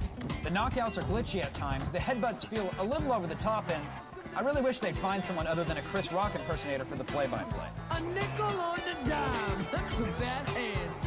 Now, these are the type of nitpicks that can easily be ironed out by the time this bad boy ships. Overall, Fight Night 2004 clearly deserves the name change, as it one-ups its forefathers in every way imaginable. The player models and texture work are top-notch. The level of customization is ridiculous, and the new physics system provides a brutal sense of force behind each blow. Now, this just could be the title that does for boxing what Madden did for football, but we'll have to wait and see when Fight Night 2004 enters the retail ring on March 23rd. Ladies and gentlemen, this fight is over. Remember, if you've got something to say to the man who is pound for pound the best previewer in the business, head to the message boards and look for Captain Emmy. There's more to come on this edition of Pulse. After the break, is an M rating a good thing? Midway seems to think so. We'll see what they were showing off at their Gamers Day. Plus, he didn't exactly go on the rug, but this naughty dog had quite a bark at this year's DICE Summit. That's coming up only on Pulse.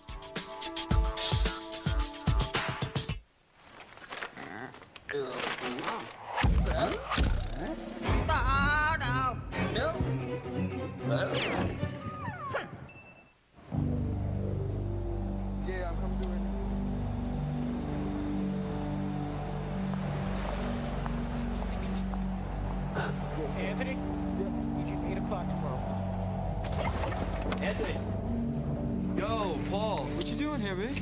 Just waiting for you. Cool, what's up? It takes a lot of guts to talk to your friends about their problems with drugs or drinking. But it can make all the difference.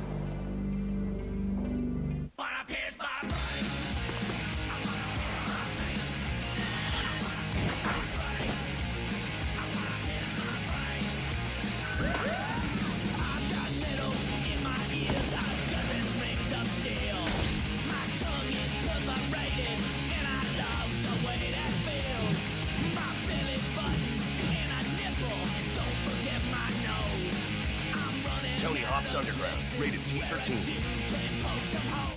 If you're 20 pounds or more overweight, there's news from the Obesity Research Institute. Dramatic weight loss can now be achieved without diet or exercise.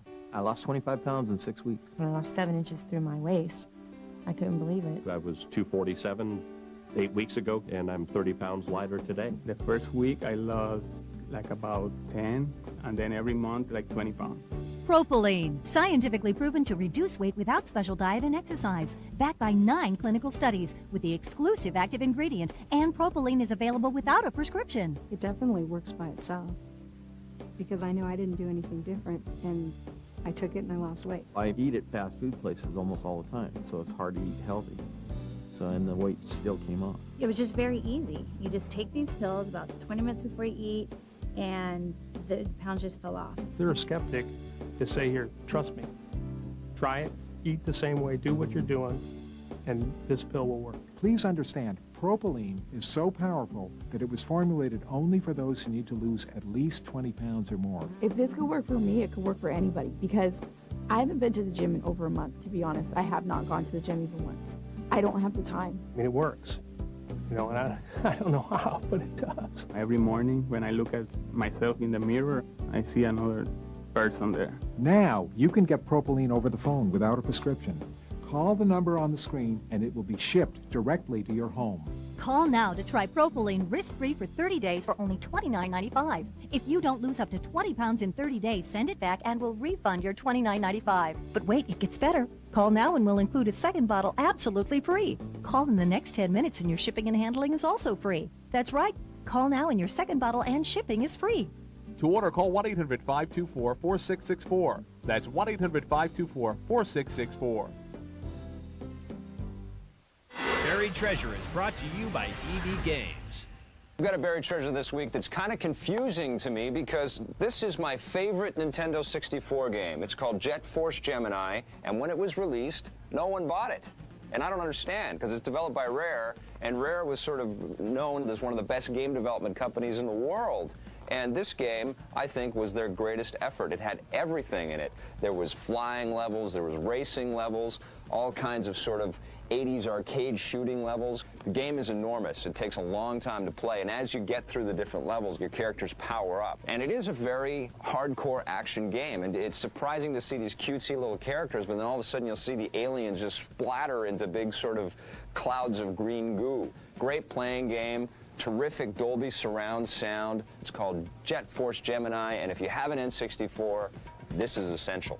Check out this and other buried treasures at EB Games. We take games seriously.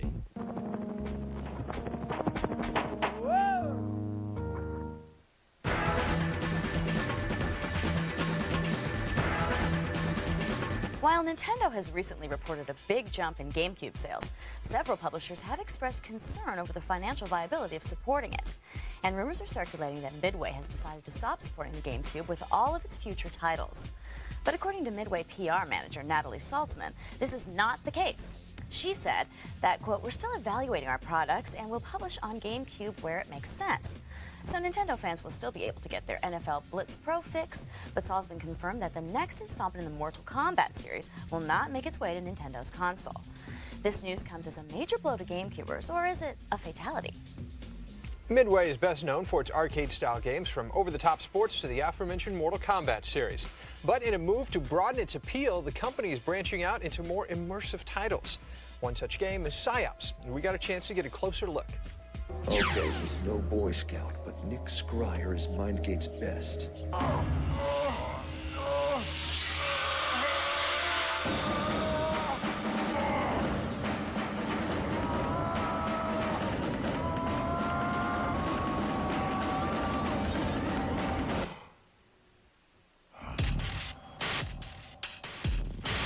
Ops is a lot of fun. You can just sort of do things that, game mechanics that you've never ever been able to do before in a game.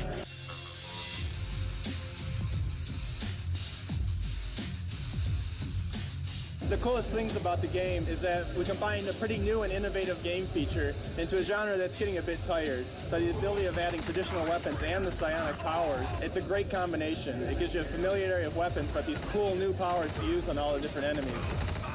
We have a number of psi powers. A really popular one is telekinesis. It allows you to pick up objects or people and throw them around and bash them. So when you throw an object like an explosive barrel or something, it reacts very realistically. You throw that into a group of enemies, it'll blow up and they'll all fly in the air in ragdoll physics.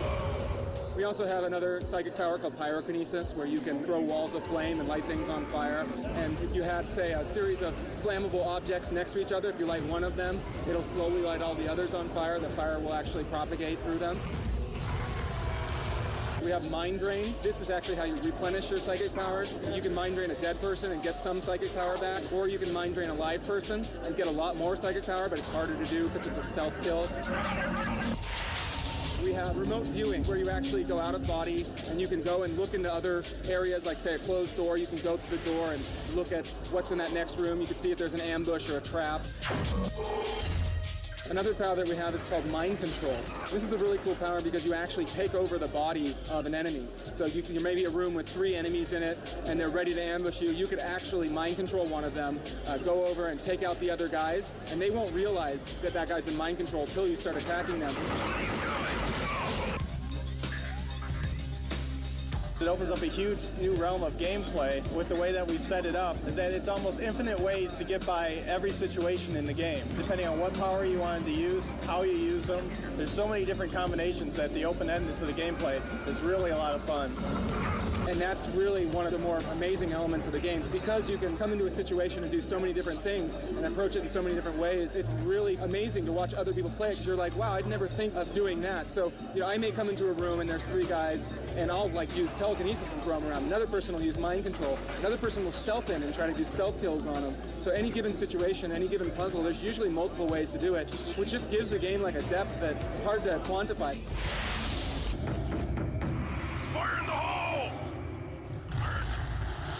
It was one of the issues in designing the game, that what you could do is just so incredibly powerful that coming up with level designs that didn't let you just sort of walk through and just flat all the enemies against the wall. I mean, it was a real challenge. There were a lot of new game design problems to solve for that game. It was very exciting.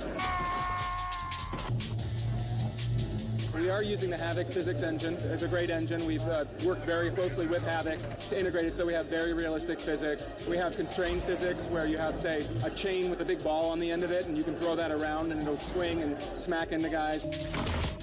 Havoc's great. It allows us to do a lot of very realistic events in the game, and the things that just would happen naturally in the real world if you happen to have telekinesis. People are pretty amazed of all the things that you can do, and the fact that we're running on a PS2 with the physics that we have in the game. We're pushing it every single day, trying to squeeze as much power as we can out of it. But I think we've really taken it farther than a lot of games that I've seen in the physics realm.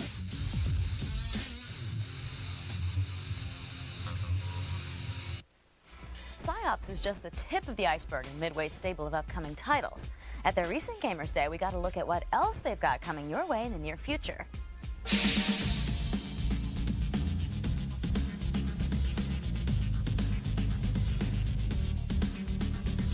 We're at Midway's Gamers Day, where we show all our products that are coming up for 2004. Give a chance for the press to play all the games a little more in depth and without all the distractions that you have at an E3 show. Area 51 is a first-person shooter based upon a classic coin-op game that we did as Midway in the early 90s. And it's set in a top-secret military installation, and you play a hazmat specialist that's come in to clean up a chemical spill, and you find that things are far more sinister than that. Oh, creature! That was a damn alien. But what I'm excited about most is really being able to synthesize the immersive storytelling type gameplay with the real hardcore frag fest moments. The real challenge is fulfilling fulfilling the expectations of the imagination of the consumer. Because when people think of Area 51, they have a lot of things that pop into their head, and we've really had a lot of fun fulfilling what we think is a collective fantasy on the part of everyone. And the engine that's being used for Area 51 is totally proprietary to Midway. All of our physics are proprietary, full real-time physics, and we think we're doing things on the PS2 that nobody's really done before, and the net result is, we think, to be one of the most innovative first-person shooters in the marketplace. The Suffering really for us is a very sort of immersive action horror game. So what I think we're doing with this game is sort of evolving the traditional survival horror and putting sort of American action slant on it. One of the most compelling parts about the game is the moral choice system that we have in the game. We wanted to sort of give the player the choice in his actions in terms of, are you going to kill a guard, or are you going to work with a guard? And those sort of moral choices affect the outcome of the game. And some of the cool features that we've added to support high-end home entertainment systems are progressive scan and widescreen for HDTV on the Xbox, and then surround sound. One of probably the coolest things I think in the game is the sound. We put actually a spline on some of our sounds that will spin around the character and hence spin around your speaker system, and some really creepy sounds that if you're playing in the dark, scare the living bejesus out of you. The Suffering.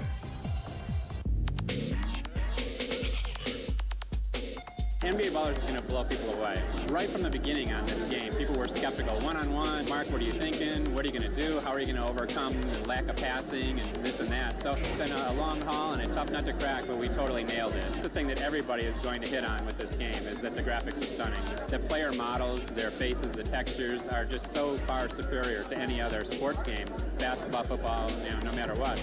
And it's clearly because we were able to focus just on 1, 2, or 3 guys on the screen at once. So our performance is really pumped up on a per-player basis. The Active-Full is great. Basically, it's kind of like a throw move in Mortal Kombat. You get a hold of the guy, you throw him out of the way.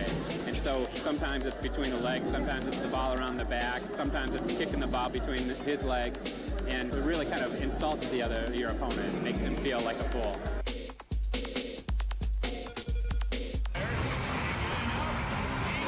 Today I'm showing MLB Slugfest Loaded with all its new features we've got this year. We've got, online for PS2, Xbox Live. We've got new franchise mode with baseball mogul integration, as well as tons of over-the-top new animations, new moves, trick pitches, pitching meters, all kinds of great stuff. Originally we had this ticker tape, we wanted more of a broadcast feel of the game. We're watching different sports news stations, and we're noticing the ticker. We had been talking to the MLB and MLB.com about getting their stats, and sure enough, when we worked out with the MLB.com into our contract that they'll supply us kind of minute by minute these streamlined data files that we'll be able to bring into the game. I think the style of Midway games, which fits in exactly with the Suffering. Area 51 style, more mature, socially relevant sort of content, things that are in popular culture and are on people's minds, will really help propel Midway to be, a real top-tier publisher in the future. Coming up after the break, we've got more DICE coverage from Las Vegas, including some big names on the next big thing. Plus, Sammy Studios is bringing a classic Japanese movie to the PlayStation 2.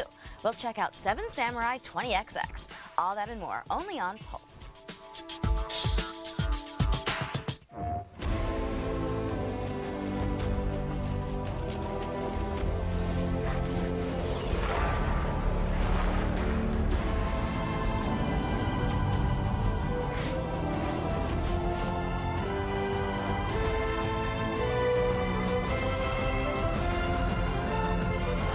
Final Fantasy XI Online. Rated T for T. Ted? Barbara? Something's missing. Missing? In the bedroom? In the where? Trojan Man! Trojan Man! What are you doing here? I'm here for Her Pleasure. Her what? Trojan Her Pleasure condoms. They're new, uniquely engineered to satisfy a woman's anatomical sensitivity while helping to protect. You like this idea? I love it. I'm there. New from America's most trusted condom, Trojan Her Pleasure. The pleasure she wants, the protection they trust. My job is done here. New juicy fruit grape or melon. Cool. Wait, what are you doing, man? Gotta have Twisted Sweet. Mine! Gotta have new Juicy Fruit, Grape or Melon, and Shrapple Berry.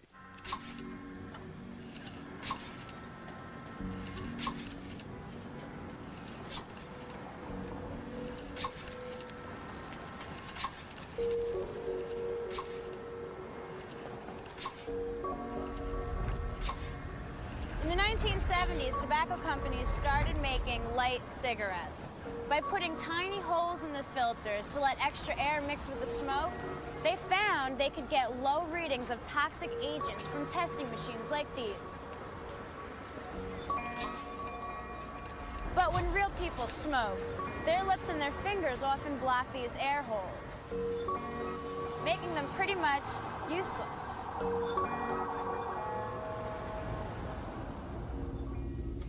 I thought light cigarettes were less dangerous.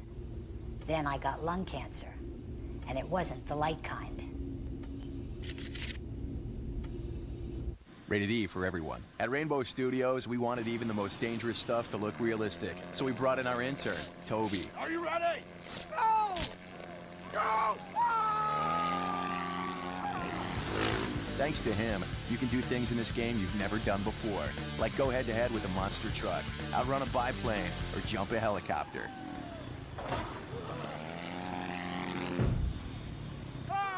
You're the man, Toby. You're the man. MX Unleashed.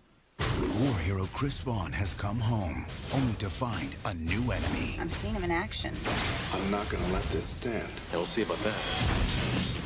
The Rock. Walking Tall. This is my town. Rated PG-13. Starts April 2nd. Here's what's happening on Pulse. If you like fast cars and fast women, we can help you with one of them. Acclaim is set to unleash juiced on the import racing community, and we'll give you a first look. Plus, Kevin Pereira laces up the gloves and the funny-looking boots to go a few rounds in his preview of the next groundbreaking game from EA Sports, Fight Night 2004. That's what's coming up this week. For all the news in the world of games, make sure to watch what you play right here on Pulse.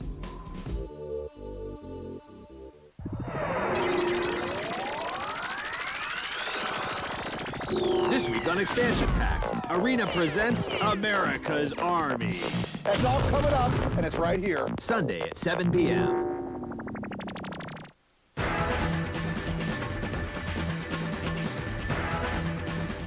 The DICE Summit may be more low-key than, say, E3, but it's no less important. It's rare that you get so many industry leaders at one event. So we took full advantage of the situation and talked to several of them to get their take on the state of the industry.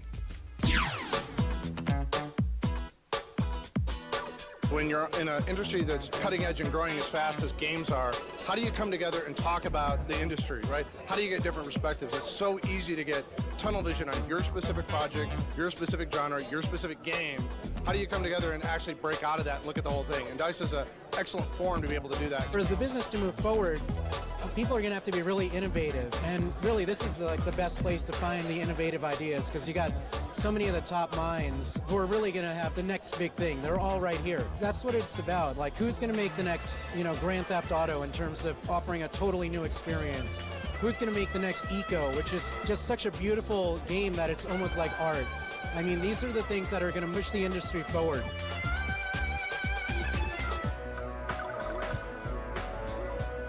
Innovation is one of those things that if the public wants it, the games that have innovation will sell. Grand Theft Auto, extraordinarily innovative, great game, it's sold. And there are some games that come out that are innovative that don't sell. Eco came out recently, it was a PlayStation 2 game. But I think, overall, great games rise to the top, innovative or not, and, whatever the public wants, they'll buy. Every 5 or 6 years, I think we go through a transformation. I think the new consoles are going to cause us, or really force us to rethink our game development process, because we really don't know exactly what they're going to look like yet, but we assume they're going to be much more powerful, they're going to be more complicated, and demand a change in our team structure. So that means looking at our hiring practices, looking at our team makeup, and kind of turning the industry on its head. How do you create new intellectual properties? How do you create new great games, but also cut through the shelf when you're up against titles that are demanding the airwaves, like Lord of the Rings. And the publishers have every right to be concerned and pushing that creative front and being the first out of the gate, but it has to happen because the medium's too important, and there's too many creative people in the medium. And so if we as creatives really do our job right, we should be able to convince the industry and the publishers that it's worth pushing these new IPs out there so that the innovation is really accelerating upward and not stagnating because of sequel. It's harder and harder to innovate. It's harder and harder to take the leap of faith because, we've just seen this progression where production values are very high, expectations are very high, the rewards are very high, but God, are you willing to step up to the plate and take a swing? I think it's always easy to take risks creatively, but when you look at the market pressures or the reality of a publicly traded company, you've got to have quarterly earnings announcements. You always got to continue to grow, and I think that it's a challenge to be able to grow and also continue to innovate and change the way things are done, or to offer people new experiences. That's always a risk and always a challenge. A few years ago, an average budget for one of our games might have been a couple of $1 million. You're seeing $10 million dev budgets left and right. It's totally common. So we're starting to approach the Hollywood-style budgets. People are expecting Hollywood-quality cinematics, Hollywood-quality voice acting, Hollywood-quality story, but also the highest production levels possible. So you're seeing larger teams, larger budgets, and also we're working closer hand in hand with the movie studios at the same time, and a really synergistic relationship with Hollywood. I think it's going to be increasingly hard for the little guy to compete, but I think the little guy still has a place as long as he's smart and as long as he does something that the big guy possibly can't do, such as, have a very iterative design process, change how they're doing things quickly, and come in under the radar with, boutique titles that wind up catching fire and wind up, winning the public over. One of the ways that we actually really do believe that we can help the market grow and expand is by story and character. I mean, you think about movies, and that's really what drives a medium like movies. It drives books, it drives television. It's all about the stories and the characters. And if you can make great and approachable stories and characters, you're going to be able to expand the audience. Take-Two Interactive, the publisher behind such blockbusters as the Grand Theft Auto and Max Payne series, has added another popular franchise to its roster. The company has secured the rights to the Outlaw series of over-the-top sports titles from Simon & Schuster Interactive. Viacom, which owns Simon & Schuster, announced in September of last year that it was planning to sell the game branch of the company. But when no buyers came forward, Simon & Schuster Interactive closed its doors. Take-Two has announced that Hypnotics is still developing Outlaw Golf 2, which is set for release in the fourth quarter of this year. Anyone who's played Star Wars Knights of the Old Republic will tell you it was one of the deepest games they've ever played. But gamers are a demanding bunch, and Xbox gamers in particular have been wondering why there hasn't been any new KOTOR content released via Xbox Live. Well, wonder no more, young Jedi. Xbox Live users can now download a new Yavin 4 space station area, along with a brief quest and a new store that features character and lightsaber upgrades. LucasArts has yet to officially announce the content, but it is currently available to anyone with access to Xbox Live. Whether you're a fan of influential cinema, ancient martial arts, or you just like guys who wield big swords, then you're familiar with Akira Kurosawa's Seven Samurai. And now Sammy Studios is introducing a new generation to its own version of the film with a video game.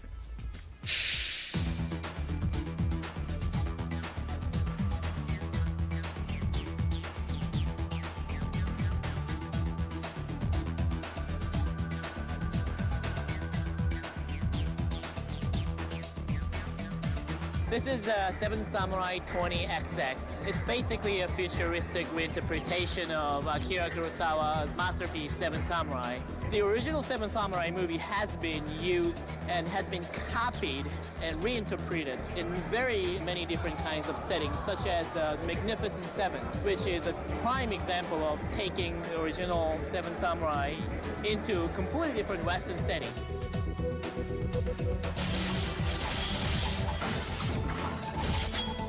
We wanted to expand the imagination that is somehow limited in the original movie, but we wanted to take in a futuristic setting, so that's why we decided to go for it. You will assume a role of Nato, and he is basically Ronin, samurai traveling through different futuristic cities. And similar to the original movie, he is hired to protect this particular village of humans, which is under attack by an army of vicious cyborgs called the humanoids. And in this futuristic world, humans are no longer clear majority. There are the minorities that are hunted down by these machines. And he quickly realizes that he will not be able to even have a chance to defend them because of the sheer size of the army that he has to fight against.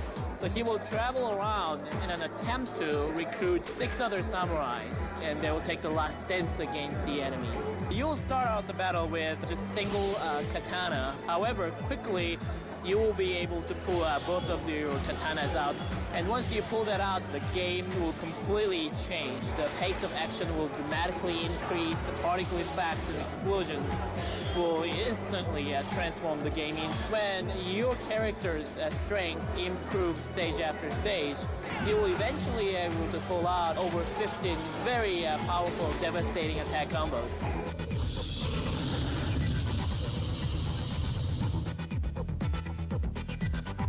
If 7 Samurai 20XX has piqued your interest, be sure to tune in next week when we'll take a tour of Sammy Studios' new Carlsbad offices and get an early look at their next game, Dark Watch. There's still even more to come on this edition of Pulse. After the break, we've got the details on how IDOS found a new way to make even more money from the Hitman series. Plus, we'll talk to Jason Rubin about what he said and why he said it at this year's DICE Summit. All that and more only on Pulse.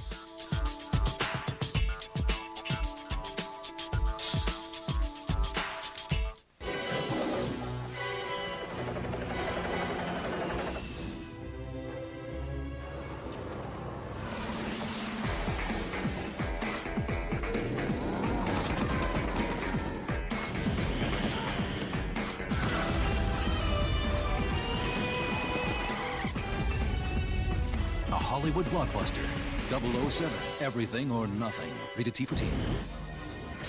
EA Games. Challenge everything. Receive a 6-piece salon shop manicure set, a $20 value, yours free. Stay tuned. What if creating beautiful designer nails was as easy as writing your name? Well, now it is with new Nail Dazzle Duo Pens. The fast, easy way to polish, paint, and decorate your nails. Watch, the secret is the patented Duo Pen. Unscrew the top and use the brush to polish and paint your nails. Replace the top and pull off the cap and use the micro pen to create your very own custom fashion designs. Create fabulous French manicure designs, elegant designs, or funky designs that will get you noticed. You can even add a colorful design to your clear base coat. And check this out. With Nail Dazzle's special quick drying polish, you can polish, then immediately decorate your nails without waiting for them to dry. Amazing!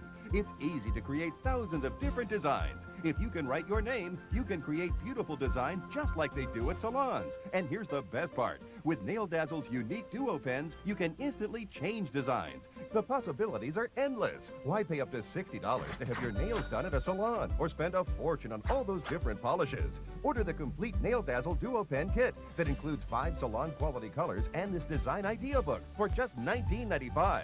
But wait, you'll also get 5 more Duo Pens with the newest Nail Dazzle colors, plus this convenient carry case, absolutely free. But it gets better. We're also going to give you this 6-piece manicure set from the salon shop. It comes with 4 precision-crafted heads that sculpt, shape, smooth, and polish your nails. No more nasty chips or ugly cuticles. The manicure set will leave your nails with a professional finish every time. It's a $20 value, yours free. Just pay shipping and handling. You get 10 Nail Dazzle Duo Pens, the carry case, the design idea book, plus the manicure set. That's over a $60 value, all for only $19.95 plus shipping.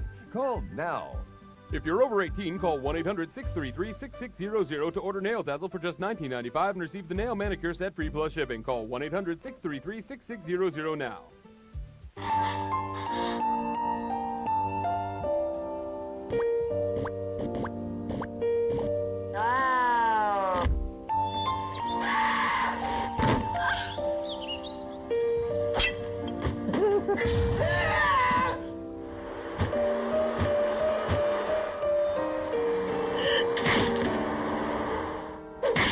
G4 owns you, noob.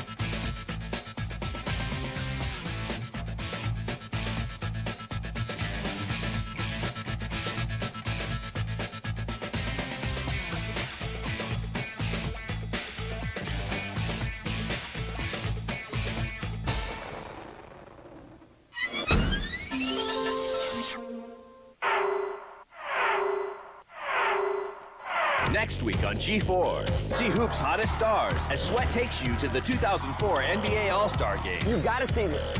Then, with entry into the Hall of Champions on the line, Team Kaizen faces off against Team 1051 on Arena. And Filter takes you on a chocobo ride through the best games, bosses, and characters of Final Fantasy. Sweat, Monday at 10 p.m. Arena, Tuesday at 10 p.m. And Filter, Thursday at 10:30 p.m.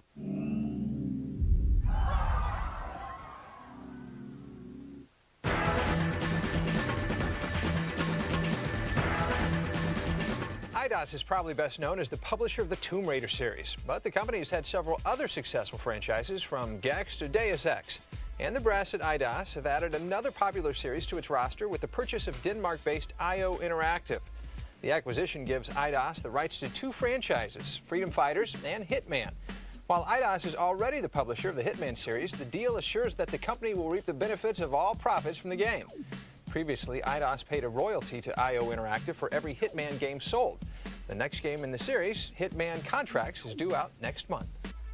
At the recently concluded DICE Summit, Naughty Dog's Jason Rubin gave a speech that even Jerry Maguire would be proud of.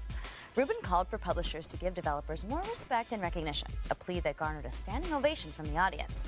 Jason took a few moments the day after the speech to help us understand why he spoke out and what it means for the industry as a whole.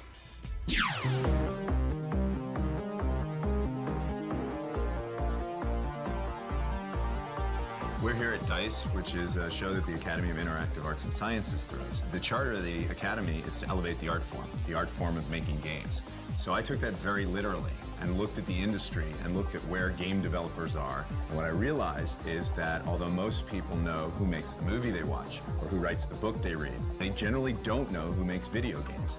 And I think that this is a tragedy in our industry, and I think that it's about time that the public, that the gamer, gets an idea of who's behind the product they're making. Gamers are getting ripped off by inexplicable broken brand promises.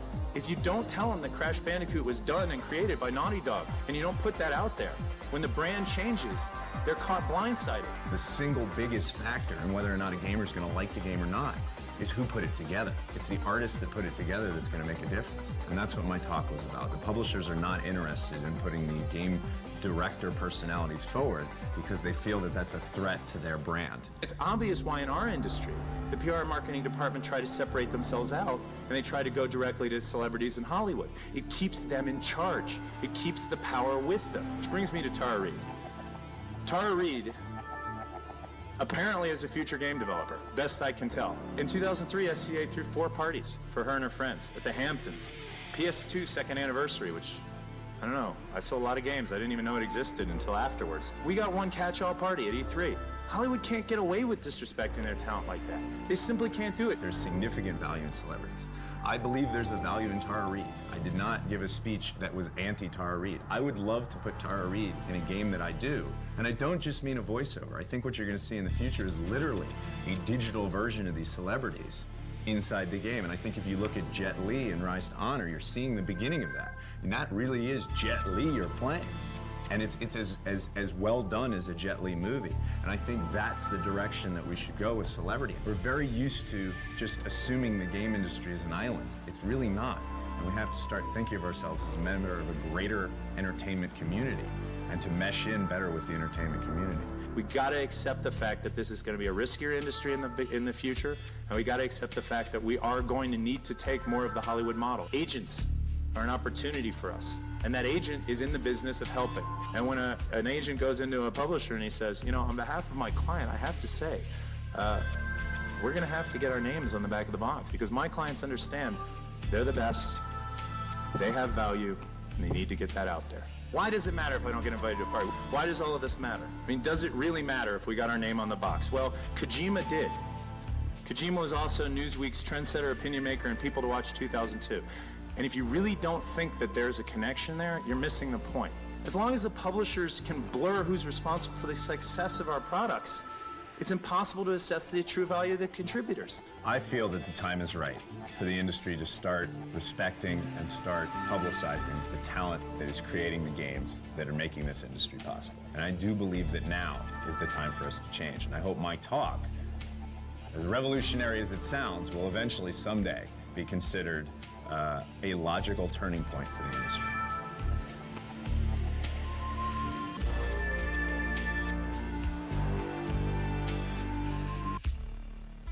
In game announcements, Digital Extremes has officially announced Pariah for the Xbox and PC.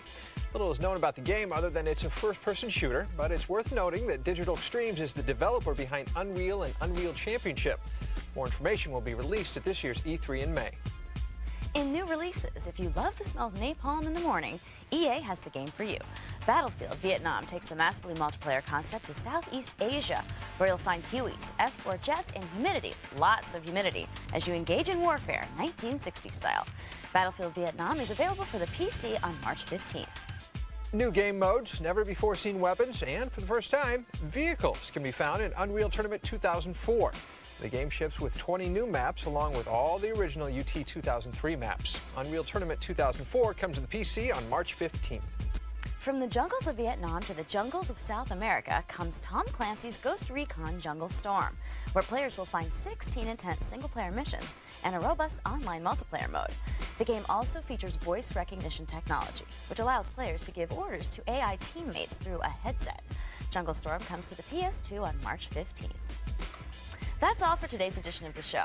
We want to hear what you've got to say, so remember to log on to our website at g4tv.com/pulse and send us an email or post your thoughts under the Pulse is Listening thread on the message boards. Before we head out today, we'd like to extend our congratulations to a certain senior console editor of a major gaming website who was so inspired by Jason Rubin's speech at DICE that he went out and got married before leaving Las Vegas. Congratulations, Raymond, and best of luck. For Patrick Clark, I'm Ronnie Lynn Riley. We'll see you next week on Pulse.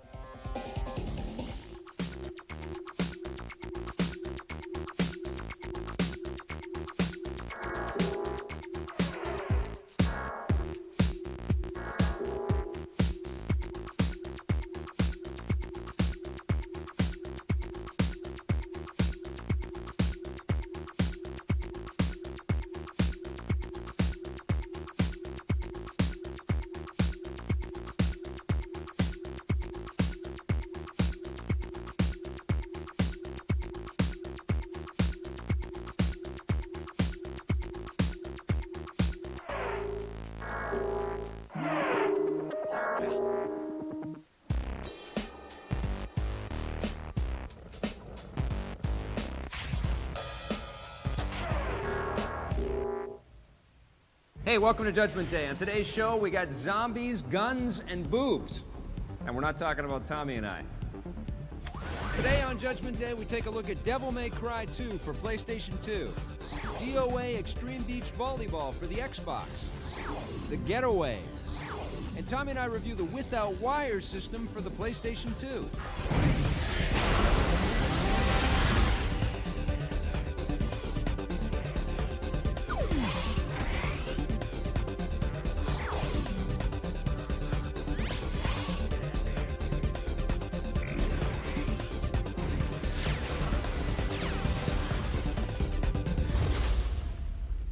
All right, first game we're going to talk about is Devil May Cry 2 from Capcom for PlayStation 2. Dante is back. That's right. Now, this is one of my most anticipated games of 2003. That's right. And I got to say that I am pleasantly surprised and very impressed, and I find this game to be quite entertaining. We're talking about 2 DVDs for this masterpiece. It isn't just Dante this time. It's 2 characters that you get to play. You get to play as Lucia, who is this female demon slayer, and she's got her own set of moves. This time we find Dante in more of a city. It's more of an open environment as opposed to the enclosed sort of castle areas that we saw in the first game. And I think it brings in a few problems, actually. Yeah, it does. The camera angles almost seem a little too close, and it's hard sometimes to get a feeling of all of the enemies around you. I think the cameras were better in the first Devil May Cry. Yeah. You always mention how you hate brown games. Lots of brown in this game. This is the epitome of brown. Most of the really fun bits of Devil May Cry 2 have to do with the character Dante himself. I mean, the animations are insane. He's got new ones now. He can run up sides of walls and do these flipping moves and keep shooting at the same time. And again, the great thing I loved about Devil May Cry, the first one, was that you didn't have to learn all these weird combos and all this. It just kind of does it for you, and they've carried that over into this one, except 10 times more animations. He's pretty tough, you know? I mean, he's a pretty powerful character, and I find that it's almost a little bit too easy this time to just wail on all the bad guys. I mean, I was 6, 7 levels into the game, and I was plowing through. Yeah. You can upgrade swords and your guns this time, which is cool. There's lots of different amulets. You always go around collecting. But you don't need things. to, because your character's so tough already. You can kill everybody with just your handguns. Ah, but you could kill them in such pleasant ways. That now. is cool. Different ways. It is cool. The stylish kills. The storyline was nowhere near as rich as the first one. The cinematics are still cool. Yep. But really, I was kind of lost. Capcom, if you were listening, Dante definitely needs his own movie. He's And one a of the, toy. And a toy. He's one of the coolest characters ever to come out in the video game world.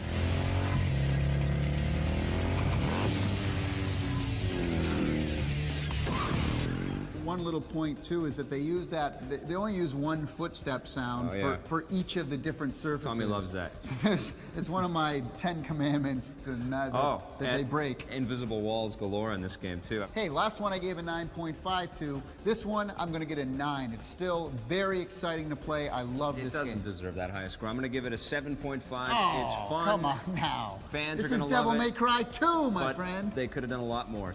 On the positive side, Dante has amazing flips and moves and tons of action in this game. This game comes packed on 2 DVDs, and you can even play and control another character. And as far as cool goes, Dante is right up there with Vic. Well, thanks, buddy. On the negative side, although the world is a lot larger and there's more to explore, that also brings in a lot more camera problems. Oh, and 1 footstep sound for each surface, and invisible walls. All right, so that was the gun portion of the show. Now let's talk about the boobs. All right. We're going to talk about Dead or Alive Extreme Beach Volleyball from Tecmo for the Xbox. What'd you think of this one? Let me just say that the opening cinematic in this game is one of the best opening cinematics ever of all time in any video game. We're talking tons of hot cinematic computer-generated babes lounging around, feeding each other fruit. Oh my God, sensory overload. Maybe there's a reason I've got my eyes on you. There you go like a movie star. How I wonder who you are. Listen, it has elements of The Sims and Pokemon and Animal Crossing, all mixed in. You know what it is? This beach volleyball game. It's a vacation, is what this game is. You got to take all that sort of urgency and all this sort of desire to go in and kill zombies that you might have in there. Throw all that stuff away. This game is all about relaxation. You're going to hang out by the pool. You're going to do some little hopping games over the pool. You're going to play some roulette. You might go play some poker. Well, here's the thing. You might just go hang out on the beach for a little while and get a tan. And let me tell you, the camera angles just do these slow pans as the girls are just tanning themselves. And the greatest thing about it, though, is that you can take the trigger and the analog stick and zoom in wherever you want to zoom. It's a place called Zach's Island, okay? Now, Zach is played by the Worm. Dennis Rodman is actually the character's voice in this thing. What's that? Check it out. That is my island. Now, at the beginning, you choose your character. Now, this is the most important thing that you'll have to do in this game, so choose wisely. Take a lot of time. Take about 50 or 60 minutes like I did and peruse through all the lovely, luscious women that the game has to offer.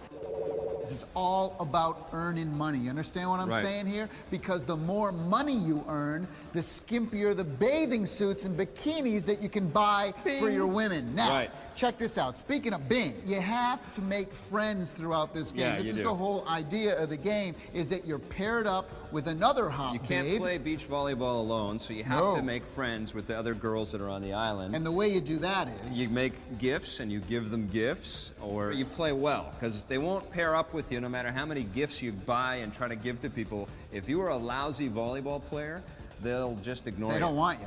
And let me tell you something, these girls can be nasty if they want to be, boy. Yeah. They'll give you the cold shoulder in a second. But と思えばこれあげるわあら悪いわねもらっておくわ They do throw the casino in there. Yeah. It takes too long playing the tables and doing all the different things that you can do to earn the real money. Well, that's the They way to have to earn do money that. is the volleyball. And you can also make the money by doing the little hopping game, which is absolutely fun. The one knock I'd have against the game is it would have been nice if you could do a lot more things on the island. Absolutely. It's very unique. It's very special.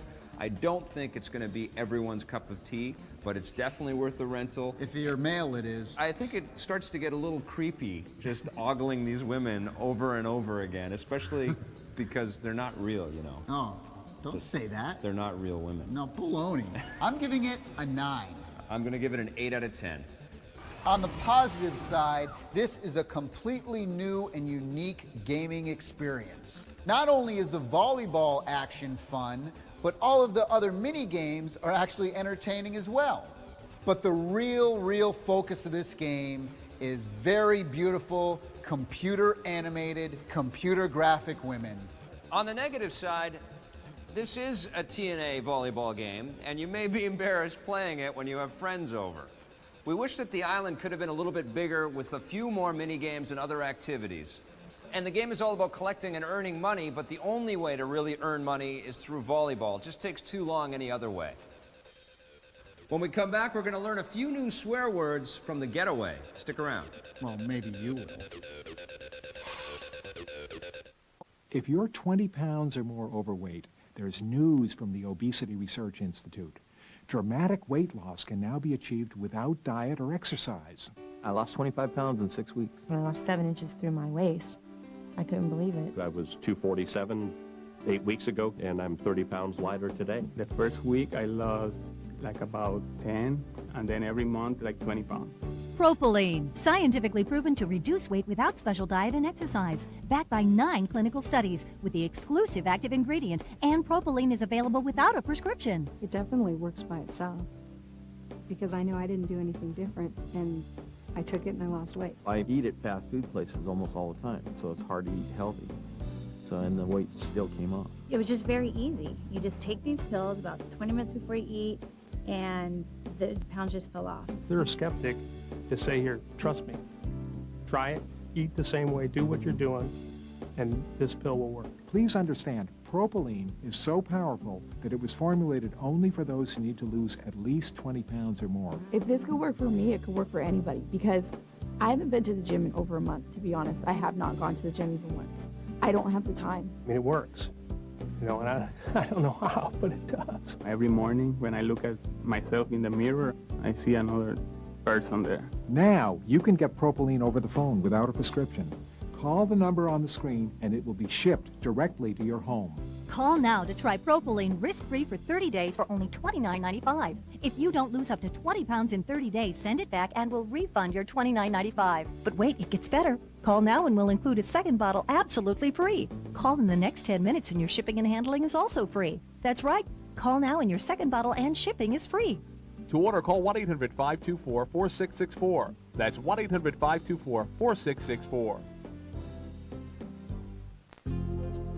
I started a traditional college, thought it wasn't fast enough. So I switched gears to ITT Tech and got 2 bachelor degrees. In my job, people come to me with new problems. I have to quickly adapt to new technologies, and it's never the same day twice. ITT Tech has helped me meet my goals a lot faster. The instructors are willing to help whenever I need. All I had to do is ask. Pretty soon, I'll be pursuing my master's. I like mountain biking, riding my motorcycle, and going out cruising the country with my son. I believe there's more out there to achieve, and I want to keep getting further. We are educators helping people build a foundation for the rest of their lives. ITT Technical Institute, education for the future. To find out more, call 1-800-327-1172 or visit us on the web. Earn a bachelor degree in digital entertainment and game design, one of today's exciting new career fields. Call 1-800-327-1172 to apply. Next next week on G4. See Hoop's hottest stars as Sweat takes you to the 2004 NBA All-Star Game. You gotta see this. Then, with entry into the Hall of Champions on the line, Team Kaizen faces off against Team 1051 on Arena. And Filter takes you on a chocobo ride through the best games, bosses, and characters of Final Fantasy. Sweat, Monday at 10 p.m. Arena, Tuesday at 10 p.m. And Filter, Thursday at 10:30 p.m.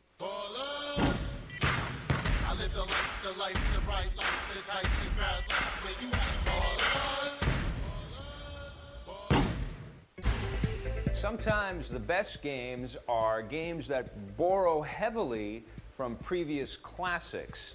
And the reason why I bring this up is because I'm playing a brand new Game Boy Advance game called Carnage Rally, and it reminds me a lot of some previous racing games. But the first thing I got to do here is comment on why they spell Carnage with a K-A-R-N-A-A-J. How are you going to market a game with that as your title? I don't get it at all. The thing that this game reminds me of is a little bit of Super Sprint from the classic old 80s arcade game, a little bit of Micro Machines, the NES and Super Nintendo version of that, and RC Pro-Am, which was a great game for the Game Boy from Rare. You've got three opponents that are all trying to beat you off to the side of the edge of the track or knock you into the water or, you know, just do some damage to you some way. You've also got rockets and mines that you can shoot at your opponents, which is really fun. There's 3D polygon objects overhead that actually pass in the foreground, so it really gives you that illusion of 3D space. There's snow levels. There's sort of prehistoric Jurassic Park type levels. There's racetrack levels, which look like 3D Super Sprint, which is really cool. The cars get more advanced as you progress through the game. And of course, you can power them up with the rockets and the mines. You can also add armor, add more power to your engines, add more grip to your tires. You can place bets on your races, so if you win, you can earn more money and use that to spend on your vehicles. Yes, it's derivative, but I had a ton of fun with Carnage Rally. It's just too bad about that name. Pick it up. 8.5 out of 10.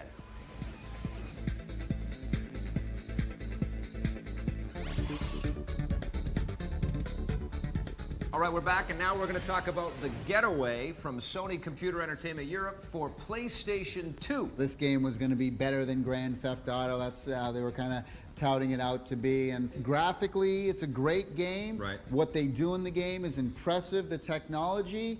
But as far as the fun factor goes, there's so many little things that make it so frustrating and hard to play that it was really a major disappointment. I agree with you that the game is littered with problems and it's very frustrating and there's lots of issues that come up while playing the game. We can't forget what an amazing, ambitious project this is. These guys have really gone out of their way to build a fully fleshed out interactive film that doesn't feel exactly like any other video game out there. I mean, even Grand Theft Auto, as much of a free-form entertainment as it is, it didn't really hold together as much of a story as this game does. You want to see your kid alive, you do exactly what I say. You talk to anyone, you're late, or you let me down. Your kid dies. Do I make myself clear? Crystal. They wanted this to be completely realistic. Right. So they do not give you any kind of on-screen map ever. Right. This is the biggest problem with the game. No cursor, no health bar. By doing that, they're completely taking away all of the fun factor and all of the thing, and they make it frustrating. I disagree For with example, the only way you know how to get someplace is if your blinker's going on. I think that's great. And it's ridiculous because most of the time, you come to a T in the end of the road, and it won't tell you to turn left or right. You have to get lost first and then put you back on track. That's fine. The targeting, it's not fine. The way the car controls is absolutely ridiculous. It's way too touchy. It's touchy. It makes the game completely unfun. You're going over the top on it. It is It's not not completely going over unfun. the top. It's touchy. No. You can still play the game. Throughout the game, you end up teaming up with this woman, Yasmin. Now, her main objective, okay, is to shoot and defend everything for you. And you're always getting chased by the cops. What's one more suicide mission? I'm gonna do it, but not for him. I'm gonna need the money so me and Alex can blow town. And I can pay you back. You're trying to get from point A to point B, and your car gets smashed up. you need her to get out of the car and get into another car. And this happened to me a million times. Instead of her hurrying up and getting in the car, which should be her main objective, she'll stay for the gunfight, end up getting killed, and now I have to go all the way back and start 20 minutes more of frustrating gameplay and level design. They did an incredibly awesome job That's the other part of in it. detailing Yes. every single manhole cover and storefront in all of London. Well, That's 40 great. miles of London. That's great if you know London. Right. The problem is But you'll that get we're to know so London. used. Yeah, well, not without a map, you're not going to. The problem is because you are in London, I'm always trying to drive on the what we consider the right side of the road, and the steering wheel's on the wrong side. For people in the UK, that's the setting great of the because that's story, what they're man. used to. I know, but as a video game player who's driven on the right side the whole life, and that the steering wheel's on the left side of the car, to me, I have to relearn my whole driving thing. I got used to it. I enjoyed this game. 7.5 out of 10. I'm giving it a 6.5. On the positive side, you've got 40 square miles of London to explore. The graphics and sound effects are unbelievable in this game. And this is some of the best voice acting you're going to find in video games today. On the negative side, the steering wheel's on the wrong side, and you have to drive on the left side of the road. The driving controls are really, really touchy. And finally, overall, this game is near impossible, very difficult to play. This week, we're taking a look at a different kind of wireless setup for the PlayStation 2. This one's from Sci-Tech. They call it the WOW system. WOW! Which means without wires. It's got a transmitter and a receiver, and you actually plug your regular PlayStation 2 controllers into the transmitter, and you can move that little transmitter anywhere you want to around the room. It's not really wireless. No. You still have a wire on your controller. It's kind of like a virtual extension cord for each of Okay, your but controllers. why wouldn't you just pay the $2 or the $8, whatever it is, to just buy an extension cord? Inside each of those components is a little battery pack, and they give you 4 rechargeable batteries. You need batteries to operate the transmitter part. The other cool thing that this thing has is a pass-through. You can actually stick in another controller or a multi-tap or whatever. It's supposed to give you flawless RF, like no interference, no problems, no worries. You got 30-foot radius. I had problems. I plugged in my Wavebird first time, plugged everything in, and it worked perfectly. It is now the controller I use for my GameCube. I want the same thing for the PlayStation 2, so I cannot recommend the Sci-Tech WOW. Me either. On the positive side, this is a very unique product offered by Sci-Tech. It has rechargeable batteries, which is very nice, and it has a pass-through feature, so you can hardwire a DVD remote or a controller right to the PlayStation 2. On the negative side, even though this is a wireless unit, you're still going to have wires connecting your controller to the device. We found that there were some RF interference and lag problems when we were playing. For the price, it makes a lot more sense to just go out and get a cable extension. Stick around. When we come back, we're going to be taking a look at a couple of new, old Resident Evil games for the GameCube. This portion of G4 is brought to you by Alienware. Roswell, New Mexico, 1947. UFO wreckage is discovered and seized by military personnel. It is speculated that the alien technology recovered has been applied to modern-day innovations. To this day, the government denies any existence of alien technology. Financing available on Alienware systems.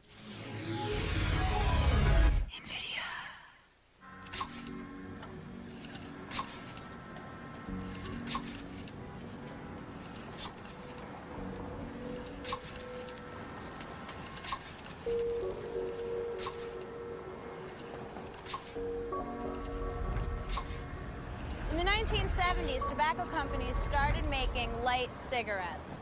By putting tiny holes in the filters to let extra air mix with the smoke, they found they could get low readings of toxic agents from testing machines like these. But when real people smoke, their lips and their fingers often block these air holes, making them pretty much useless.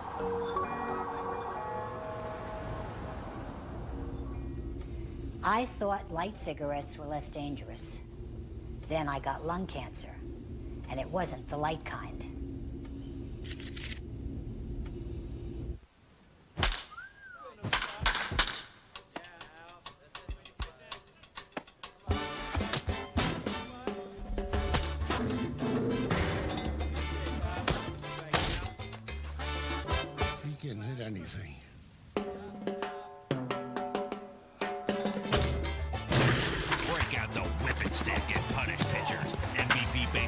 2004. Rated E for everyone. EA Sports. It's in the game. Ted? Barbara? Something's missing. Missing? In the bedroom? In the where?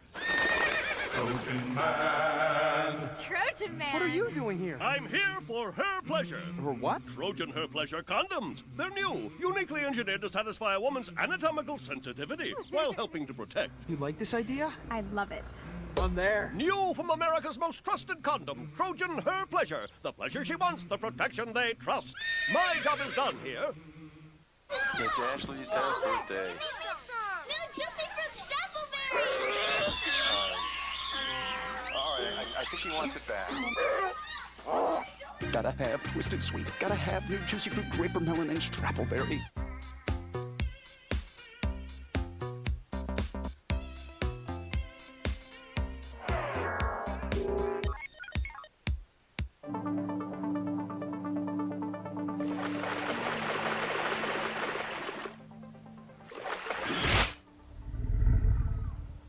Rated E for everyone. At Rainbow Studios, we wanted even the most dangerous stuff to look realistic. So we brought in our intern, Toby. Are you ready? Go! Go! Thanks to him, you can do things in this game you've never done before. Like go head-to-head with a monster truck, outrun a biplane, or jump a helicopter.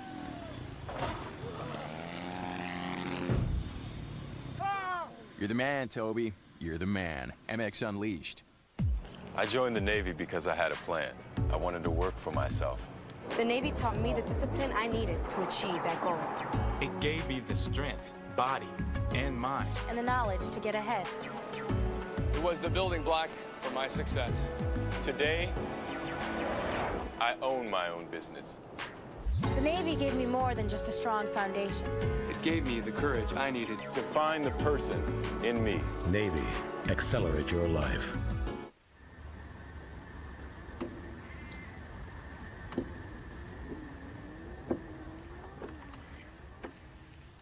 Are you ready to prove who's the best? Join the ultimate mobile gaming community in the N-Gage Arena. With the exclusive shadow racing feature, wirelessly download your opponent's fastest lap, beat their time, and show the world who's #1. Take on the world in the N-Gage Arena now. Rated T for teen.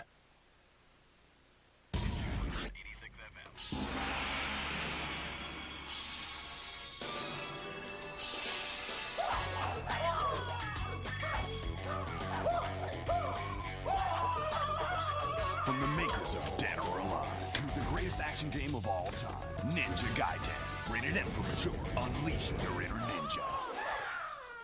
Oh, I'll take a pound of that. Xbox, it's good to play together.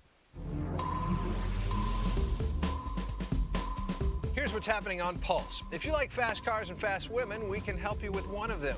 Acclaim is set to unleash Juiced on the import racing community, and we'll give you a first look. Plus, Kevin Pereira laces up the gloves and the funny-looking boots to go a few rounds in his preview of the next groundbreaking game from EA Sports, Fight Night 2004. That's what's coming up this week. For all the news in the world of games, make sure to watch what you play right here on Pulse. Buried Treasures brought to you by EB Games. Circus Maximus for the Xbox. Okay, let me tell you something. Circus Maximus is one of the greatest games on the Xbox, and no one has ever even heard about it. I'm talking about chariot racing. You can pick your horse if you want a zebra or a black one or a white one. You can pick your dude who's driving the thing. You pick his armor. You pick the actual chariot itself. You can do all that stuff. Totally customize your chariot and pick the dude on the back who fights. That's right. So it's chariot racing, but you got two dudes fighting each other, battling it out. Graphics are incredible. The challenge is great. The sound effects of the horse and the carriages, unbelievable. The replays are excellent, and the tracks themselves are absolutely phenomenal. This is our very first Xbox buried treasure, and I gotta tell you gotta pick this one up. One of the greatest games for the Xbox, and it totally slipped through the cracks. Now we're going to talk about two GameCube games from Capcom. This is Resident Evil 2 and Resident Evil 3 Nemesis. When they first announced these games that Capcom was putting out, I know I assumed that they were going to come out with Resident Evil 2 and Resident Evil 3 and do what they did to the first Resident Evil, which give it all updated graphics and add bits and pieces. I'm thinking, well, that's the only normal thing to do, correct? That's correct, and that's why we're reviewing these games for you guys. Now, the truth is that Resident Evil 2 and Resident Evil 3 for the GameCube are exactly the same game that gamers got to play a few years ago on the PlayStation 1 and Dreamcast. That wouldn't be such a problem, especially for fans of the series, because they want to be able to complete their collection for the GameCube. It's the first time that all these games are available for the GameCube, so that's kind of cool. And when you read the announcements a little more closely from Capcom regarding these things for the GameCube, RE2 and 3 were supposed to come out at $20. That's right. But what has happened is that both of these games have launched at $40 each. Why isn't someone doing something about this? Well, what is stopping anyone from going out and buying Resident Evil 2 or 3 on the PlayStation for like under $10? Why would somebody pay $40 for something they can get in the bargain bin or eBay for $5? Well, that's the thing. They could have easily fit both of these games, 2 and 3. As a matter of fact, they could have put 1, 2, and 3 if they're going to do all the original games on one disc. No problem. Sell that for $20 or $30. Maybe then we could, we could forget about all the shortcomings. Hey, let's face it, when Resident Evil 2 and 3 came out originally, they were awesome. The graphics were great. That was 5 years ago. What was that? What are these things? All right, that's far enough. This is a great sort of time capsule to look back on and say, oh man, we used to think these were the best you could get. It ain't true anymore. I mean, the graphics are pretty blocky. The characters in both games look really sort of blocky. The guns and arms and fingers and stuff like that lack the detail. Even if you're not going to update the graphics, hey, the GameCube's capable of doing Dolby Pro Logic 2. At least put this out. Nothing, no difference. All the exact same thing. They didn't give us an extra anything. You do get the arrange mode that was on the Dreamcast version of RE2, and that's kind of cool because you get to start the game off with a machine gun and start taking out zombies that way. This is for RE fanatics and completists only. Who have never played those games previously and who've only owned Nintendos so that they never got a chance to play these games. We're not saying these are bad games, it's just a bad deal. I'm going to give these games 5 out of 10. I'm giving it a 2.5 because I don't know why anyone in their right mind would go out and buy these games. There's no reason to do it. On the positive side, both games are good Resident Evil games and fans will enjoy them quite a bit. And although the graphics look pretty bad in both games, the audio still stands up pretty well. On the negative side, one game is 5 years old, one game is 3 years old, but they're charging a full pop of $40 each game. Capcom should have added some extras or put in something new like they did with the first original Resident Evil game. Today on Judgment Day, Tommy and I reviewed Devil May Cry 2 for the PlayStation 2. This time the levels are bigger and you get 2 characters to play, but the game still has camera problems. On the Xbox, we looked at DOA Extreme Beach Volleyball. This game's got beautiful graphics and it's actually a lot of fun to play, but you'll definitely want to turn it off when your mom comes over. Also on the PlayStation 2, we looked at The Getaway. This is an ambitious, stylish, and beautiful game, but it's got serious control problems. On the GameCube, we looked at Resident Evil 2 and Resident Evil 3 Nemesis. Now, you may want to add these to your Resident Evil collection, but be warned, Capcom didn't add any extras, and they're charging you pretty much full price for them. In hardware, Tommy and I looked at Cytek's Without Wires wireless system for the PlayStation 2. This is a very innovative idea, but you actually still have wires, and you know what? It's not really worth the trouble. On the Game Boy Advance, I looked at Carnage Rally. This is a sweet combat racing game. You should check this one out. Well, that's it for this show. We'll see you guys next time on Judgment Day. Tell you what, we should send the JD Mafia down to Capcom, tell them a thing or two. We'll get Bubbly Moose, Don Fubar.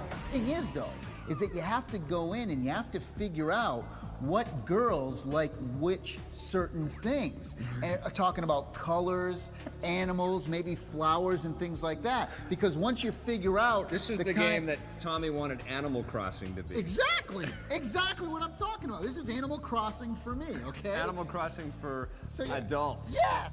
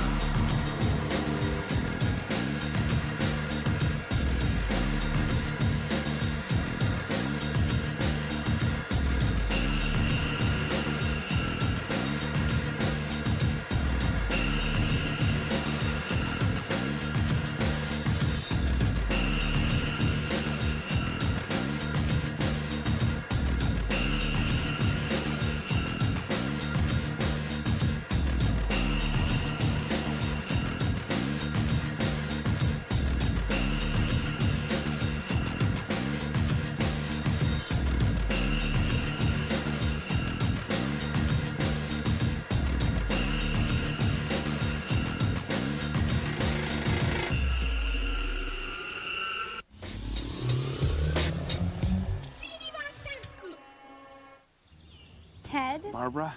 Something's missing. Missing? In the bedroom? In the where? Trojan Man. Trojan Man. What are you doing here? I'm here for her pleasure. Her what? Trojan Her Pleasure condoms. They're new, uniquely engineered to satisfy a woman's anatomical sensitivity while helping to protect. You like this idea? I love it. I'm there. New from America's most trusted condom, Trojan Her Pleasure. The pleasure she wants, the protection they trust. My job is done here. It's Ashley's 10th birthday. Give me some. Oh, cool. New Juicy Fruit Stapleberry. Everybody keep it together. All right, I think he wants it back.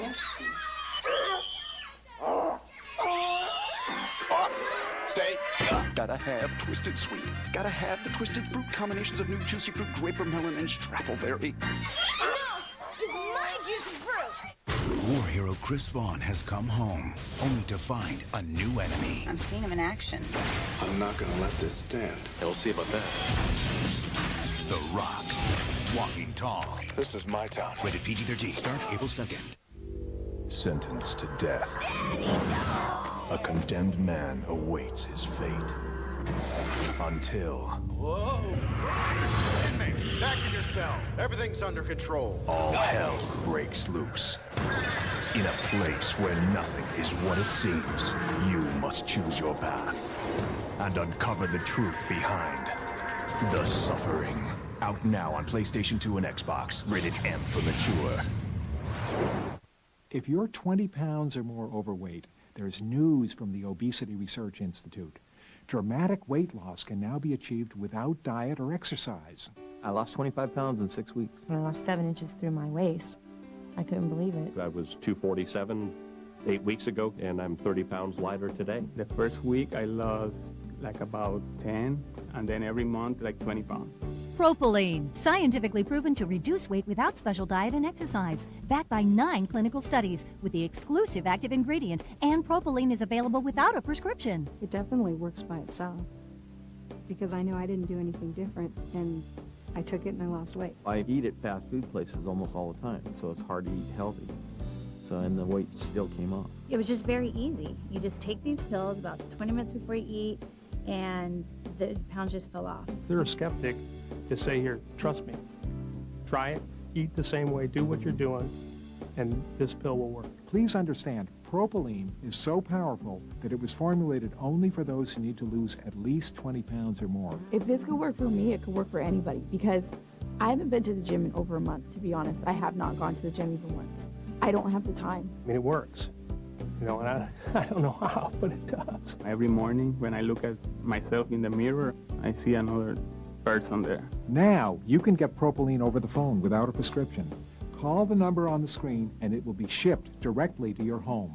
Call now to try propylene risk-free for 30 days for only $29.95. If you don't lose up to 20 pounds in 30 days, send it back and we'll refund your $29.95. But wait, it gets better. Call now and we'll include a second bottle absolutely free. Call in the next 10 minutes and your shipping and handling is also free. That's right. Call now and your second bottle and shipping is free.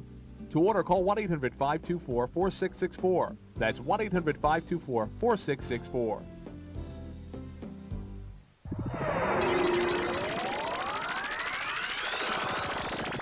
This week on Expansion Pack, Arena presents America's Army. That's all coming up, and it's right here. Sunday at 7 p.m.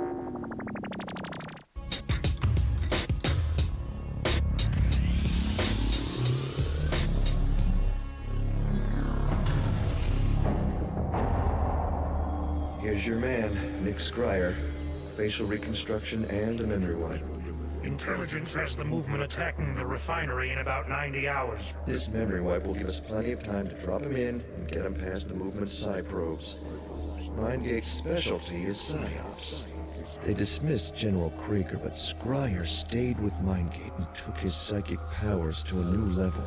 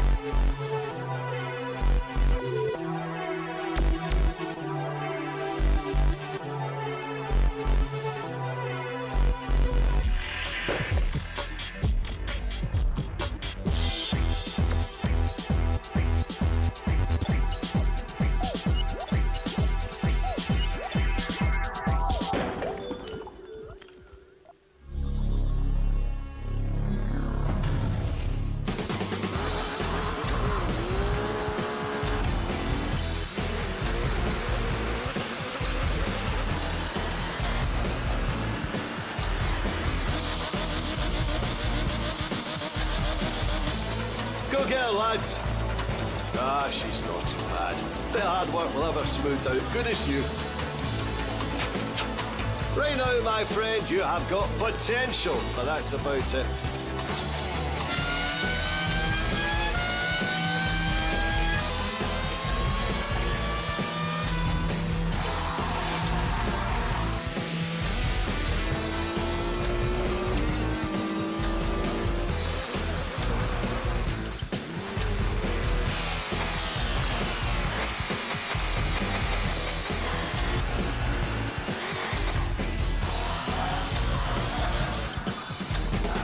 See, here's where we are now, and here's where we want to be. You might get there in 8 seasons, that's about 24 championships. But right now, we need to keep winning that prize money.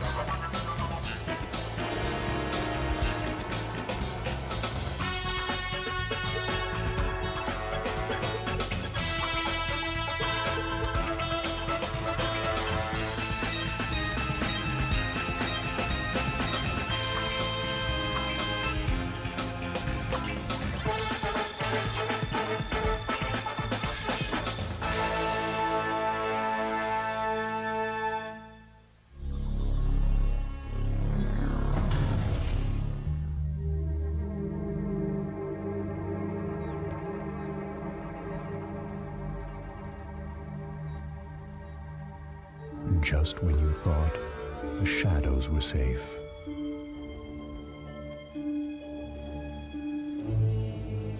The rules of the game have changed. New dangers lurk in unseen places and strike when you least expect them. But this time, you're not alone.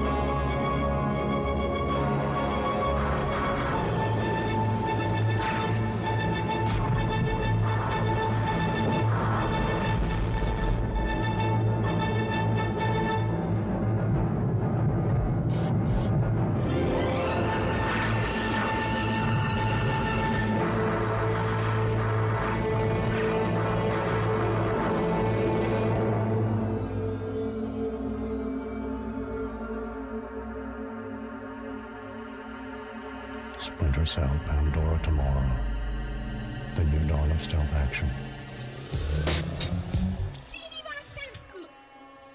Women love perfectly groomed men, but grooming certain areas can be a problem. Razor blades can cut you, and scissors can poke you. Now there's Microtouch, designed to go where razors and scissors shouldn't go. For safe, precise grooming that gets as close as a blade, yet is safe to the touch. The sleek design gives you perfect control, so you can keep the back of your neck barbershop perfect by yourself. Remove unsightly ear hair with just a touch. Embarrassing nose hair, gone like that. Sideburns straight and even. Mustaches and beards neat and clean. Got bushy eyebrows? Just snap on the guide and perfectly groom them in seconds. Look at the difference. Microtouch grooms from head to toe and anywhere in between. Shoulders, arms, chest, or back.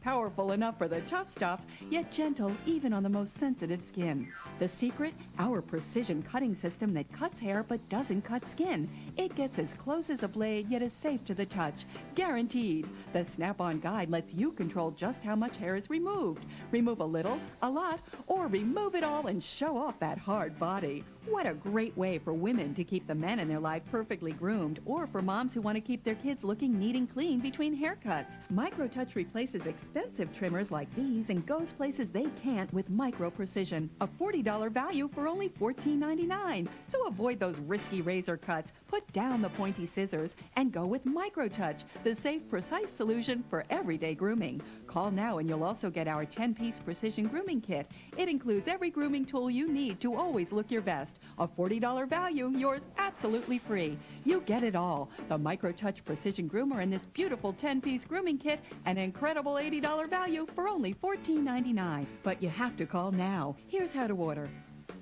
To order your Microtouch, call 1-800-314-2929 or send a check or money order to the address listed. So call 1-800-314-2929.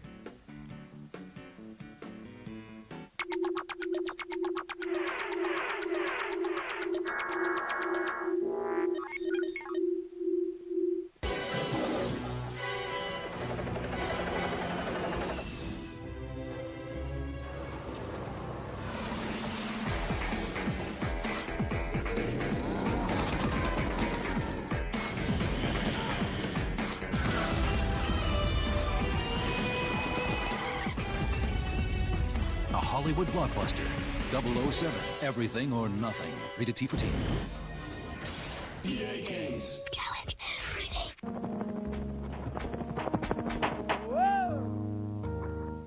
Winter Fresh. It's icy cool bread. It's Winter Fresh. Icy cool bread. 24/7. Winter Fresh Network, where icy cool bread is always on.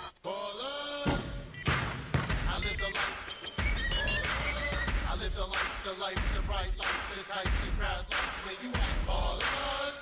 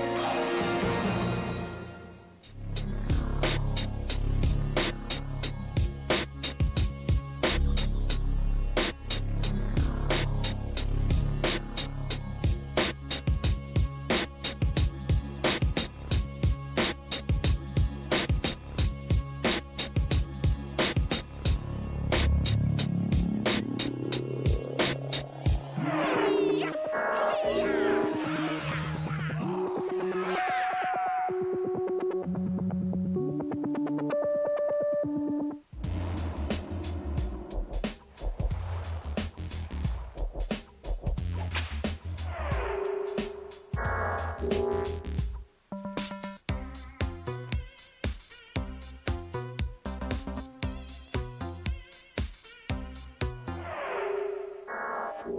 teams step in, but one team is going to get stepped on. It's time to find out who's got the stuff of champions on another episode of Arena!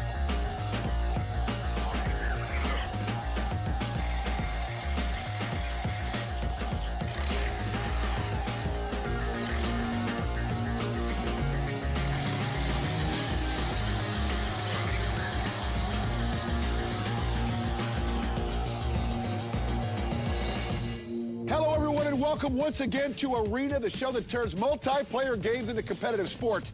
I'm Lee Raymond, and we've got two teams that are about to go toe-to-toe, nose-to-nose, in our own virtual squared circle. Today, we hit the mean streets on the console and Project Gotham Racing, then shoot over to the PC with Unreal Tournament 2003. Finally, we wrap things up with America's Army Special Forces, which we play on Atlantis Cyberspace's virtual reality pods. But before we get started, let's go to my good buddy Kevin Pereira, who will explain the law of Arena. Kevin. Thank you very much, Lee. Now, here on Arena, there are 9 possible points to be won. The console game is worth a point, while each PC game is worth 2. Now, the team with the highest accumulated score will pick up a point, and the team with the MVP will rack up an additional 3 points. And those, my good friends, are the laws here in Arena. Now, let's check in with my good friend, Stacey Barcelata, for our player introductions. Thanks, Kevin. Last time on Arena, Team Minority made a major mistake. They shot the VIP in America's Army Special Forces and snatched defeat from the jaws of victory. So today, Team Kaizen will try to extend its luck against a new squad. Here's Team Augury. I was trying to come across words through references, and augury came up with one of the more interesting words for a word like omen. I met my teammates on the IGN forum. I just moved to LA, and I've been watching G4 for more than a year. I just wanted to show people that I'm a gamer. Bradder21, just my screen name. It's also Roger Clemens' number. He used to be my favorite player. I used to play a lot of Counter-Strike and StarCraft. My friend just told me about G4 and just thought it'd be kind of a cool idea, so decided to try it out. I look forward to a good match. I run a website and web designer. I play the full spectrum, so I go anything from like massively multiplayer games to like old school. I'm big Galaga fan, especially while drinking. My nickname comes from a character I play on Shadowbane. And he's this druid who's actually more like a wizard. I play consoles, PCs, RPGs. Some of my favorite games are definitely the adventure games and the first-person shooter games. I am coming on the show because I love games.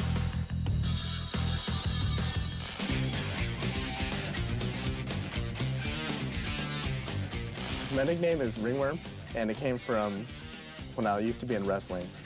I got Ringworm, and everyone used to get Ringworm. I think being on Arena is kind of interesting because you're not just playing on one single platform. Plus, the virtual reality type setup doesn't give anyone really an advantage. I got my nick. I used to watch anime, so I got that from Escafone. Right now, I'm a junior at San Diego State University. Pretty much play video games and party. I am a wussy gamer. I play one game good, and I stink at everything else. I used to watch them play Unreal Tournament, and they were so bad, I thought it'd be kind of fun to come on here and beat the crap out of them. Out of our G4 Arena. My call sign is Woobs. The only person that knows how I came about is my friend Brad, and I tell you, but I have to kill you. I'm pretty excited about being on the show today. Real unexpected. They called me at 12:15 saying, we need you to be on our show. Someone couldn't make it. And I said, sounds like a great time. I'll be down there as soon as possible. All right, we're starting things off here in the console pit, where all 4 players from each team will get a chance to make a difference, as they'll each take a turn at the game. Today's game is Project Gotham Racing on the Xbox. It's a title that lets players live out their wildest high-speed fantasies. Well, at least most of them. And risk-taking is encouraged here, as pulling off difficult moves will result in kudos, which not only look cool, but they give you bonus points. 1. And round 1, Project Gotham Racing. In the red car for Kaizen, we have Eska. In the blue car for Augury, we have Braderzi. And Eska out to a quick lead. I had a little trouble in that turn, though, Lee. That's going to cost him on time. Braderzi in hot pursuit. He's behind him by almost 2 seconds, Lee. And he spun out a little bit there, got sideways. That one accident, Lee, could be all that she wrote in this round. And Eska, unless he does something dramatically stupid, takes this first round. Speaking of dramatically stupid, Lee. And at this point, he can pretty much just coast to victory. Braderzi down by almost 3 seconds, grabbing kudos, but they mean nothing here. And that's going to do it. Crosses the finish line. Braderzi nowhere in sight. 2. Round 2 underway. In the red Kaizen car, it's Mac. In the blue Augury car, it's Snide. And right away, Snide just cutting off a member of Team Kaizen. Oh, and Mac tries a pit maneuver, but fails as Snide still has Mac in his rear view. Beginning of these races also important because once you get a lead, and the lead has been taken by the red car for Kaizen Mac. Oh, and Snide had to put it in reverse. Whenever you see the brake lights, Lee, you know that someone's not doing something right. These rounds are so quick, one mistake does a round make, and that mistake allowed Mac to take the lead. But a mistake by Mac could cost him here, as Snide is no longer down by the 4 seconds it's flashing on his screen. And Mac in the red car has a comfortable lead as time winds down, but one mistake, as we saw last round, and the whole round changes dramatically. A not so dramatic finish as Mac crosses the line and Snide is nowhere in sight.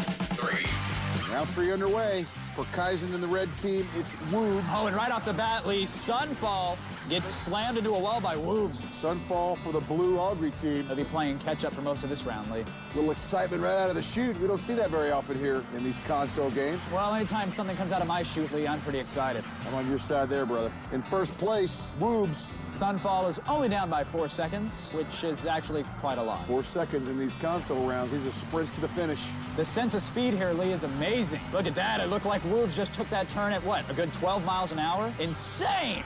Woobs is taking a safe approach with this good-sized lead. Doesn't want to do anything silly. Woobs is taking his time. I mean, he's even using his blinker when he makes a turn. That's how you know he's not worried about the comfortable lead he has on Team Augury. Sunfall attempting to catch up after that early mishap. Well, Sunfall's right taillight is out, so he'll have to use proper hand signals. He hopes to win this round. And if Woobs can hold on, as he does, the red team Kaizen takes all 3 rounds so far, Kevin, here in Project Gotham Racing. 4.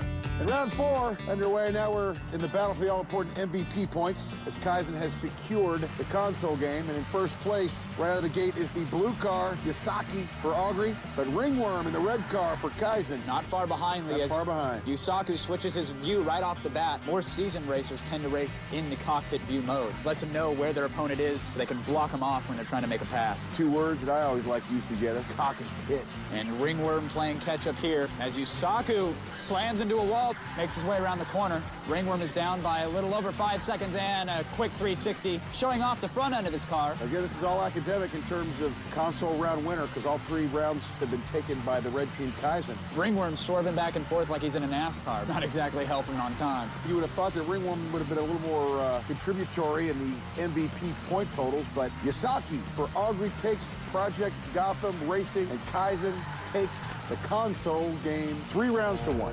I don't know, Kevin, maybe it's the lights, the camera, maybe it's us, but Team Augury didn't even show up for that console round. That's right, Lee. And what a turnaround for Team Kaizen. Last time they were in the arena, they weren't able to take the console game, but their newest member, Woobs, pulled it out for them. And Woobs is right now with our Stacy Barcelona. Thanks, Lee. I'm here with rookie team member Woobs, helping your team to a solid victory. 1:14 fastest time. How you feeling?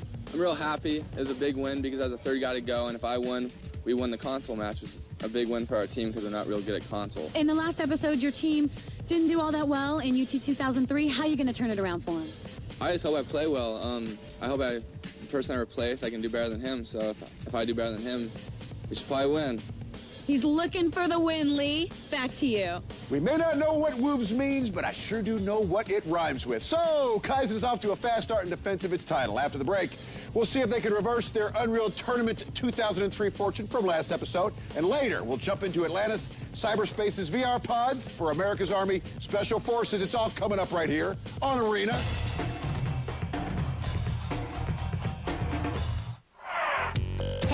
Check out G4TV.com and our new time, Sunday at 10, where we're going to be talking about gaming addiction. And don't forget to watch G4TV.retro every day at 4.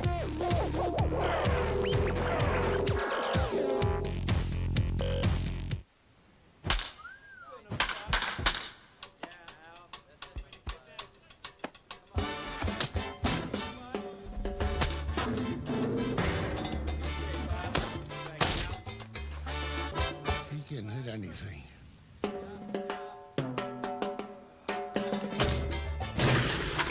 The whip and stick and punish pitchers. MVP Baseball 2004. Rated E for everyone. EA Sports. It's in the game. New juicy fruit grape melon. Cool. Ah! Wait, what are you doing, man? Mine.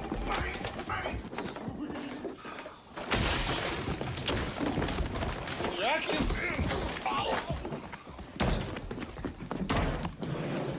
Gotta have Twisted Sweet. Yeah. Gotta have the twisted fruit combinations of new Juicy Fruit, Grape Melon, and Strappleberry.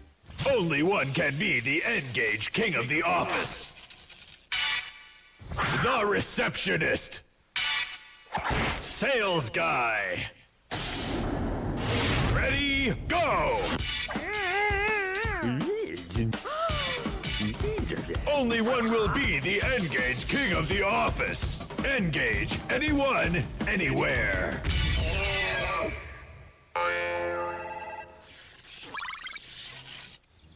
Ted? Barbara? Something's missing. Missing? In the bedroom? In the where? Trojan Man. Trojan Man. What are you doing here? I'm here for Her Pleasure. Her what? Trojan Her Pleasure condoms. They're new, uniquely engineered to satisfy a woman's anatomical sensitivity while helping to protect. You like this idea? I love it. I'm there. New from America's most trusted condom, Trojan Her Pleasure. The pleasure she wants, the protection they trust. My job is done here. It's gonna be insane is what it's gonna be. I can't wait. This one's gonna be so awesome. What do you think? This last week in school was crazy. It was hectic. I cannot wait until this party. Do you understand? I need to blow off some steam. Like, you know Jocelyn, she's gonna be at this party, man. Hey, where are we going? What are we doing? It takes a lot of guts to talk to your friends about their problems with marijuana or drinking. We really need to talk. But it could make all the difference.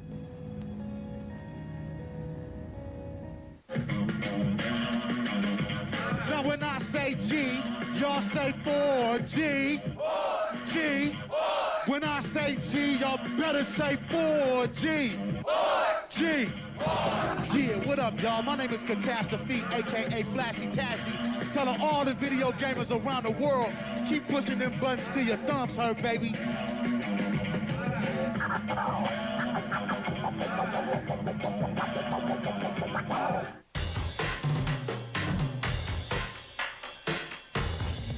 Welcome back, everyone, to Arena. Now, before the break, Kaizen took Project Gotham Racing and is now in the driver's seat in today's match. But let's see if they can continue to leave Augury angry as we go to Kevin for some Unreal Tournament 2003 action. Kevin. Thank you very much, Lee. Yes, the game is Unreal Tournament 2003, and the mode is Capture the Flag. And in CTF, each team has a base where its flag resides. Now, the object of the game is to grab your opponent's flag and bring it back to your own base, which scores 1 point. Now, whichever team scores the most points in 3 5-minute rounds is the winner. Today's map is Magma, a landscape that features 2 bases separated by strands of narrow, winding routes suspended over good old-fashioned hot lava. Now, navigating between bases can be tricky as one misstep leads to that itching, burning sensation known as melting. So let's heat things up with a little action in Unreal Tournament 2003.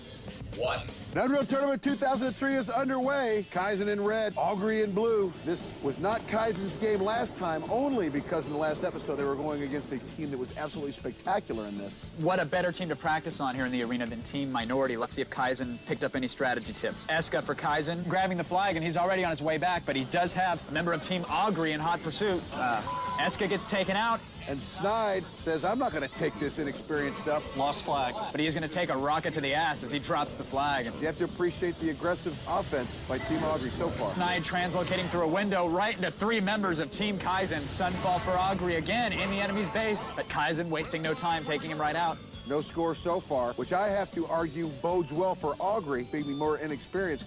You're right, Lee, showing no fear here early in round 1. Snide for Augury again on the attack. It looks like Sunfall doing the same as Ringworm for Kaizen tries to defend. I believe that was Snide who had the flag momentarily for Augury. In short order, he's dispensed of. Damn it. Oh, and Snide decides to test the temperature of that lava with his toes. There's Mac for Kaizen. Must have grabbed enough pills to give him the adrenaline as he powers up and grabs the flag. I got lots of help. Mac for Kaizen on his horse, all alone. He's got a shot here. Time running down. 1 flag capture here will probably be enough. You're right, Lee, and Kaizen taking a little damage, but again, that regeneration kicking in. Hey, I need D. I need help. I need help. Snide for Team Augury is right on top of Mac with that link gun, and a member of Kaizen takes out Snide, leaving Mac free to capture one here in round 1. What teamwork by Kaizen. 2, And round 2 of Unreal Tournament 2003 is underway. Lee, notice the speed of Eska. Right off the bat, headed towards the enemy base, wasting no time. Snide, taking a dip in the lava pool. And Eska for Team Kaizen grabbing the flag, unopposed for the moment, Lee. And Snide for Team Augury. All right, I got it. Running. Sneaks in and grabs Team Kaizen's flag. This is the most offense we've seen this early in a round. Oh, and an excellent lightning gun round takes him out midair. He drops the flag as Eska continues his return run back to the base. But Augury really aggressively moving into the offensive side. I've got to appreciate that from the newcomers. Well, that's right, Lee. After a poor performance in round 1, they had to step it up. And Eska kind of stealthily moving around and places the flag. 1-0 Kaizen here in round 2 as a member of Augury sneaks his way in and grabs the flag. It was Snide, but he ran into too many members of Team Kaizen. And Sunfall for Augury grabs the flag, but I had a sneaky suspicion that won't last long. Time becoming somewhat of a problem here now for Augury. Mac has a flag fetish for Kaizen. Takes quite a fall. That's going to damage him, but let's see if he can fend off a member of Augury. Excellent shock rifle combo as he wipes out an opposing member. And as long as he has that flag, regardless if he scores or not, Kaizen will win this round. I'm gonna cap it. I'm gonna cap it. There it is, a flag capture for Kaizen, and that'll probably just about do it, Kevin. And Eska for Kaizen grabbing the flag. He's dodging some lightning gun rounds and a little rocket fire. He's taking tons of damage here, but Eska is clearly going for the MVP points. And Eska scores the 3rd flag capture. Round 2 goes to Kaizen. 3. And round 3 is underway. Unreal Tournament 2003. As far as points, it's all academic, as Kaizen has taken rounds 1 and 2, but the MVP points can still be earned. Snide for Team Augury makes his way to Kaizen's base. Not doing too well. And he'll have to do it again since he got absolutely crushed. Yusaku for Augury on the attack. Surprise. And Woobs taking a couple pot shots at Yusaku, strafing around a wall to get some cover, but Woobs is hot on his trail. And Woobs goes down. Mac for Kaizen, flag who in had hand. that big round 1 flag capture to win it, says, hey, man, how about a little offense, sister? And Mac pulling a Rush Limbaugh, grabbing all the pills on the map. I'm trying to whore up a little bit of adrenaline. Dodging a little lightning gun fire as he makes his way up top. He's going to be in excellent shape thanks to that shield. And a member of Team Augury sends a little flack Mac's way and then just gives up and falls off the map. And that was a score by Mac. Score, score, score, score, score, score. And checking my statistics here, Team Augury has not yet captured 1 flag successfully. In fact, how many seconds have they had possession of the enemy's flag? 17.419. Can you at least round it for the kids at home, Lee? 17.42. Excellent job. Time running out for Augury. Yusaku in Kaizen's base, but 2 members back to defend take him out quickly. And Mac for Kaizen. Flag in hand, making his way back to base. He has been an offensive powerhouse. Kaizen scores another one, 2-0. But here's something that could be new, Lee. Brader, 21, with the flag. Oh, and he gets a rocket facial. Goes down, and Mac for Kaizen, sneaking right on into the enemy base from up top with the flag in hand. And that's it. All right, we've been challenging the defensive-minded Kaizen to come into Unreal Tournament 2003. We even saw a flurry of points in round 2. That's right, Lee. Eska was a one-man wrecking crew, but I got to give the rounds to Mac, especially 1 and 3. He put the points on the board. And we're giving Mac to Stacy right now. Thanks, Lee. I'm here with Mac Attack himself. 20 kills, 4 flag caps. Walk me through UT 2003. I think it started with all the combo meals we were serving up in their face. After that, they couldn't do anything. That's right, they didn't do anything either. Speaking of that, what do you think about the level of competition heading into America's Army? Well, I sure hope the other team steps it up, because right now, it's just been a waste of our time. Ooh, smack talking down here in the pit. Lee, back to you. Watch out, Stacy. Any more wins by these guys, there's going to be secret sauce everywhere. So Kaizen has been on both sides of a shutout in UT 2003, only this time it's in their favor. Let's see if Augury can make Mac eat his words. And America's Army Special Forces, that's coming up right here on Arena.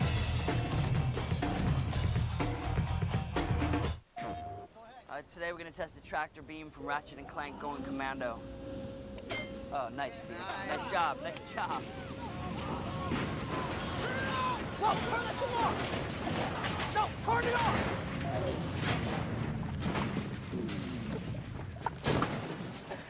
Sweet. The tractor beam, one of 51 weapons and gadgets not fit for this world. Rated T for teen.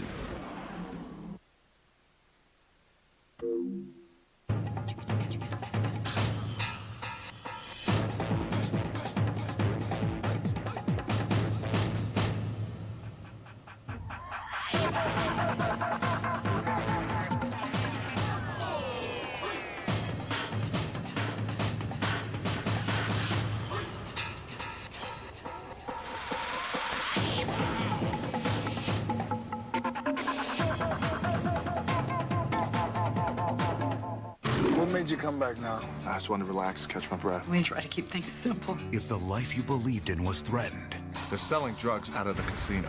Want to bring you inside? No. what would you do? I'm not gonna let this stand. Whoever did this left him for dead. How far would you go to save the people you love? You have to know who you can go up against. Is that a threat?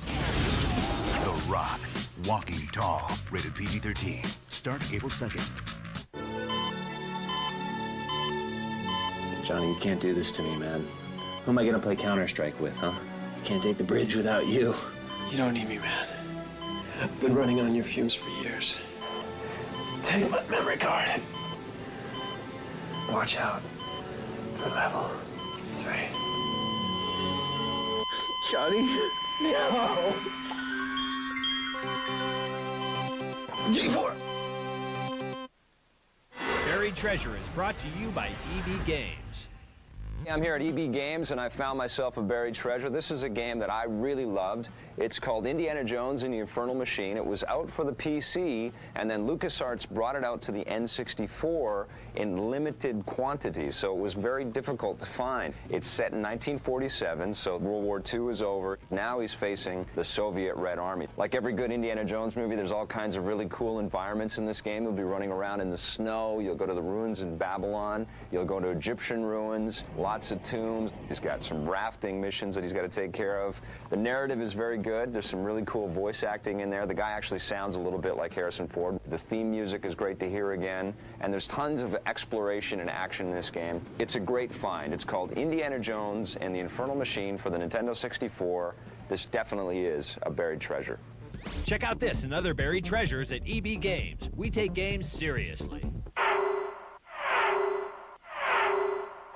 Next week on G4, see Hoop's hottest stars as Sweat takes you to the 2004 NBA All-Star Game. You gotta see this. Then, with entry into the Hall of Champions on the line, Team Kaizen faces off against Team 1051 on Arena. And Filter takes you on a chocobo ride through the best games, bosses, and characters of Final Fantasy. Sweat, Monday at 10 p.m. Arena, Tuesday at 10 p.m. And Filter, Thursday at 10:30 p.m.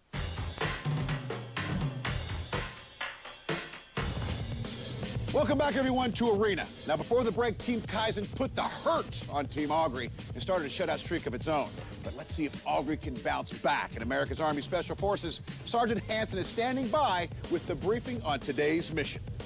Good evening, gentlemen. I'm Sergeant First Class Hansen. I'm here to brief you on the combat search and rescue mission. Our current situation, we have one Black Hawk helicopter that's been downed by enemy forces. A UAV has identified one crew member as surviving the crash. Your mission as an ODA, operational detachment, is to infiltrate this high desert compound to the crash site. At the crash site, you're to retrieve data and destroy the helicopter. Then you're to continue on through the remainder of the compound to make link up with the downed crew member. You are not to fire upon anyone unless they prove themselves hostile to your mission. Are there any questions? No, sir. Good luck. All right, Team Kaizen was chosen to go first, and the team is suiting up right now. And once these virtual soldiers are ready, they'll have 10 minutes to complete the mission. And then it's Augury's turn. Now, our players will be immersed in the ultra-realistic environment of America's Army Special Forces through the use of Atlantis Cyberspace's virtual reality pods. Looks like Team Kaizen is in position, so let's see how they do. And Kaizen, our reigning champion, have first crack at their objectives. Eska is their captain. Kaizen won their last episode of Arena in America's Army, coming way from behind. Some shots ring out. I think we got him. He's still alive. He's still alive. Good communication so far. All 4 team members in the alleyway right now. One of them sneaks inside of a building with absolutely zero cover. Eska senses the danger and runs in to assist Mac. A grenade goes off. Flashbang, I'm blind. Eska, watch your front. Watch your front. Eska peeking out from around the corner. Apparently, Kaizen, via blindness and confusion, is stuck in this room. We're clear out this door. Come on. Go, Matt, go. They finally sneak out, and they know that there's an enemy on the opposing force on that rooftop. Mac staying behind, notice not taking his eyes off that doorway, making sure no one sneaks up on them. It's so important in this map to defend your teammates in the process of moving around. And Kai's quicken the pace here on their way to the Blackhawk. Got him. Got him. And an enemy is spotted as Ringworm finally gets a few squeezes of the trigger. And our team of 4, although still functioning effectively, haven't made much ground. Frag out. Frag out. Ringworm launches a frag grenade outside, hoping to take out some members of the op force. Kaizen playing very conservative. It's clear. I think we're clear. Now Mac has located that helicopter. Hey, guy in this window. And Mac momentarily takes some fire. Got it. Everybody out here. And it looks like Mac has retrieved the sensitive data, Lee. Mac arms the RPG, and they are within distance for that RPG to arm, or perhaps they are not within distance. Mac launches a dud right into the Blackhawk. There it is. Dead on, balls accurate shot by Mac. Go, go, go, go. Excellent communication by Mac on behalf of Team Kaizen. I'm hurt. And it looks like Ringworm for Team Kaizen has taken some battle damage. That's going to cost them in time. Guys, slow down, slow down. At this point, I just say shoot the Gimp in the legs and leave him there. All right, hurry up, guys. And as we've seen several times before, Lee, this hastened pace really become a factor as the teams start rushing through buildings without checking all angles. That'll be it. They found the helicopter, they extracted the data, they blew it up, but they did not find the pilot. And Team Kaizen, way ahead on points so far, takes the conservative approach, but doesn't accomplish all their objectives. That's right, Lee, but they did finish with all their squad members alive, so that's going to help them with the scoreboard. Let's see how Team Augury does, who's suiting up for America's Army right now. And Team Augury has a chance to snatch a victory here. Well, Lee, if there's anything that these ER pod missions have shown us is that this is where arena champions are decided. Snide the captain. So far, not a lot of communication going on, which historically we know very, very well is not for a good round make. For those watching the screens at home, there's a lack of communication, basically, because there's a lack of movement. Raider 21 running right by a window, ignoring the bright muzzle flash coming out of it. Complete lack of strategy there, Lee, as they just ran right out and up the steps. If they keep that up, they'll pay for it early here in America's Army. Okay, one down. Okay. You guys okay? Yeah, I'm still up. Okay. I'm gone. You have to somewhat appreciate, though, this brazen disregard for life and limb as Raider 21 extracts the data from that Blackhawk. But, Lee, if you look, all the windows have members of the opposing force peeking out, taking pot shots at Raider 21. He manages to extract the data and runs away, but unfortunately he runs away from his own teammates and he will have no cover fire while they try to destroy the Blackhawk. Again, confusion reigns here. I'm confused. Apparently a member of Team Augury was taken out, but it looks like Raider 21 has decided to go commando style and he's out in search of the VIP. Brad, slow down a bit so I can catch up. And there's Snide finally to back him up as they enter the room, searching for the VIP. I'm all alone down here. To find that VIP, it's going to be close on points, Kevin. I'm dead because I was left alone. Two members of Team Augury taken out of commission, Lee. We'll see if the dynamic duo of Raider 21 and Snide can make this happen. And they're going to need it too, Kevin. If they want to have a chance at coming back as our reigning champion, they need to find that pilot and fast. Oh, shoot. Great. Excellent double checking on the part of Team Augury. Well, apparently Raider 21 wanted to make sure that that copter is in fact destroyed, and yes it is. Hurry up. We don't have much time. Go north, Brad, north. And Raider 21 up top, leaving Snide down below by himself. Snide not covering his team's rear. As shots ring out, and Snide goes down. Snide goes down at the hands of a baddie. And like my co-host on many a weekends, Raider 21 is going solo with his gun. And running precariously low on bullets, I might add, like your co-host. Demonstrating the motto, Army of One, Raider 21 tries to pull this one out for Team Augury. Those three team deaths are really going to hurt Team Augury. You guys know where to go at all? Raider 21 talking to the non-existent teammates, humming the theme song to Rocky in his head. Makes his way to the VIP, he thinks. And Raider enters the room with the VIP, runs into a member of the opposing force, asks him for a quick timeout as he reloads, takes him down, he leaves the room. And Raider 21 commando style, Lee. He wins the match as he rescues the pilot. With time running out, Raider 21 does his best Rambo impression and single-handedly rescues the pilot. That's right, but penalties cost Augury, and Kaizen ended up taking the round. Earlier in the match, Kaizen asserted his dominance in Unreal Tournament 2003 and also asserted their dominance in our console game, Project Gotham Racing, and they also took the bonus for the highest overall team score. So with Kaizen's clean sweep, it looks like Raider 21's last-second heroics were just not enough as the boys from Team Kaizen defend their crown and remain our champions. Which only leaves the MVP, and with his performance in UT 2003, we've already talked to him once today, it's no surprise, Mac Daddy, and he's with Stacy. Thanks, Lee. I'm here with Mac Daddy himself. Your first MVP win. How you feeling? I'm feeling pretty good, but I definitely couldn't have done it without my team. Well, that's nice. You're giving your team credit as it's well due. What about the next round? Are you feeling confident coming back? Well, I don't know. 2 in a row is pretty good. Hopefully we can pull off our third, stay here a little longer. All right. Team Kaizen looking for a three-peat. Lee, back to you. And they will definitely get their chance, Stacy, because Kaizen went from underdog at our last show to the favorite today, but the result was the same. They won. Until next time, for Kevin Pereira and Stacy Barcelona, I'm Lee Ribbon, and we'll see you next time here on Arena. Well, now that you've seen the competition, we want to see if you've got the stuff of champions. So if you're at least 18 years of age and live in or near the Los Angeles area, then throw your hat into the ring by going to our website. Visit us at g4tv.com/arena and sign up to compete on the show that turns multiplayer video games into a competitive sport. And we will see you in the arena.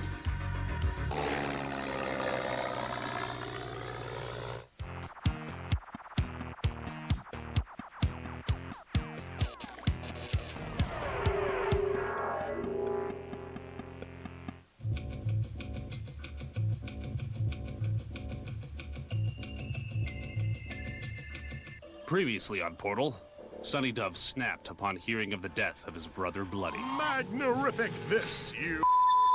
Who turned out to be far more than he appeared. The Ultimate is the future disembodied incarnation of Bloody Dove, come back in time to try to take over the universe. Meanwhile, former movie star Dirk Ruddy got an offer he couldn't refuse. We shall create the greatest film ever made. And together, Dirk Ruddy and Sir Wilhelm Hotburn Hansen III shall rise again! You're the Shizm Shazm. And in Dareth, Udall finally called it quits with Gruder. I don't ever want to see you again. Udall, no! No! This is Portal.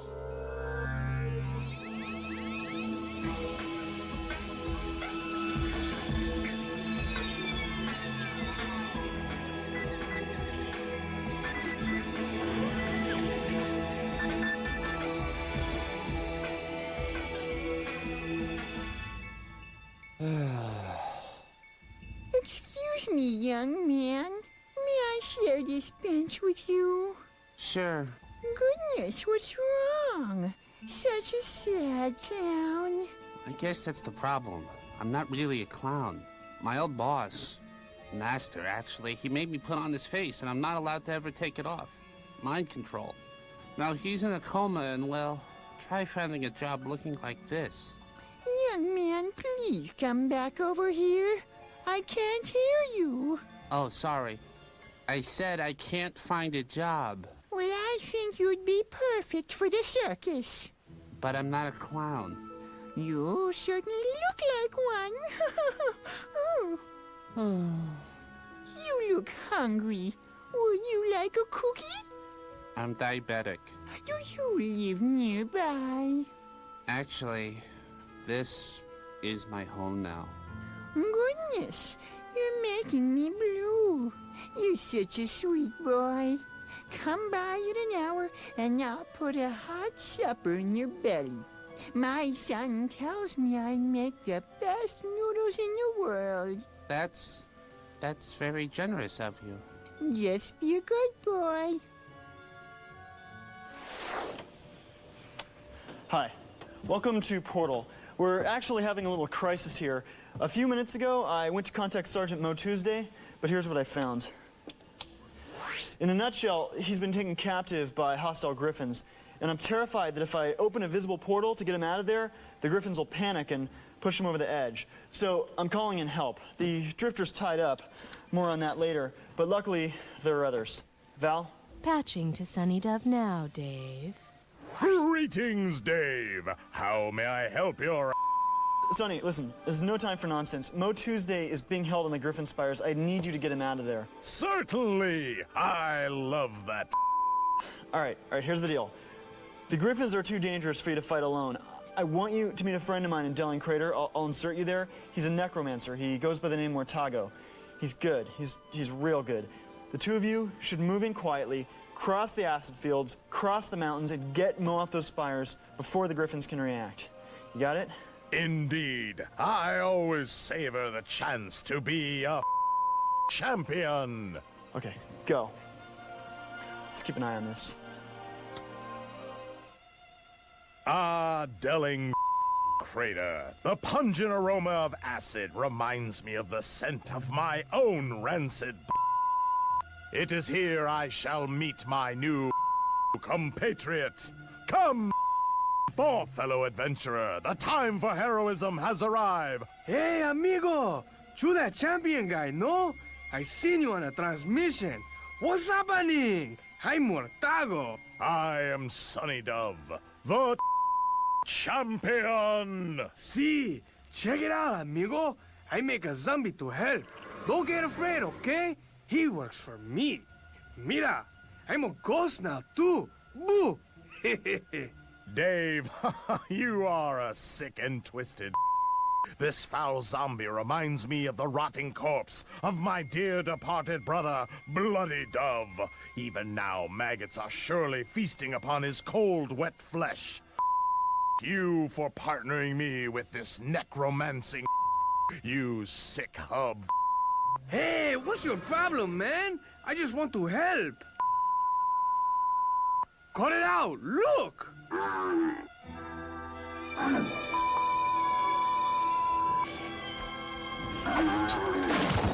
You have fought bravely, you little death-obsessed. You have won my respect with the glory of victory! Now, to the rescue! Oh, man! It stinks! It stinks! Ah, gas. It is as if the land itself let forth a tremendous smelly... Look! Behold, the gas attacks!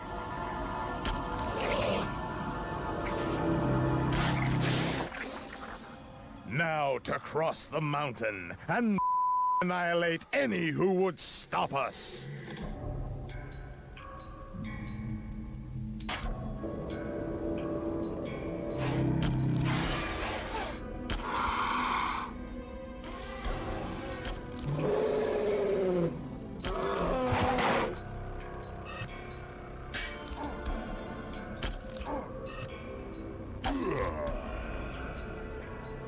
Hey, man! Why you dancing? We got to rescue the guy. Because every victory is cause to celebrate. Ah, the Griffin Spires. It's him! Kill the chickens. He's too deadly. Problem, gentlemen? The rescue is complete! Rescue? Don't be a fool. I went up top to think. I can take the birds with a single bullet. You crazy, man! You ain't got no bullets! No? Oh! Sonny, Mortago, excuse me. Can you give me a moment alone with Mo? Certainly, Dave. Use us, then throw us away like a dirty diaper. You. Adios! Mo, what on earth is going on? Nobody goes up there. I thought you were gonna die. Not true. It's like this. A man can see across the world from these spires. The perfect spot to do some much-needed thinking. And I've much on my mind of late. Is there something you'd like to talk about? Is anything I can do? No. This is a problem only I can solve. You see, I'm boring. Very, very boring. You're not boring. Wrong. I'm boring. You know it. I know it. The transmission viewers know it. I'm boring, but not for long. I devised a plan up top. No.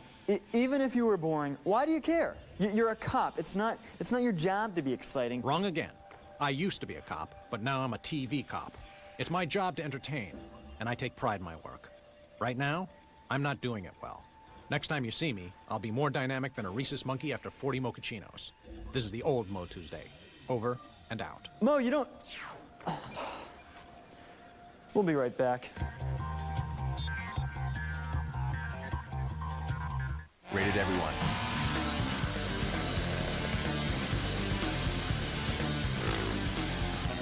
It's everything you wanted in a motocross game, plus a bunch of stuff you would have never thought to ask for. MX Unleashed. All right, people, let's go. We got free masks for you today. Free mask. Get your free masks, people. You gotta learn to protect yourselves. Free mask. It's an epidemic going on out here. Free mask. Come on, people. Protect yourselves. It's not a joke. It's not a joke. 50,000 people die each year from secondhand smoke.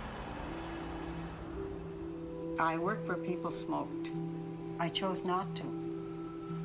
But I got lung cancer anyway. Winter Fresh. It's icy cool breath. It's... Winter Fresh. Icy cool breath. 24/7. Winter Fresh Network, where icy cool breath is always on. 86 FM.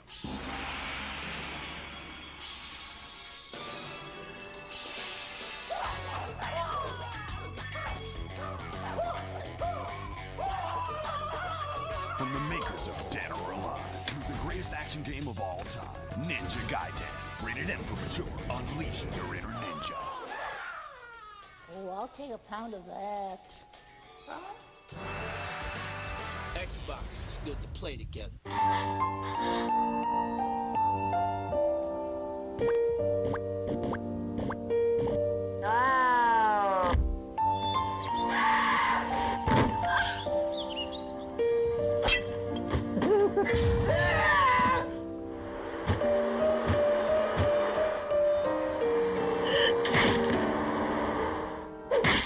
G4 owns you, noob. There's so many cool things going on at the G4 booth this year, but one of the coolest things is they're giving out free tattoos. Not little fake tattoos that you put on with water. The real deal. Needle and ink going in your skin. One thing is, it's got to have the G4 logo in it. It shows dedication, that's for sure. Just like that. Stop. I'm a little nervous, yeah, it's first time.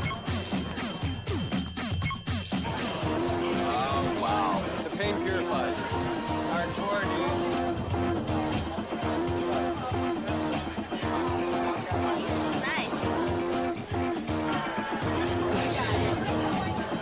My devotion to video games. Yeah. They were like free tattoos, and I was like, well, that sounds good. They were like G4 logo, and I was like, that sounds even better. They gave that to me, dude. G4 is a great station. They usually leave it on 24/7. It was just insane the first time I saw it. It's awesome. I need to call my cable provider. I watch it all the time. I'll start watching it now.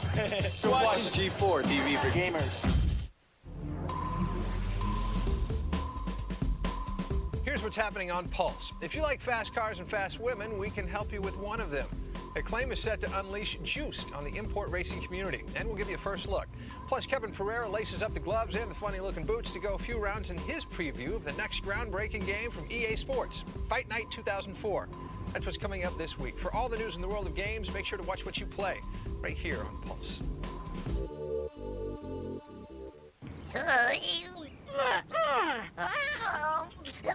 That's it. Lip to the right. Oh! Oops.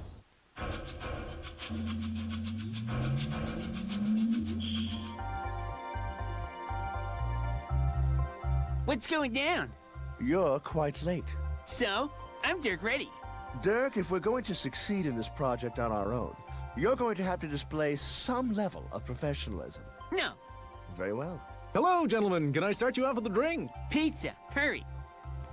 Dirk? Let's hit the furniture store. I gotta get a makeout couch for the new pad. Oh, dear. I'll take this one. In gold. Dirk, you must learn to be more conservative with your money. At least until we've re-established ourselves. I didn't come here for a lecture. Talk movie to me. Yes, you're quite right. To work it is. First, we shall have to decide upon a subject for our little masterpiece. I know. Matrix High. I can be the hero. Look, I already got the costume. I shall not participate in the making of Matrix High. Why not? Because we need to create something. Powerful, moving. Well, then let's just hire a script guy. Script? Dear boy, a real actor doesn't need a script. A real actor works from the heart. Whoa! You're hardcore, Blue Dude. But so am I. I'm down with the no script action. Delightful. Then let us focus on the story later. For now, we must turn our attention to the most important element of all. A leading lady. Unfortunately, there's not an actress alive brilliant enough to work with me. Nor, frankly, who would be willing to. No, we shall need to create our very own diva. We must mold the superstar with our own two hands. Rad! Indeed. But to do so, we must find a young lady so impressionable, so shapeable, so delicate and vulnerable and sensitive that she surpasses all imagination. I'm so moved that you would ask me to help you. It fills my heart with so many layers of emotion. Wait, Gardenia? I'm sorry, one sec. Hi, welcome back. Okay, as many of you know, recent traumatic events have cost Bernie the ability to use language. So right now, I'm trying to retrain him in speech and also trying to wean him off his bell. Anyway, because things have been so busy around here, I haven't really had the proper time to spend with Bernie, and I felt really guilty. So I've been asking our sometimes sensitivity trainer, Gardenia Flowers, to help out. Gardenia, you want to say hi? So nice to see you again. You're all very valid beings. Okay, so Gardenia's going to work with Bernie now, and since I know many of you are highly concerned about Bernie's welfare, let's just take a few minutes to look in. I think you'll be very comforted when you see how well she's doing with him. Gardenia? Thank you so much. Let's begin our session. Hello, Bernie. You're a very courageous one.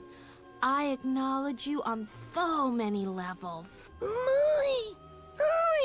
I have something so special to share with you. Something you'll like very much.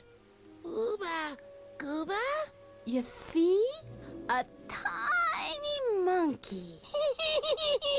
I am not a monkey!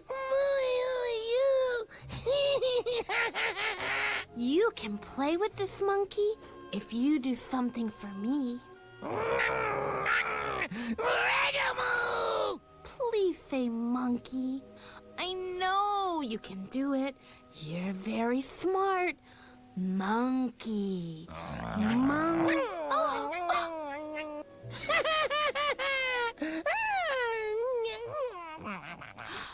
Bernie, please give me back my monkey.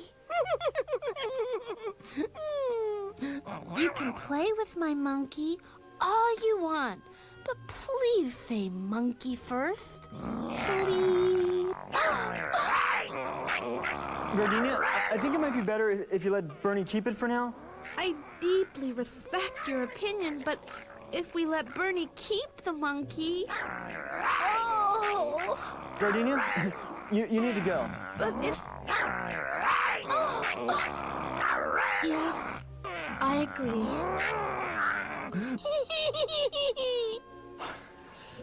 Val, let's start looking into alternative therapies for Bernie. Perhaps, well, let's just not rule anything out, even if it seems a little extreme. Yes, Dave. I will compile a list of all known conventional and non-conventional therapies, which might lead to a successful recovery for Bernie. Great. Now, one more thing. Grutter. He's still really hurt over Udall leaving him. Let me make a quick link. He's been trying to reach me. Then we'll get down to business with the Drifter. Connected to Grutter, Dave. Grutter? Oh, hi, Dave. You don't sound so good. Oh, done finally accepted, Dave. Udall's finished with me. It's all my fault. I'm gonna be me alone forever. Don't say that. Don't you worry. Don't you worry. I've been me alone most of my life. Oh, Dave, can I just ask you one last favor, friend? Of course. I want you to send me to a new world. One where none of the portal buddies is. Where nothing done remind me of nobody. Can you do that for me, Dave? You did it for that Dirk fella. Please. Grutter, but... Please, Dave. I'm a broken man. I just wants to leave. Okay. Listen, there is one place where I can send you. It's got more adventure than any place you've ever seen. I think it might even reawaken the old Grutter I used to know. But this place is very dangerous. If I send you there, I'm gonna have to the Drifter meet you at some point and talk to you. Otherwise, I'm worried you can get yourself in big trouble. Deal? Yes, Dave. Thank you. All right, Val, send him to that place you and I were discussing this morning. Yes, Dave. Good luck, Grutter. Be careful. We'll be right back.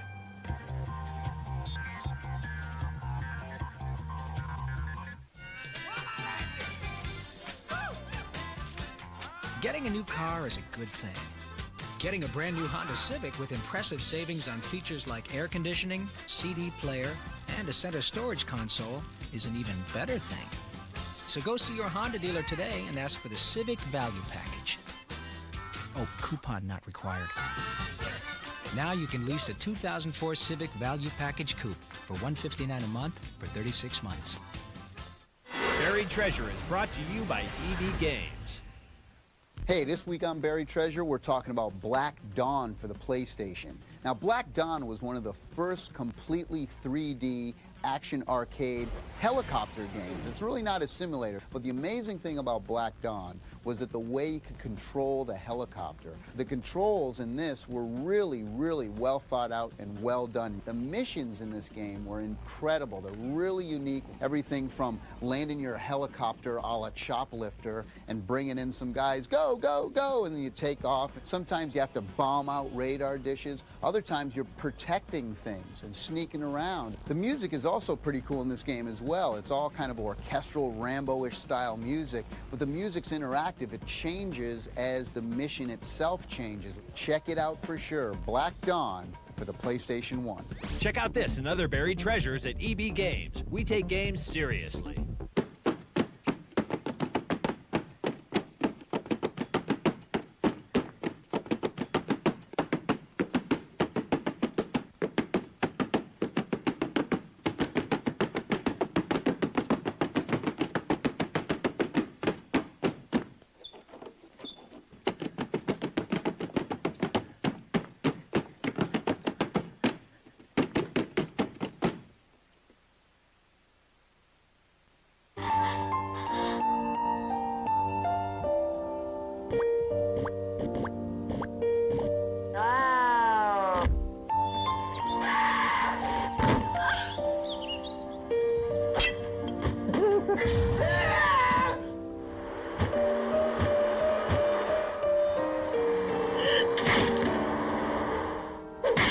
G4 owns you, noob.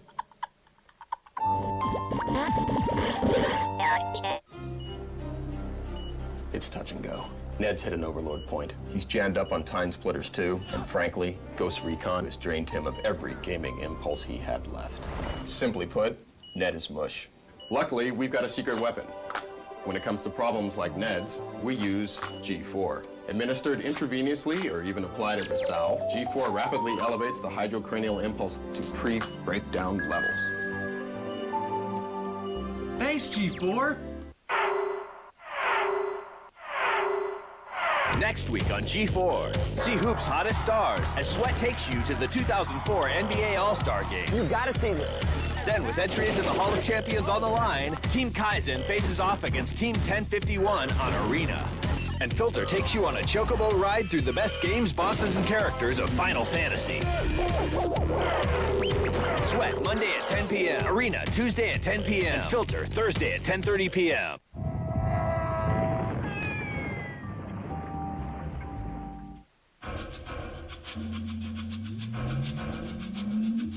Hello? Hello? Oh, look! Good evening, Sad Clown. I'm so glad you decided to stop by. Let me turn that frown upside down. You have a very nice home. Well, thank you, young man. Sit down. Let me make you some nice hot noodles. Wow, this is all so kind of you. Don't you say another word. You stay there. I'll be right back with something special. Is there anything I can do to help? Just be a good boy. Are you still being a good boy? Yes, ma'am. Good. Then let me get your noodles. They should be ready. Ma'am, you're. What? This? Oh, I just thought it would be more of a turn-on. Now, give me a kiss before you eat your noodles. No, stop.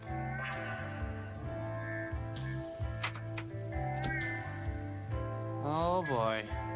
Young man, why did you come over? For noodles? My goodness, so naive. Oh, now stop being silly. Give me a kiss. It'll be extra special. Well, It'll feel good. Oh, well. There. Just be a good boy. Dave, the Drifter's latest report is complete. Hi. Over the last several months, there have been way too many loose ends and unanswered questions here in the transmission.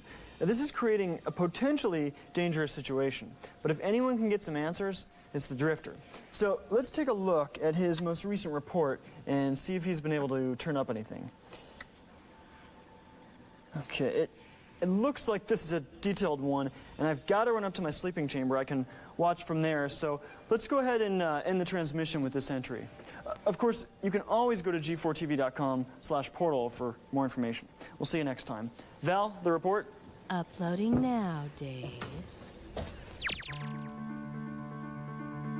Most people love mysteries. They salivate at the chance to solve a puzzle and make themselves feel important. Me? I hate them. Because when you're in my line of work, mysteries can be deadly. It means you're lacking knowledge, and a lack of knowledge means a lack of preparedness. That can spell ambush. So right now, I wasn't a happy guy, because there were 4 big puzzles hanging over my head. 1. Where did the Ultimate go after he destroyed Apex? I guarantee you it wasn't Church. 2. Where did Ta escape to after I almost managed to stop her? And what was she gonna do next? 3. Who was the author of Dave's betrayer note? I know Bloody was the turncoat, but whoever penned Dave's warning had inside info and wanted to remain hidden. And 4. Who freed me from Ta's magic? For a while now, I've had that feeling that someone's been following me. I dismissed it as paranoia, but I knew I should have trusted my instincts. Who was it, and what did they want? 4 mysteries, no time, and no aspirin. Which is why I decided to kill all 4 birds with one big stone. According to the legend, there was an ancient and powerful amulet kept in the ruined city of Cragstone.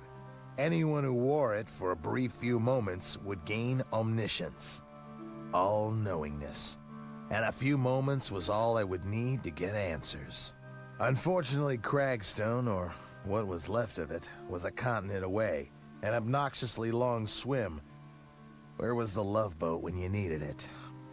But eventually I got there, or at least a part of it. The important section was long buried.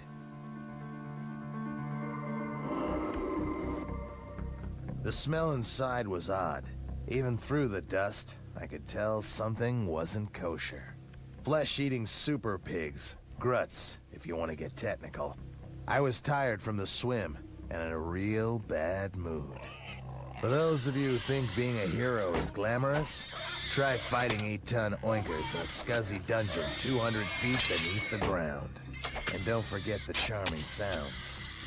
I hate squealers. Eventually, all that was left was dirt, blood, and one head pig. I assume he was keeping the amulet in his delightful pile of filth and treasure. My patience was all used up. Ham or bacon? Sorry, no substitutions.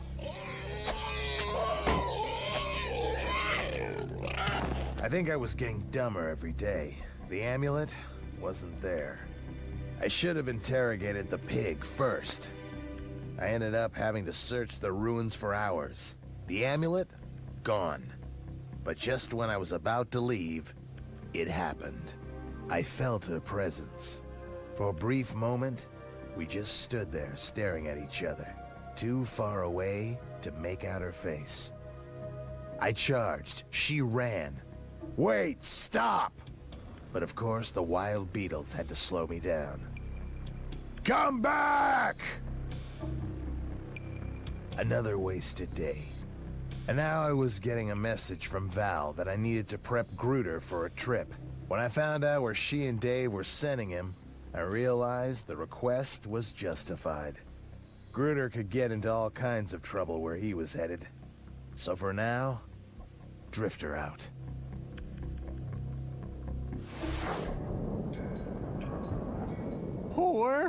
Where am I?